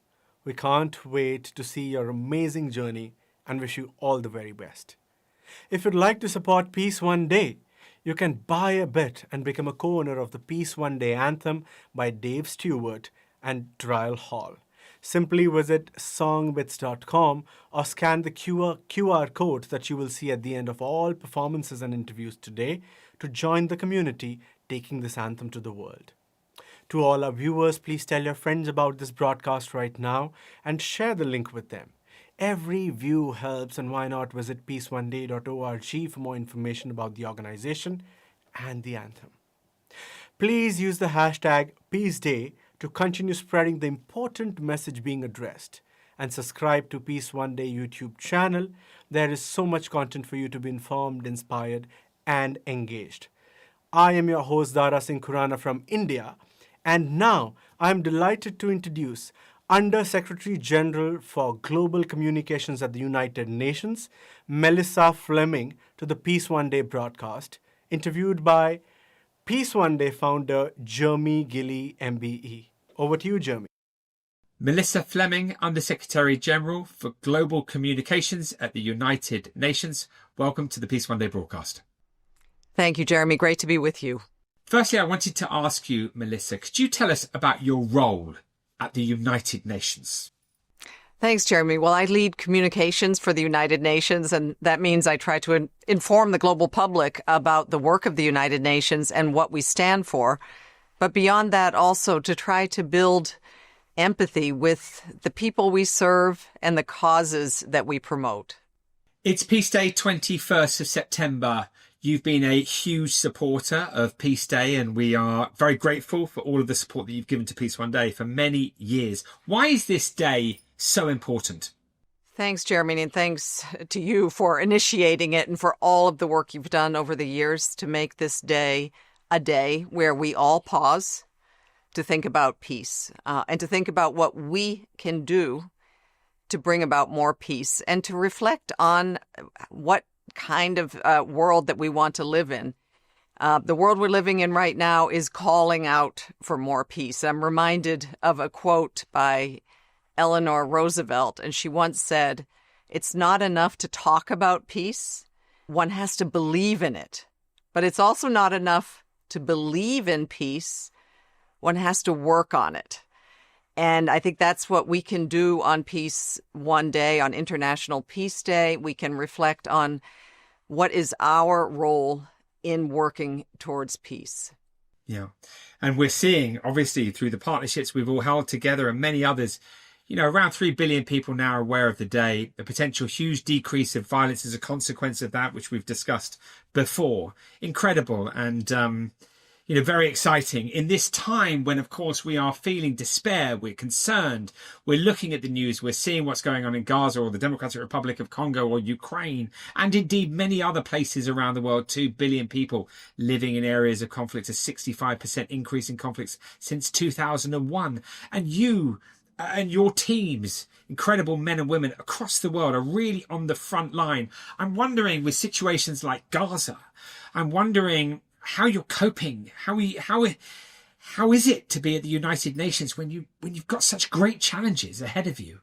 No, absolutely. It's quite worrying and frustrating when we have the humanitarian arms of the UN that are working on the ground in these theaters of war, just desperately trying to help people who are the victims of civilians, of bombings, of displacement, of hunger, of suffering. We're very often met with obstructions, unable to reach them, funding cuts that don't allow us to provide all of the support that we'd like to. At the same time, it's frustrating because we just keep calling for ceasefires, for an end to the war, for coming back to dialogue.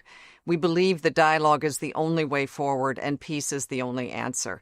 And so we're hopeful. We're ahead of the General Assembly in the next few days, and we're going to have the entire world leaders represented here, 150 heads of state among them.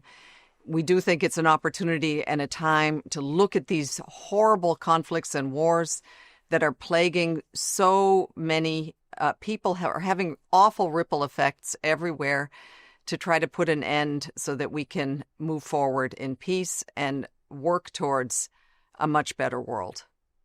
Well, we wish you the very best with that incredible work that you do, men and women all over the world. I mean, I've seen it for 26 years.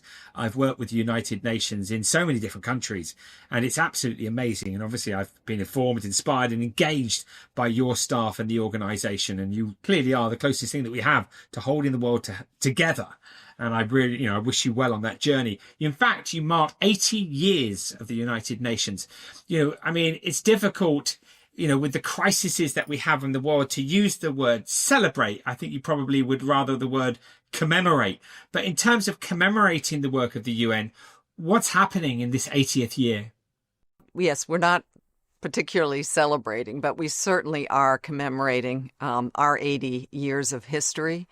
Our 80 years of history that has been actually remarkable, and all of the accomplishments of the UN over the years. It was built to prevent a World War III. It was built to stop the scourge of war. We haven't always succeeded there, but without the UN, we're quite convinced things would be a hell of a lot worse. The number of lives that the UN has saved, the number of refugees we've been able to help and return home, the number of diseases that the UN has eradicated, the norms that have been put in place around travel, around telecommunications. A lot of these accomplishments are invisible, and we would only notice them if they no longer existed. But we are trying to mark the accomplishments over the years of the UN, but also to really recognize that we don't want to be 80 years old in the sense of being old. This is a year of renewal. We're looking at how we can become stronger, how more effective. How can we reduce duplication with funding cuts? How can we prioritize and manage to still serve people in life-saving ways and continue to function in a way that will keep the UN a force for good for the years to come? So it's a year of reflection, but it's also a year of renewal. I mean, there's great challenges for everybody as we find ourselves 2025 with the situations that are going on in the world. I mean, who'd have ever thought we'd be in the place that we're in today? And so, yeah, you have a huge journey ahead of you. But with people like yourself involved, I wish you the very best, because, of course, as you've mentioned, there are so many aspects of our lives that United Nations touches that we obviously want you to thrive and survive and be stronger than ever. For those who'd like to find out more about the United Nations, Melissa, how would they do that? I mean, there's obviously an incredible app that I'd love you to briefly mention if you could, but also where can we follow? You also have a wonderful podcast. Maybe you could just touch on a few of those things for us. Okay. Well, thanks, Jeremy. Yes, the app that you just mentioned, and this is the theme also for Peace Day this year, is Act Now, for a more peaceful world. And the Act Now app is actually, it covers that, how you could get involved as an individual and take actions for peace, but also across all of the Sustainable Development Goals. So we really believe that if each individual took one action, started doing one thing to make the world better in the areas that you're passionate about, it will really have a strong effect. You will influence others, and you will have your own impact. So we're asking you to sign up to Act Now. Also, just learn. We believe that we're a trusted source of information for so much of what's happening in the world, not just at the UN, but also across all kinds of issues of interest. So UN.org is a source. You can follow UN News. We have also joined our 70 million followers on our social media accounts.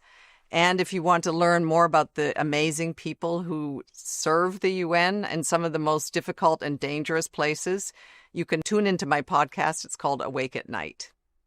Melissa Fleming, thank you for supporting Peace Day in the way that you do. We hope you have a wonderful Peace Day in New York, and let's hope everybody acts now. Thank you so much.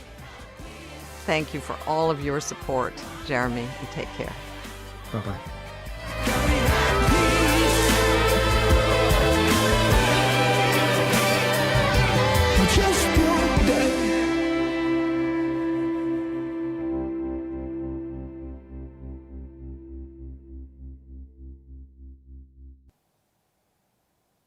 Thank you, Melissa Fleming, for your insightful contribution. We are absolutely honored. If you'd like to support Peace One Day and wondering how, you can actually buy a bit and become a co-owner of Peace One Day Anthem by Dave Stewart and Daryl Hall.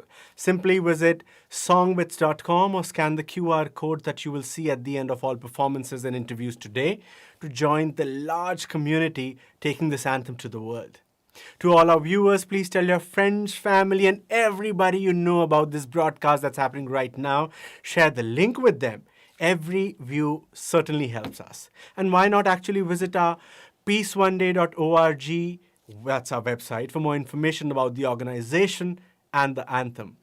Please use the hashtag Peace Day to continue spreading this important message being addressed.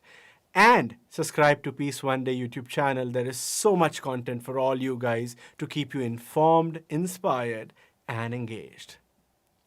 I'm your host, Dara Singh Khurana from India, and now I am delighted to present a special message from acclaimed actor, producer, UN Secretary General's Advocate for Sustainable Development Goals, Dia Mirza. Let's watch that message now. It's a beautiful poem by Maya Angelou that I've actually always loved, and it speaks of two birds, the free bird and the caged bird. And it helps us recognize and understand that with everything that one believes is limiting because you have lost freedom, you still have the power of choice. And in the poem, it's the choice the bird has to sing, despite the fact that, the bird's wings have been clipped and it's caged. It sings and its voice travels far and wide. And I think that is the power of choice. And I hope every one of us can learn to exercise that choice and discover how it is our individual actions. It is our everyday choices. It is about how we treat each other, how we are with each other every single day that determines the energy of this world and the kind of, world we create.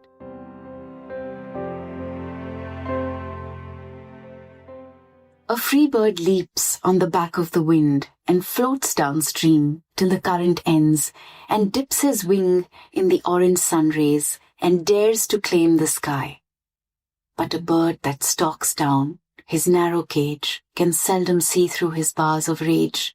His wings are clipped and his feet are tied, and so he opens his throat to sing. The caged bird sings with a fearful trill of things unknown but longed for still, and his tune is heard on the distant hill, for the caged bird sings of freedom. The free bird thinks of another breeze, and the trade winds soft through the sighing trees, and the fat worms waiting on the dawn-bright lawn, and he names the sky his own. But a caged bird stands on the grave of dreams. His shadow shouts on the nightmare scream. His wings are clipped and his feet are tied, so he opens his throat to sing. The caged bird sings with a fearful trill of things unknown but longed for still, and his tune is heard on the distant hill, for the caged bird sings of freedom.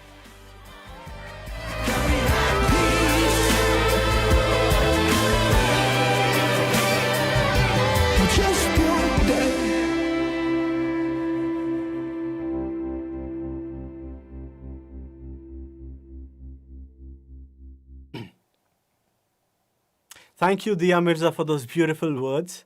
If you'd like to support Peace One Day, you can actually buy a bit, and become a co-owner of Peace One Day Anthem by Dave Stewart and Daryl Hall.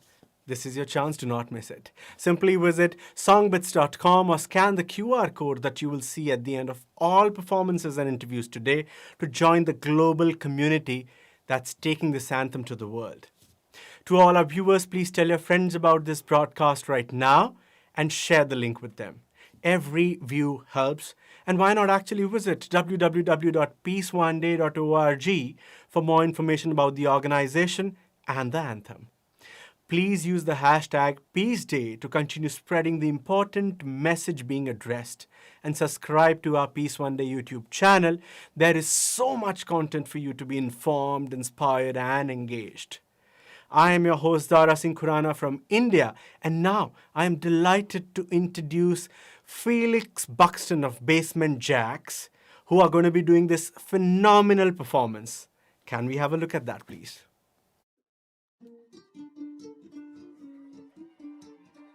Hello, world. Hello, people of positivity and light. We are here with you tonight. Juanita and Jay, let's go. Here we go.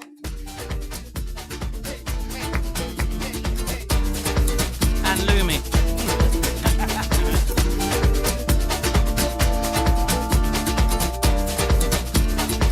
Uno, dos, tres. Triunfante veo en mis brazos, mi lunita consentida. Resilies en los embates, ay mi bonita bambina. Bonita bambina, Eres mi esperanza, bonita bambina, eres mi ilusión. bonita bambina, Eres mi esperanza, bonita bambina. eres mi ilusión. Mi alma de ternura, afuera te espera el mundo. Serás ilusión del cosmos, quimera de amor profundo. Serás ilusión del cosmos, quimera de amor profundo. Cuando germinas y creces como rosa colorida, te cobija con jolgorio la inocencia de la vida. Te cobija con jolgorio la inocencia de la vida. Bonita bambina. Los ángeles te protegen en el andar de tu vida. Niña linda, niña hermosa, siempre verte sonreída. Niña linda, niña hermosa, siempre verte sonreída. Bonita bambina. Eres mi esperanza, eres mi ilusión. Lole, lole, lole. Bambina pa' bailar. Oye, como dice. Bonita bambina, eres mi esperanza. Bonita bambina, Eres mi ilusión. bonita bambina, Eres mi esperanza. bonita bambina. Eres mi ilusión. Happy Peace Day. We are one song, one life to give, to live. Bonita bambina.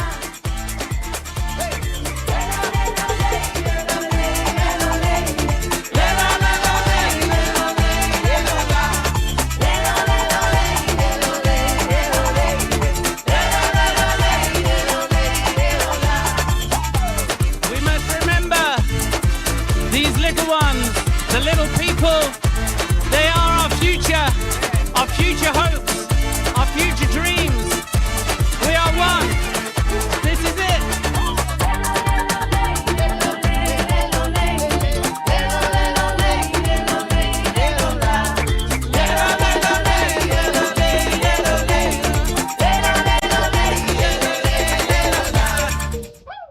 Let's give a round of applause.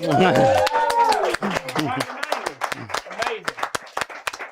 Incredible, Felix. Listen, we're going to have one more song, but before we do that, listen, you have been such a supporter of Peace One Day for such a long time. Why? Why is Peace Day so important to you? I think peace is important to everyone. It's just recognizing it, which is why I think it's good to take a moment in life to stop, to change our habits of being swept up in the noise and the pressures and of the world out there, because it's hard every day, whichever situation you're in.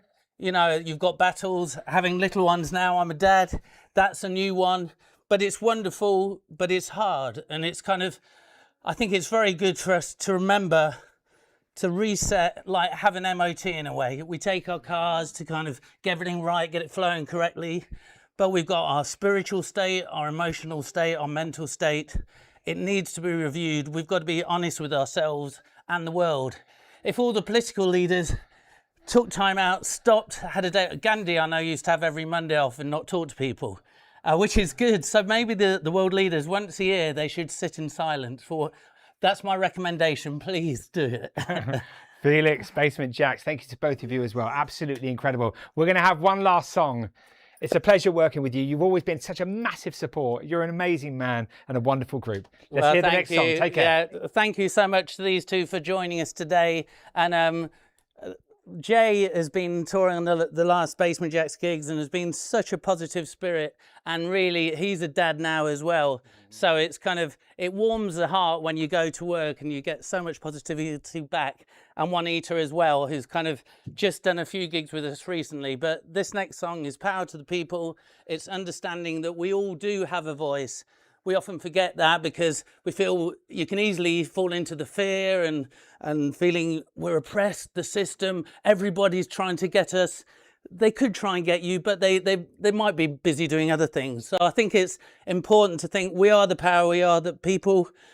Every moment is precious. Every action we make is precious, and it can have an effect, however small. And I'd say for Peace Day, just think of one action you can make, however small, to actually put a positive light, say sorry to someone, just one thing you can do. Thank you, Felix. Here we go.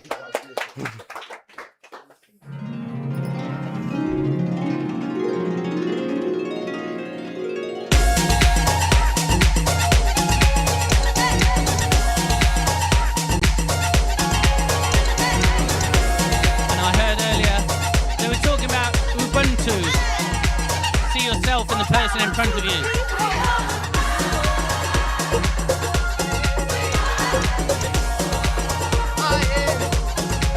We are the power. We are the people. Oh, so what we do it, guided by fear. We bully to conquer for so many years. We're so needy, greedy. All has come together. If we all come together, oh, we can do something amazing. More power to the people. Hey. Power. We are the people. More power to the people. We are the power. We are the people. Oh yeah. Don't you see, child? Everything's connected. Every breath is significant. Every action precious. We're so needy, greedy. Let's make it happen. Oh, if we come together, we can do something amazing. More power to the people. We are the power. We are the people. Hey, more power to the people. We are the power. We are the people. More power to the people. We are the people. More power to the people. We are the power. We are the people. Hey, let the flag fly high. Let the flag fly high. Let the flag fly high. Hey, hey, hey. All in this together. All in this together. We're all in this together. We're all in this together. We're all in this together. We're all in this together. We're all in this together. More power to the people. And I'll see you at the rainbow. We'll be one family. Come with me to the rainbow. Living in perfect peace. Wow. Fantastic, fantastic, fantastic. Juanita, Jay, Felix, Basement Jaxx, thank you for supporting Peace Day for all of these years. Now let's go back to Daryl. Thank you, Felix, for your wonderful performance, and to the little munchkin who added so much cuteness. If you'd like to support Peace one day, you can actually buy a bit and become a co-owner of the Peace One Day anthem by Dave Stewart and Daryl Hall. Simply visit songbits.com or scan the QR code that you will see at the end of all the performances and interviews today. To all our viewers, please tell your friends about the broadcast right now and share the link with them. Every view helps, and why not visit peaceoneday.org for more information about the organization and the anthem. Please use the hashtag #PeaceDay to continue spreading the important message being addressed. And subscribe to Peace One Day YouTube channel. There is so much content for you to be informed, inspired, and engaged. Now I'm delighted to introduce actor and activist Hakeem K. Kazim with some words of peace. Hi, my name is Hakeem K. Kazim, and I've been an ambassador for Peace One Day for many, many years. It's because Germany is using constructive narrative to inform, to inspire, and to engage people. And as a filmmaker, I support this type of filmmaking because storytelling is a really important way of getting our message across. So I want to say that my heart and prayers go out to all those people in the world that are really suffering today, and there are many of them. It brings me to what I wrote with Jeremy, actually. I put something together here to show you and to tell you actually what is happening in the world, the actual figures, the actual facts. So at the moment, we're living in a world with more armed conflict than at any time since the Second World War. Since 2021, violence has increased by 65%. There are 122 million people internally displaced. There's over 2 billion people, that's a quarter of the world's population, living in a violent conflict area. We're living in a world where conflict in one region can spread across the globe very, very easily. And it affects all of us, especially because we live in this digital age. So we now have a unique opportunity to unite as a global community. So the power to change doesn't just lie with the politicians, it lies with each and every one of us. The time has come for us to act. So on the 21st of September, Peace One Day, this is the day that we all come together. That's the trigger, the 21st of September. On the 21st of September, we can strengthen our commitment to peace and build a more sustainable world. So your commitment, no matter how big or small, is very, very important. So go out there, tell your friends, your colleagues, your family, everybody you know about Peace One Day on the 21st of September, 2025. #Peace Day. By working together, we can create Peace One Day. Thank you.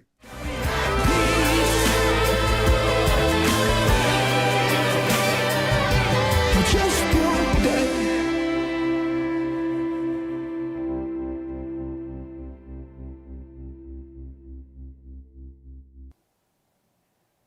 Thank you, Hakeem K. Kazim, for your powerful contribution. If you'd like to support Peace One Day, you can buy a bit and become a co-owner of Peace One Day Anthem by Dave Stewart and Daryl Hall. Simply visit songbits.com or scan the QR code that you will see at the end of all the performances and interviews today to join the community taking this anthem to the world. To all our viewers, please tell your friends about this broadcast right now and share the link with them. Every view helps, and why not visit peaceoneday.org for more information about the organization and the anthem. Please use the hashtag #PeaceDay to continue spreading the important message being addressed, and subscribe to our Peace One Day YouTube channel. There is so much content for you to be informed, inspired, and engaged. Now, please welcome a special message and performance by Ukrainian pop diva sensation, Nastia Kaminska. Today, I am again joining this important event to express my respect and support for Peace One Day activities, especially now when the problem of war becomes so urgent and my homeland, Ukraine, still suffers from attacks by Russian invaders. For me, peace is not only about friendship and diplomacy. It's about freedom, safety, and confidence in security. I do really believe Ukraine will win. I also wish there were no more wars and injustice in the world. Art is a powerful creative instrument to be more visible and heard, and I express my messages to the world through songs. Today, I will sing my 2 new songs. Both of them are about internal love and its force. The first, Коли мене війна, When the War Will End, is about so tender but so strong feelings of Ukrainian women.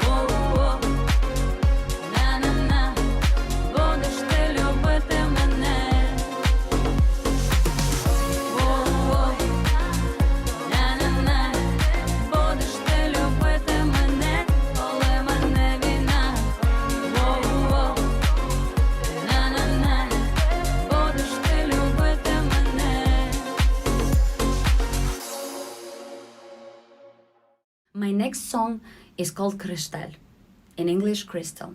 It was written before the war but postponed because of invasion, but I've decided to release it as a symbol that Ukrainian music and our nation will overcome all difficulties caused by this war.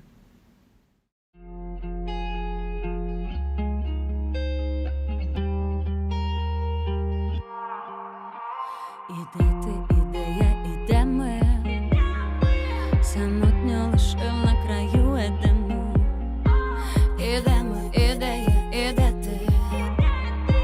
Заплутав мене ти в своїх тенетах. Відпустити не в змозі, падають сльози. Отрута на смак, як мигдаль. Більше не по дорозі, в очах мої грози. А він мої, як вуаль, гірський кришталь.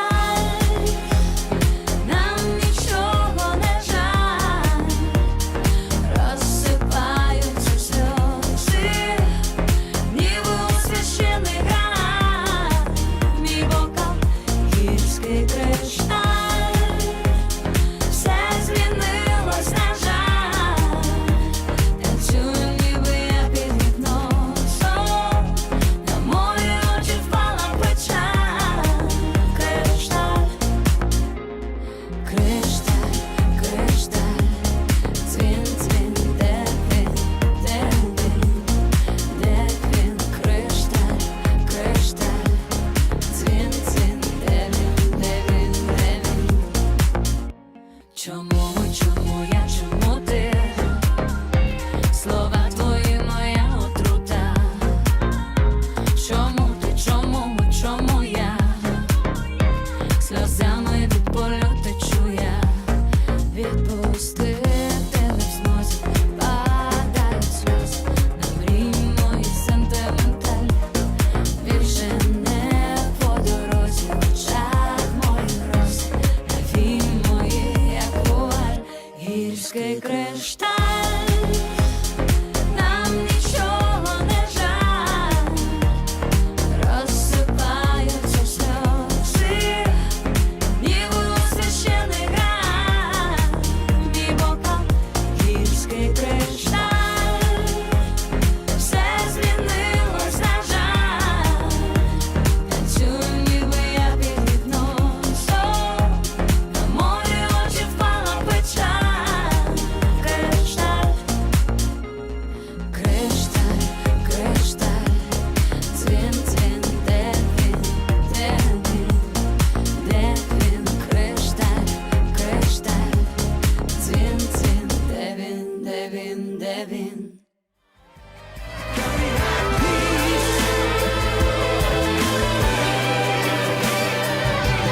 Just one day.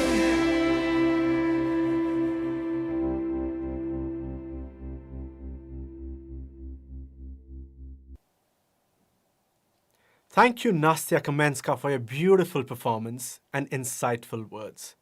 If you'd like to support Peace One Day, you can buy a bit and become a co-owner of Peace One Day Anthem by Dave Stewart and Daryl Hall. Simply visit songbits.com or scan the QR code that you will see at the end of performances and interviews today to join the community taking this anthem to the world. To all our viewers, please tell your friends about this broadcast right now and share the link with them. Every view helps, and why not visit peaceoneday.org for more information about the organization and the anthem. Please use the hashtag Peace Day to continue spreading the important message being addressed. And subscribe to Peace One Day YouTube channel. There is so much content for you to be informed, inspired, and engaged. I'm your host Dara Singh Khurana from India, and now I'm delighted to introduce a contribution from Virgin Group founder Sir Richard Branson. Virgin Unite are one of our sponsors for today's broadcast. We are so grateful for their support. Let's go to Richard's message now. Well, hello everybody. Today is Peace Day. It's a day dedicated to ceasefire and non-violence. In fact, the incredible Peace One Day anthem released today by Dave Stewart reminds me of those early days in 2001 when Dave and I stood alongside Jeremy at the first ever event he created. It's truly inspiring to see how this movement now touches millions of people worldwide. Peace Day inspires us to imagine what our world would look like if humanity chose peace over conflict, freedom over oppression, cooperation over aggression. I've stood up for peace all my life, against the trauma of armed conflict, against the suffering of innocent civilians, against the violent ambitions of corrupt leaders. Seeing that more people live in or near conflict zones than ever before, I think there's never been a more crucial time to unite. I have also learned that achieving lasting peace is a struggle that requires standing up forcibly to the forces that seek to oppress us. We must never let apathy or the darkness of our times overwhelm and disempower us. Instead, we should reflect on how each of us, through our own actions, can create real change. Because in the end, it's always individuals working together who drive the greatest transformations in our world. So please today share a message of peace. Reconcile, forgive, and never give up. Together, by standing as one, we draw strength and hope. That's how we'll create Peace One Day. Wishing you a happy Peace Day today and every day. Cheers.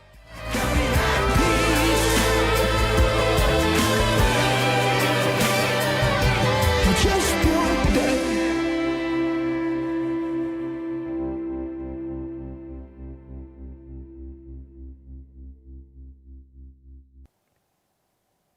Thank you, Sir Richard Branson, for your powerful contribution. If you'd like to support Peace One Day, you can actually buy a bit and become a co-owner of the Peace One Day Anthem by Dave Stewart and Daryl Hall. Just scan the QR code that's coming up on your screen right now, or go to songbits.com. To all our viewers around the world, please tell your friends about this broadcast right now and share the link with them. Every view helps. And why not visit peaceoneday.org for more information? Please use hashtag PeaceDay to continue spreading the important message being addressed, and subscribe to Peace One Day YouTube channel. There is so much content for you to be informed, inspired, and engaged. Now, I'm delighted to introduce to you the internationally acclaimed singer and songwriter, Emily Sandé MBE, interviewed live in studio by Peace One Day founder, Jeremy Gilly MBE. Over to you, Jeremy. Emily Sandé, welcome to the Peace One Day broadcast. Thank you. Thank you for having me. So I remember when we last met, it was at Shakespeare's Globe Theatre. It was the 20-year celebration of Peace One Day. Thank you for supporting us again today. And I want to ask you, why is Peace Day to you so important? For me, it's important, and I really wanted to be involved because I think it's essential we remind people that they can make change. I think it's very easy to slip into the hole of apathy, and I think we have to remember that we can actually make a difference, and to remind each other that we all want peace. That's, yeah, absolutely right. And I want to know about music and the role of music. I mean, you have done so much through music for so many, raising awareness of all kinds of incredible organisations. I mean, talk to me about the role of music. Well, music is a magical thing. I feel very lucky to be a musician. It gets past all the barriers that keep us separated. And when you feel music in your soul, it connects us in a way that I think nothing else on this planet does. So I think music, when used properly, is the most powerful thing we have. Yeah. And so to those, I mean, at the moment, you've supported, as I said before, I mean, you're here on the Day of Peace. Clearly, you've made a major commitment. And I want to talk about young people who right now might be watching the news, seeing the increase of war, seeing what's going on in Gaza and Ukraine and other places, looking at what we're doing to the climate, to our planet. I mean, how do you keep hope, and what sort of words of wisdom could you share with others? Well, I keep hope in remembering that what is within will then be reflected outwardly. So I think there's always a war within, good and the light. And I think first you have to focus on winning that light battle. Then you can spread the light, the joy, and lead by example. So I'd say, as helpless as you may feel looking at the big organizations, you have control of what's within you. Yeah, beautiful. Okay, so what are you going to sing today? Well, I'm here with a very, very talented Stefano May, and we are going to sing You're Not Alone and read all about it. Well, thank you for everything that you've done for Peace Day. Let's go for it. Thank you, Emily.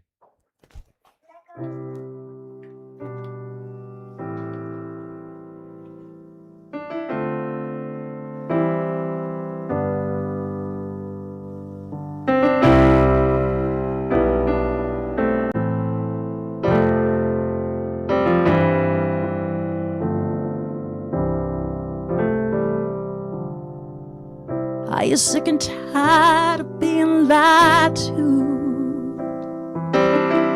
Getting kind of bored of being ignored? Can't find the tribe that you belong to? Well, my friend, you are not alone. Are you tired of begging for some answers? Are you scared you won't make it out alive? Does it make you sick when you're through this answer? My friend, you are not alone. No, you are not alone here. Don't fear, you are not alone here. No way. There's plenty more of us here. Yes, my friend, you are not alone.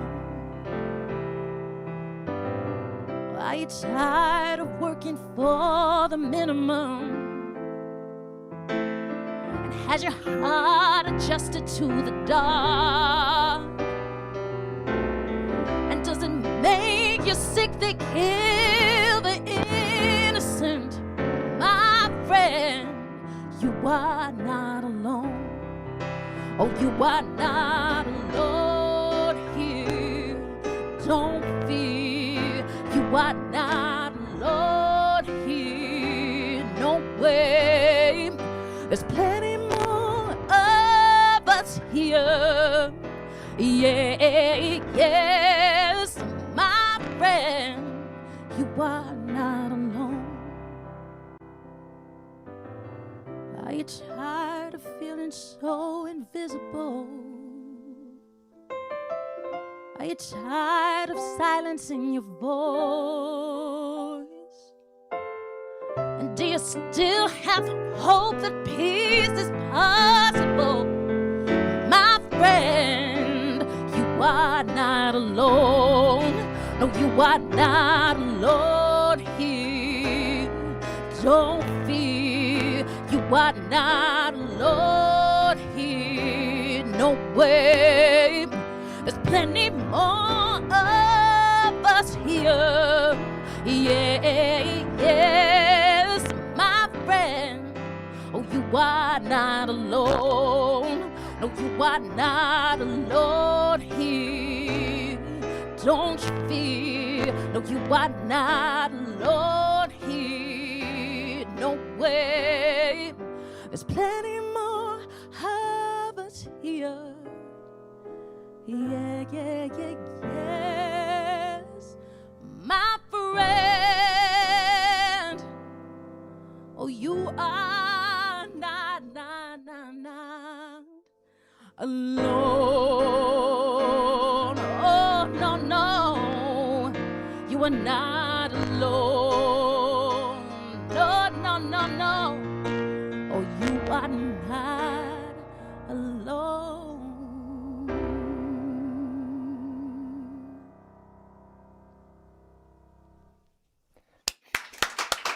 That was incredible. Thank you. Thank you so much for playing. That was so wonderful. I mean, what can you say? It's just beautiful, and I'm sure we've all feel so much warmth from hearing you sing. Thank you Thank so you for your much. commitment to Peace Day. You're amazing. Thank you for everything you're doing. It's All really right. inspiring. Thank Cool. you. Back to Daryl Singh. Thank you, Emily Sande, for your fantastic performance, powerful words, and your support of Peace One Day.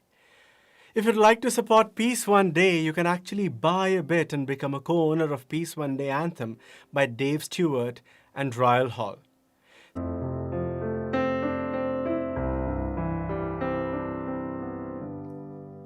I wanna sing, yes, I wanna shout, I wanna scream till the words dry out. So put it in all of the pages. I'm not afraid. They can read all about it, read all about it. Oh, oh, oh, oh, oh, oh, oh, oh, oh. You got the words to change a nation, but you're biting your tongue. You spend a lifetime stuck in silence, afraid you'll say something wrong. If no one ever hears it, how we gonna learn your song? So come on, come on, come on. Yes, I wanna sing. Yes, I wanna shout.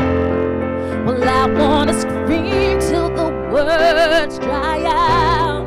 So put it in all of the pages. I'm not afraid.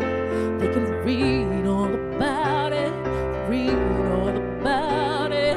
Oh, oh, oh, oh, oh, oh, oh, oh, oh.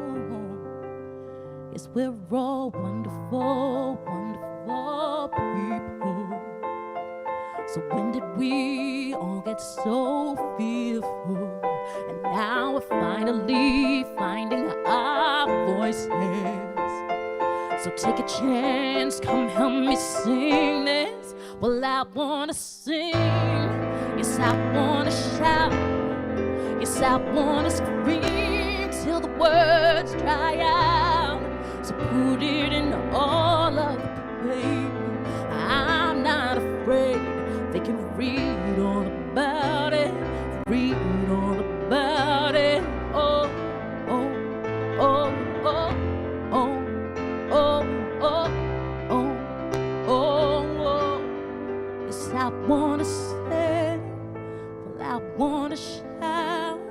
Yes, I wanna scream till the words triumph.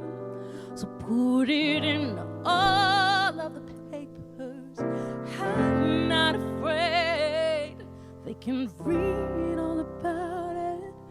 Read all about it. Oh, yeah.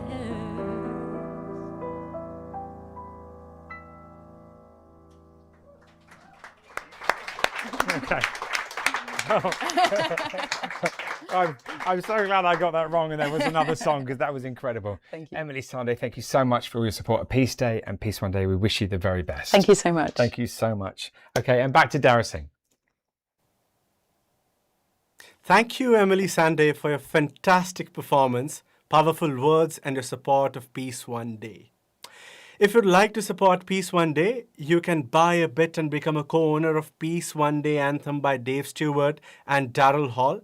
Simply visit songbits.com or scan QR code that you will see at the end of all performances and interviews today to join the community taking this anthem to the world. To all our viewers, please tell your friends about this broadcast right now and share the link with them. Every view helps. And why not visit peaceoneday.org for more information about the organization and the anthem. Please use hashtag Peace Day to continue spreading the important message being addressed. And subscribe to Peace One Day YouTube channel. There is so much content for you to be informed, inspired, and engaged. Before I introduce the final act of the Peace One Day broadcast, it actually makes me very, very emotional right now. I would like to say thank you. Thank you everyone for watching. Thank you. I love working with Peace One Day and I look forward to seeing you all again very, very soon. I'd also like to congratulate Peace One Day founder Jeremy Gilly MBE, who will be the recipient of Goy Peace Prize from the Goy Peace Foundation. That's quite something. What a great achievement, Jeremy. This leaves me with one last thing to do, and that is to introduce the wonderful Beverley Knight, talking with Jeremy Gilly for a final interview and performance. What a beautiful end to Peace Day. Let's go. Beverley Knight, welcome to the Peace One Day broadcast.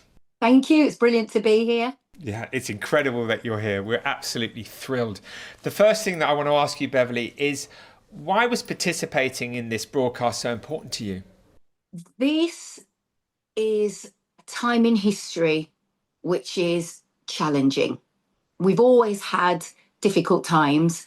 We've always had moments where everything feels glorious, but I feel right now that the times are really challenging. We have this kind of binary attitude to everything. Every standpoint is either absolutely 100% right or absolutely 100% wrong. And if you, in my opinion, you're on the wrong side, then I'm not only going to disagree with you, I'm going to go to war with you. And I'm seeing that in general discourse. We're seeing that, of course, in the world wars that are being fought around the world right now. I heard a statistic that about a third of the world's population is at war currently. That is terrifying. And one day where we can just be human and consider the things that are common among us, the things that connect us, the things that unite us, as opposed to the things that contrast, I think is so desperately needed. And I wanted to be a part of that. Beverley, it's amazing to hear you speak. I mean, Peace One Day has been impartial, apolitical, non-judgmental for 26 years. As you know, we've been on the road a long time. And there are horrifying things going on. But yeah, my heart kind of goes out to the few billion people who are being affected by this conflict. And And so Peace Day is definitely a day for everyone to embrace the opportunity of peace and to think about others. And I think you summed it up beautifully there. I want to ask you, in terms of how do you make sense? There's young people. I've got a little girl, and I think to myself, if I look through her eyes at this world, what's going on in our communities, what's going on between countries, as you pointed out, when we hear about nuclear weapons, when we talk about the destruction of this beautiful planet that we have, I wonder how youngsters are making sense of it all. So to somebody who might feel, disempowered, frightened by everything that we're hearing and seeing in the media, what would you say to someone? Or how are you kind of making sense and keeping going? The way I make sense of it all is it's a really simple message that Sam Cooke sang better than I ever could. And that is, a change gonna come. We go through these cycles in human history from way back when we started to record history and document it right to this day, and will continue into the future. The one constant is change. And this period that we're going through now feels like the blackest and darkest sky, but the sun will rise. Even if it's the tiniest little ray that you can see, I believe and I have faith that that will grow and grow into a glorious sunshine.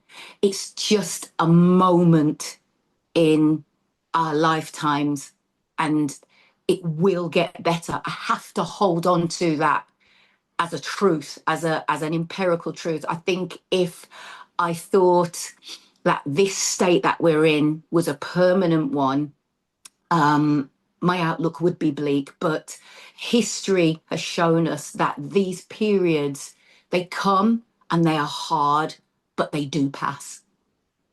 Amazing, Beverley. Thank you for that. Thank you. A change is going to come. How amazing.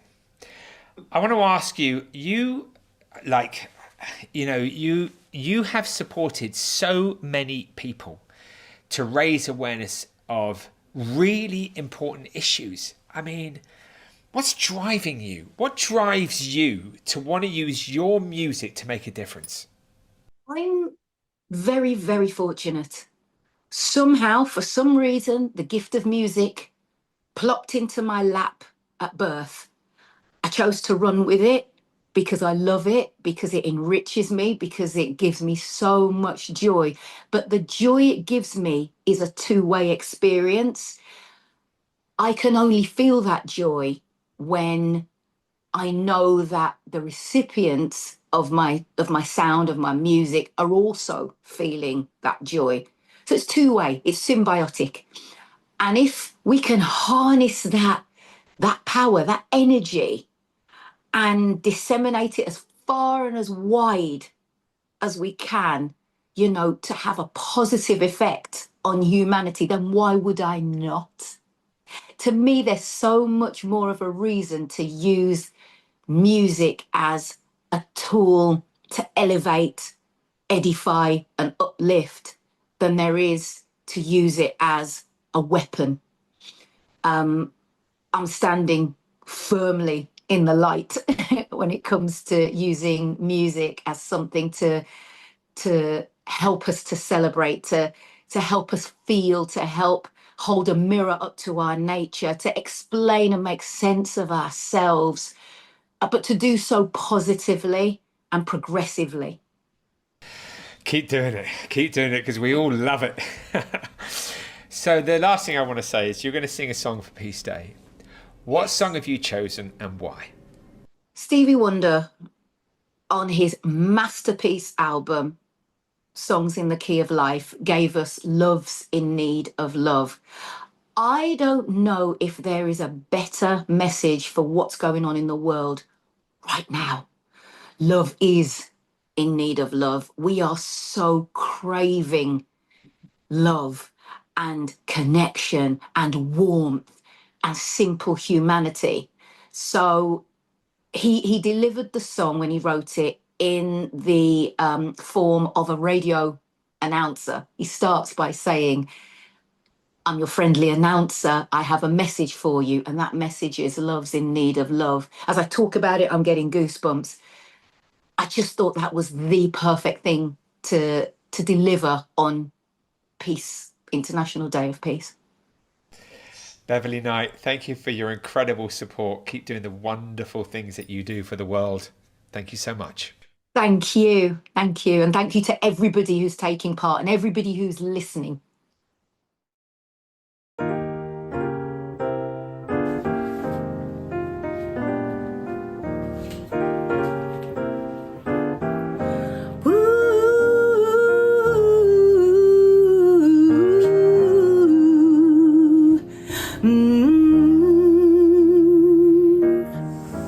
Good morning or evening, friends. Here's your friendly announcer. I have serious news to pass on to everybody. What I'm about to say could mean the world's disaster,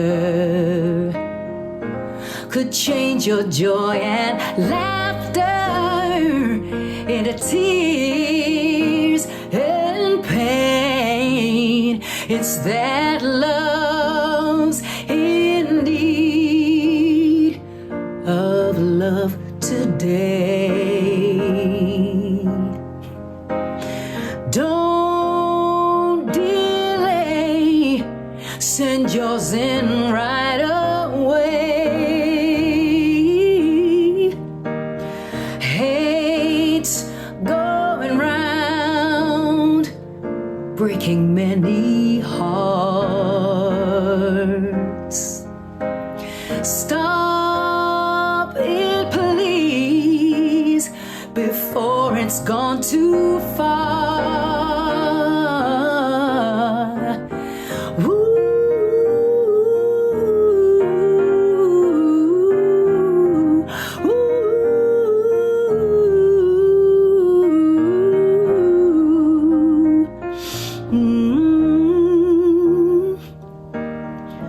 The force of evil plans to make you its possession, and it will if we let it destroy everybody. We all must take precautionary measures. If peace and love you treasure, then you hear me when I say, I'm saying love's in need of love today. Don't delay, send yours in right away. 'Cause hate's going round, breaking many hearts. Stop it, please, before it's gone too far. I'm saying love's in need of love today. Don't delay, send yours in right away. My Lord, hates, it's going round, breaking many hearts. Stop it, please, before it's gone too far. Ooh.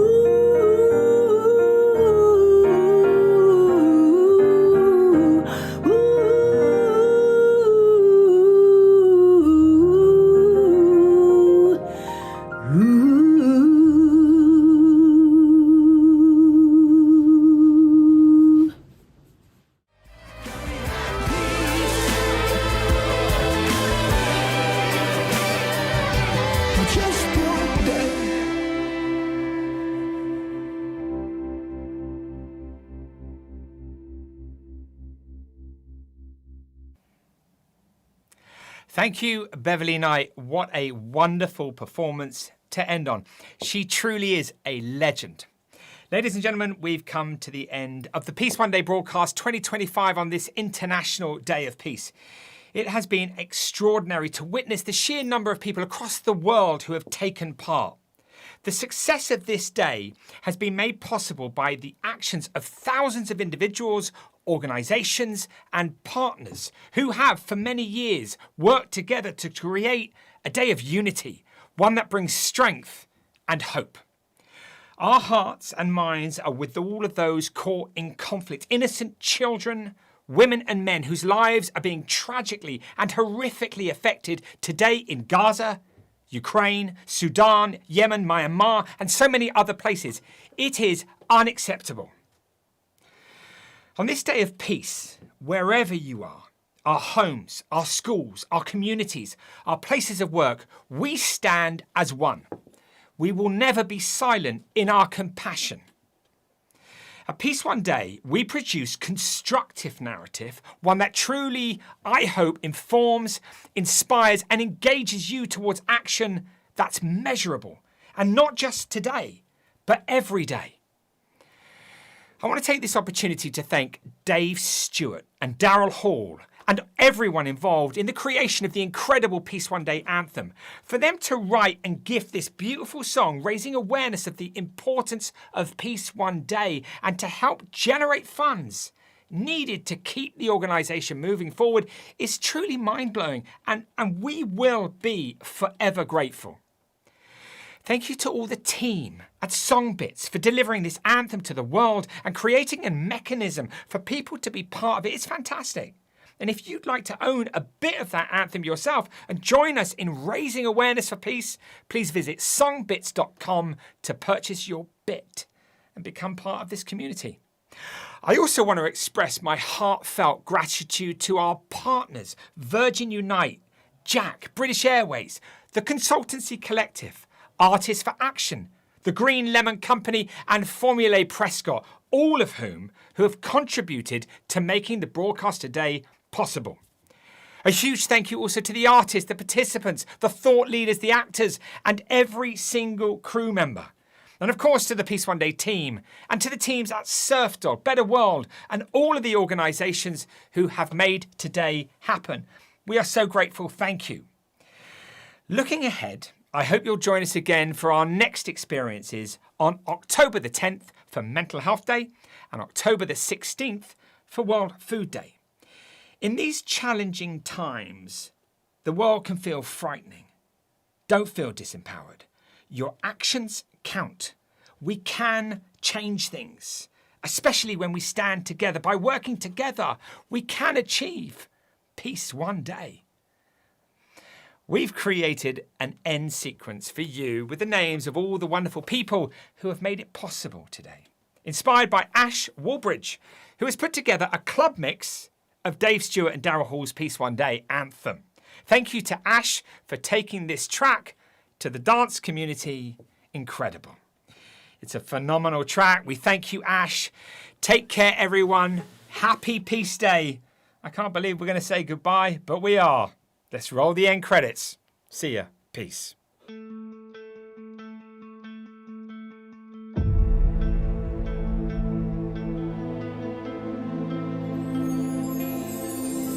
Peace Day. If you build a house, you start with one brick. If we want to build peace, let's start with one day. And out of that day comes hope. And out of that hope comes strength. But if we stand together, we can shift the level of consciousness around the fundamental issues that we face. By working together, we can create peace one day.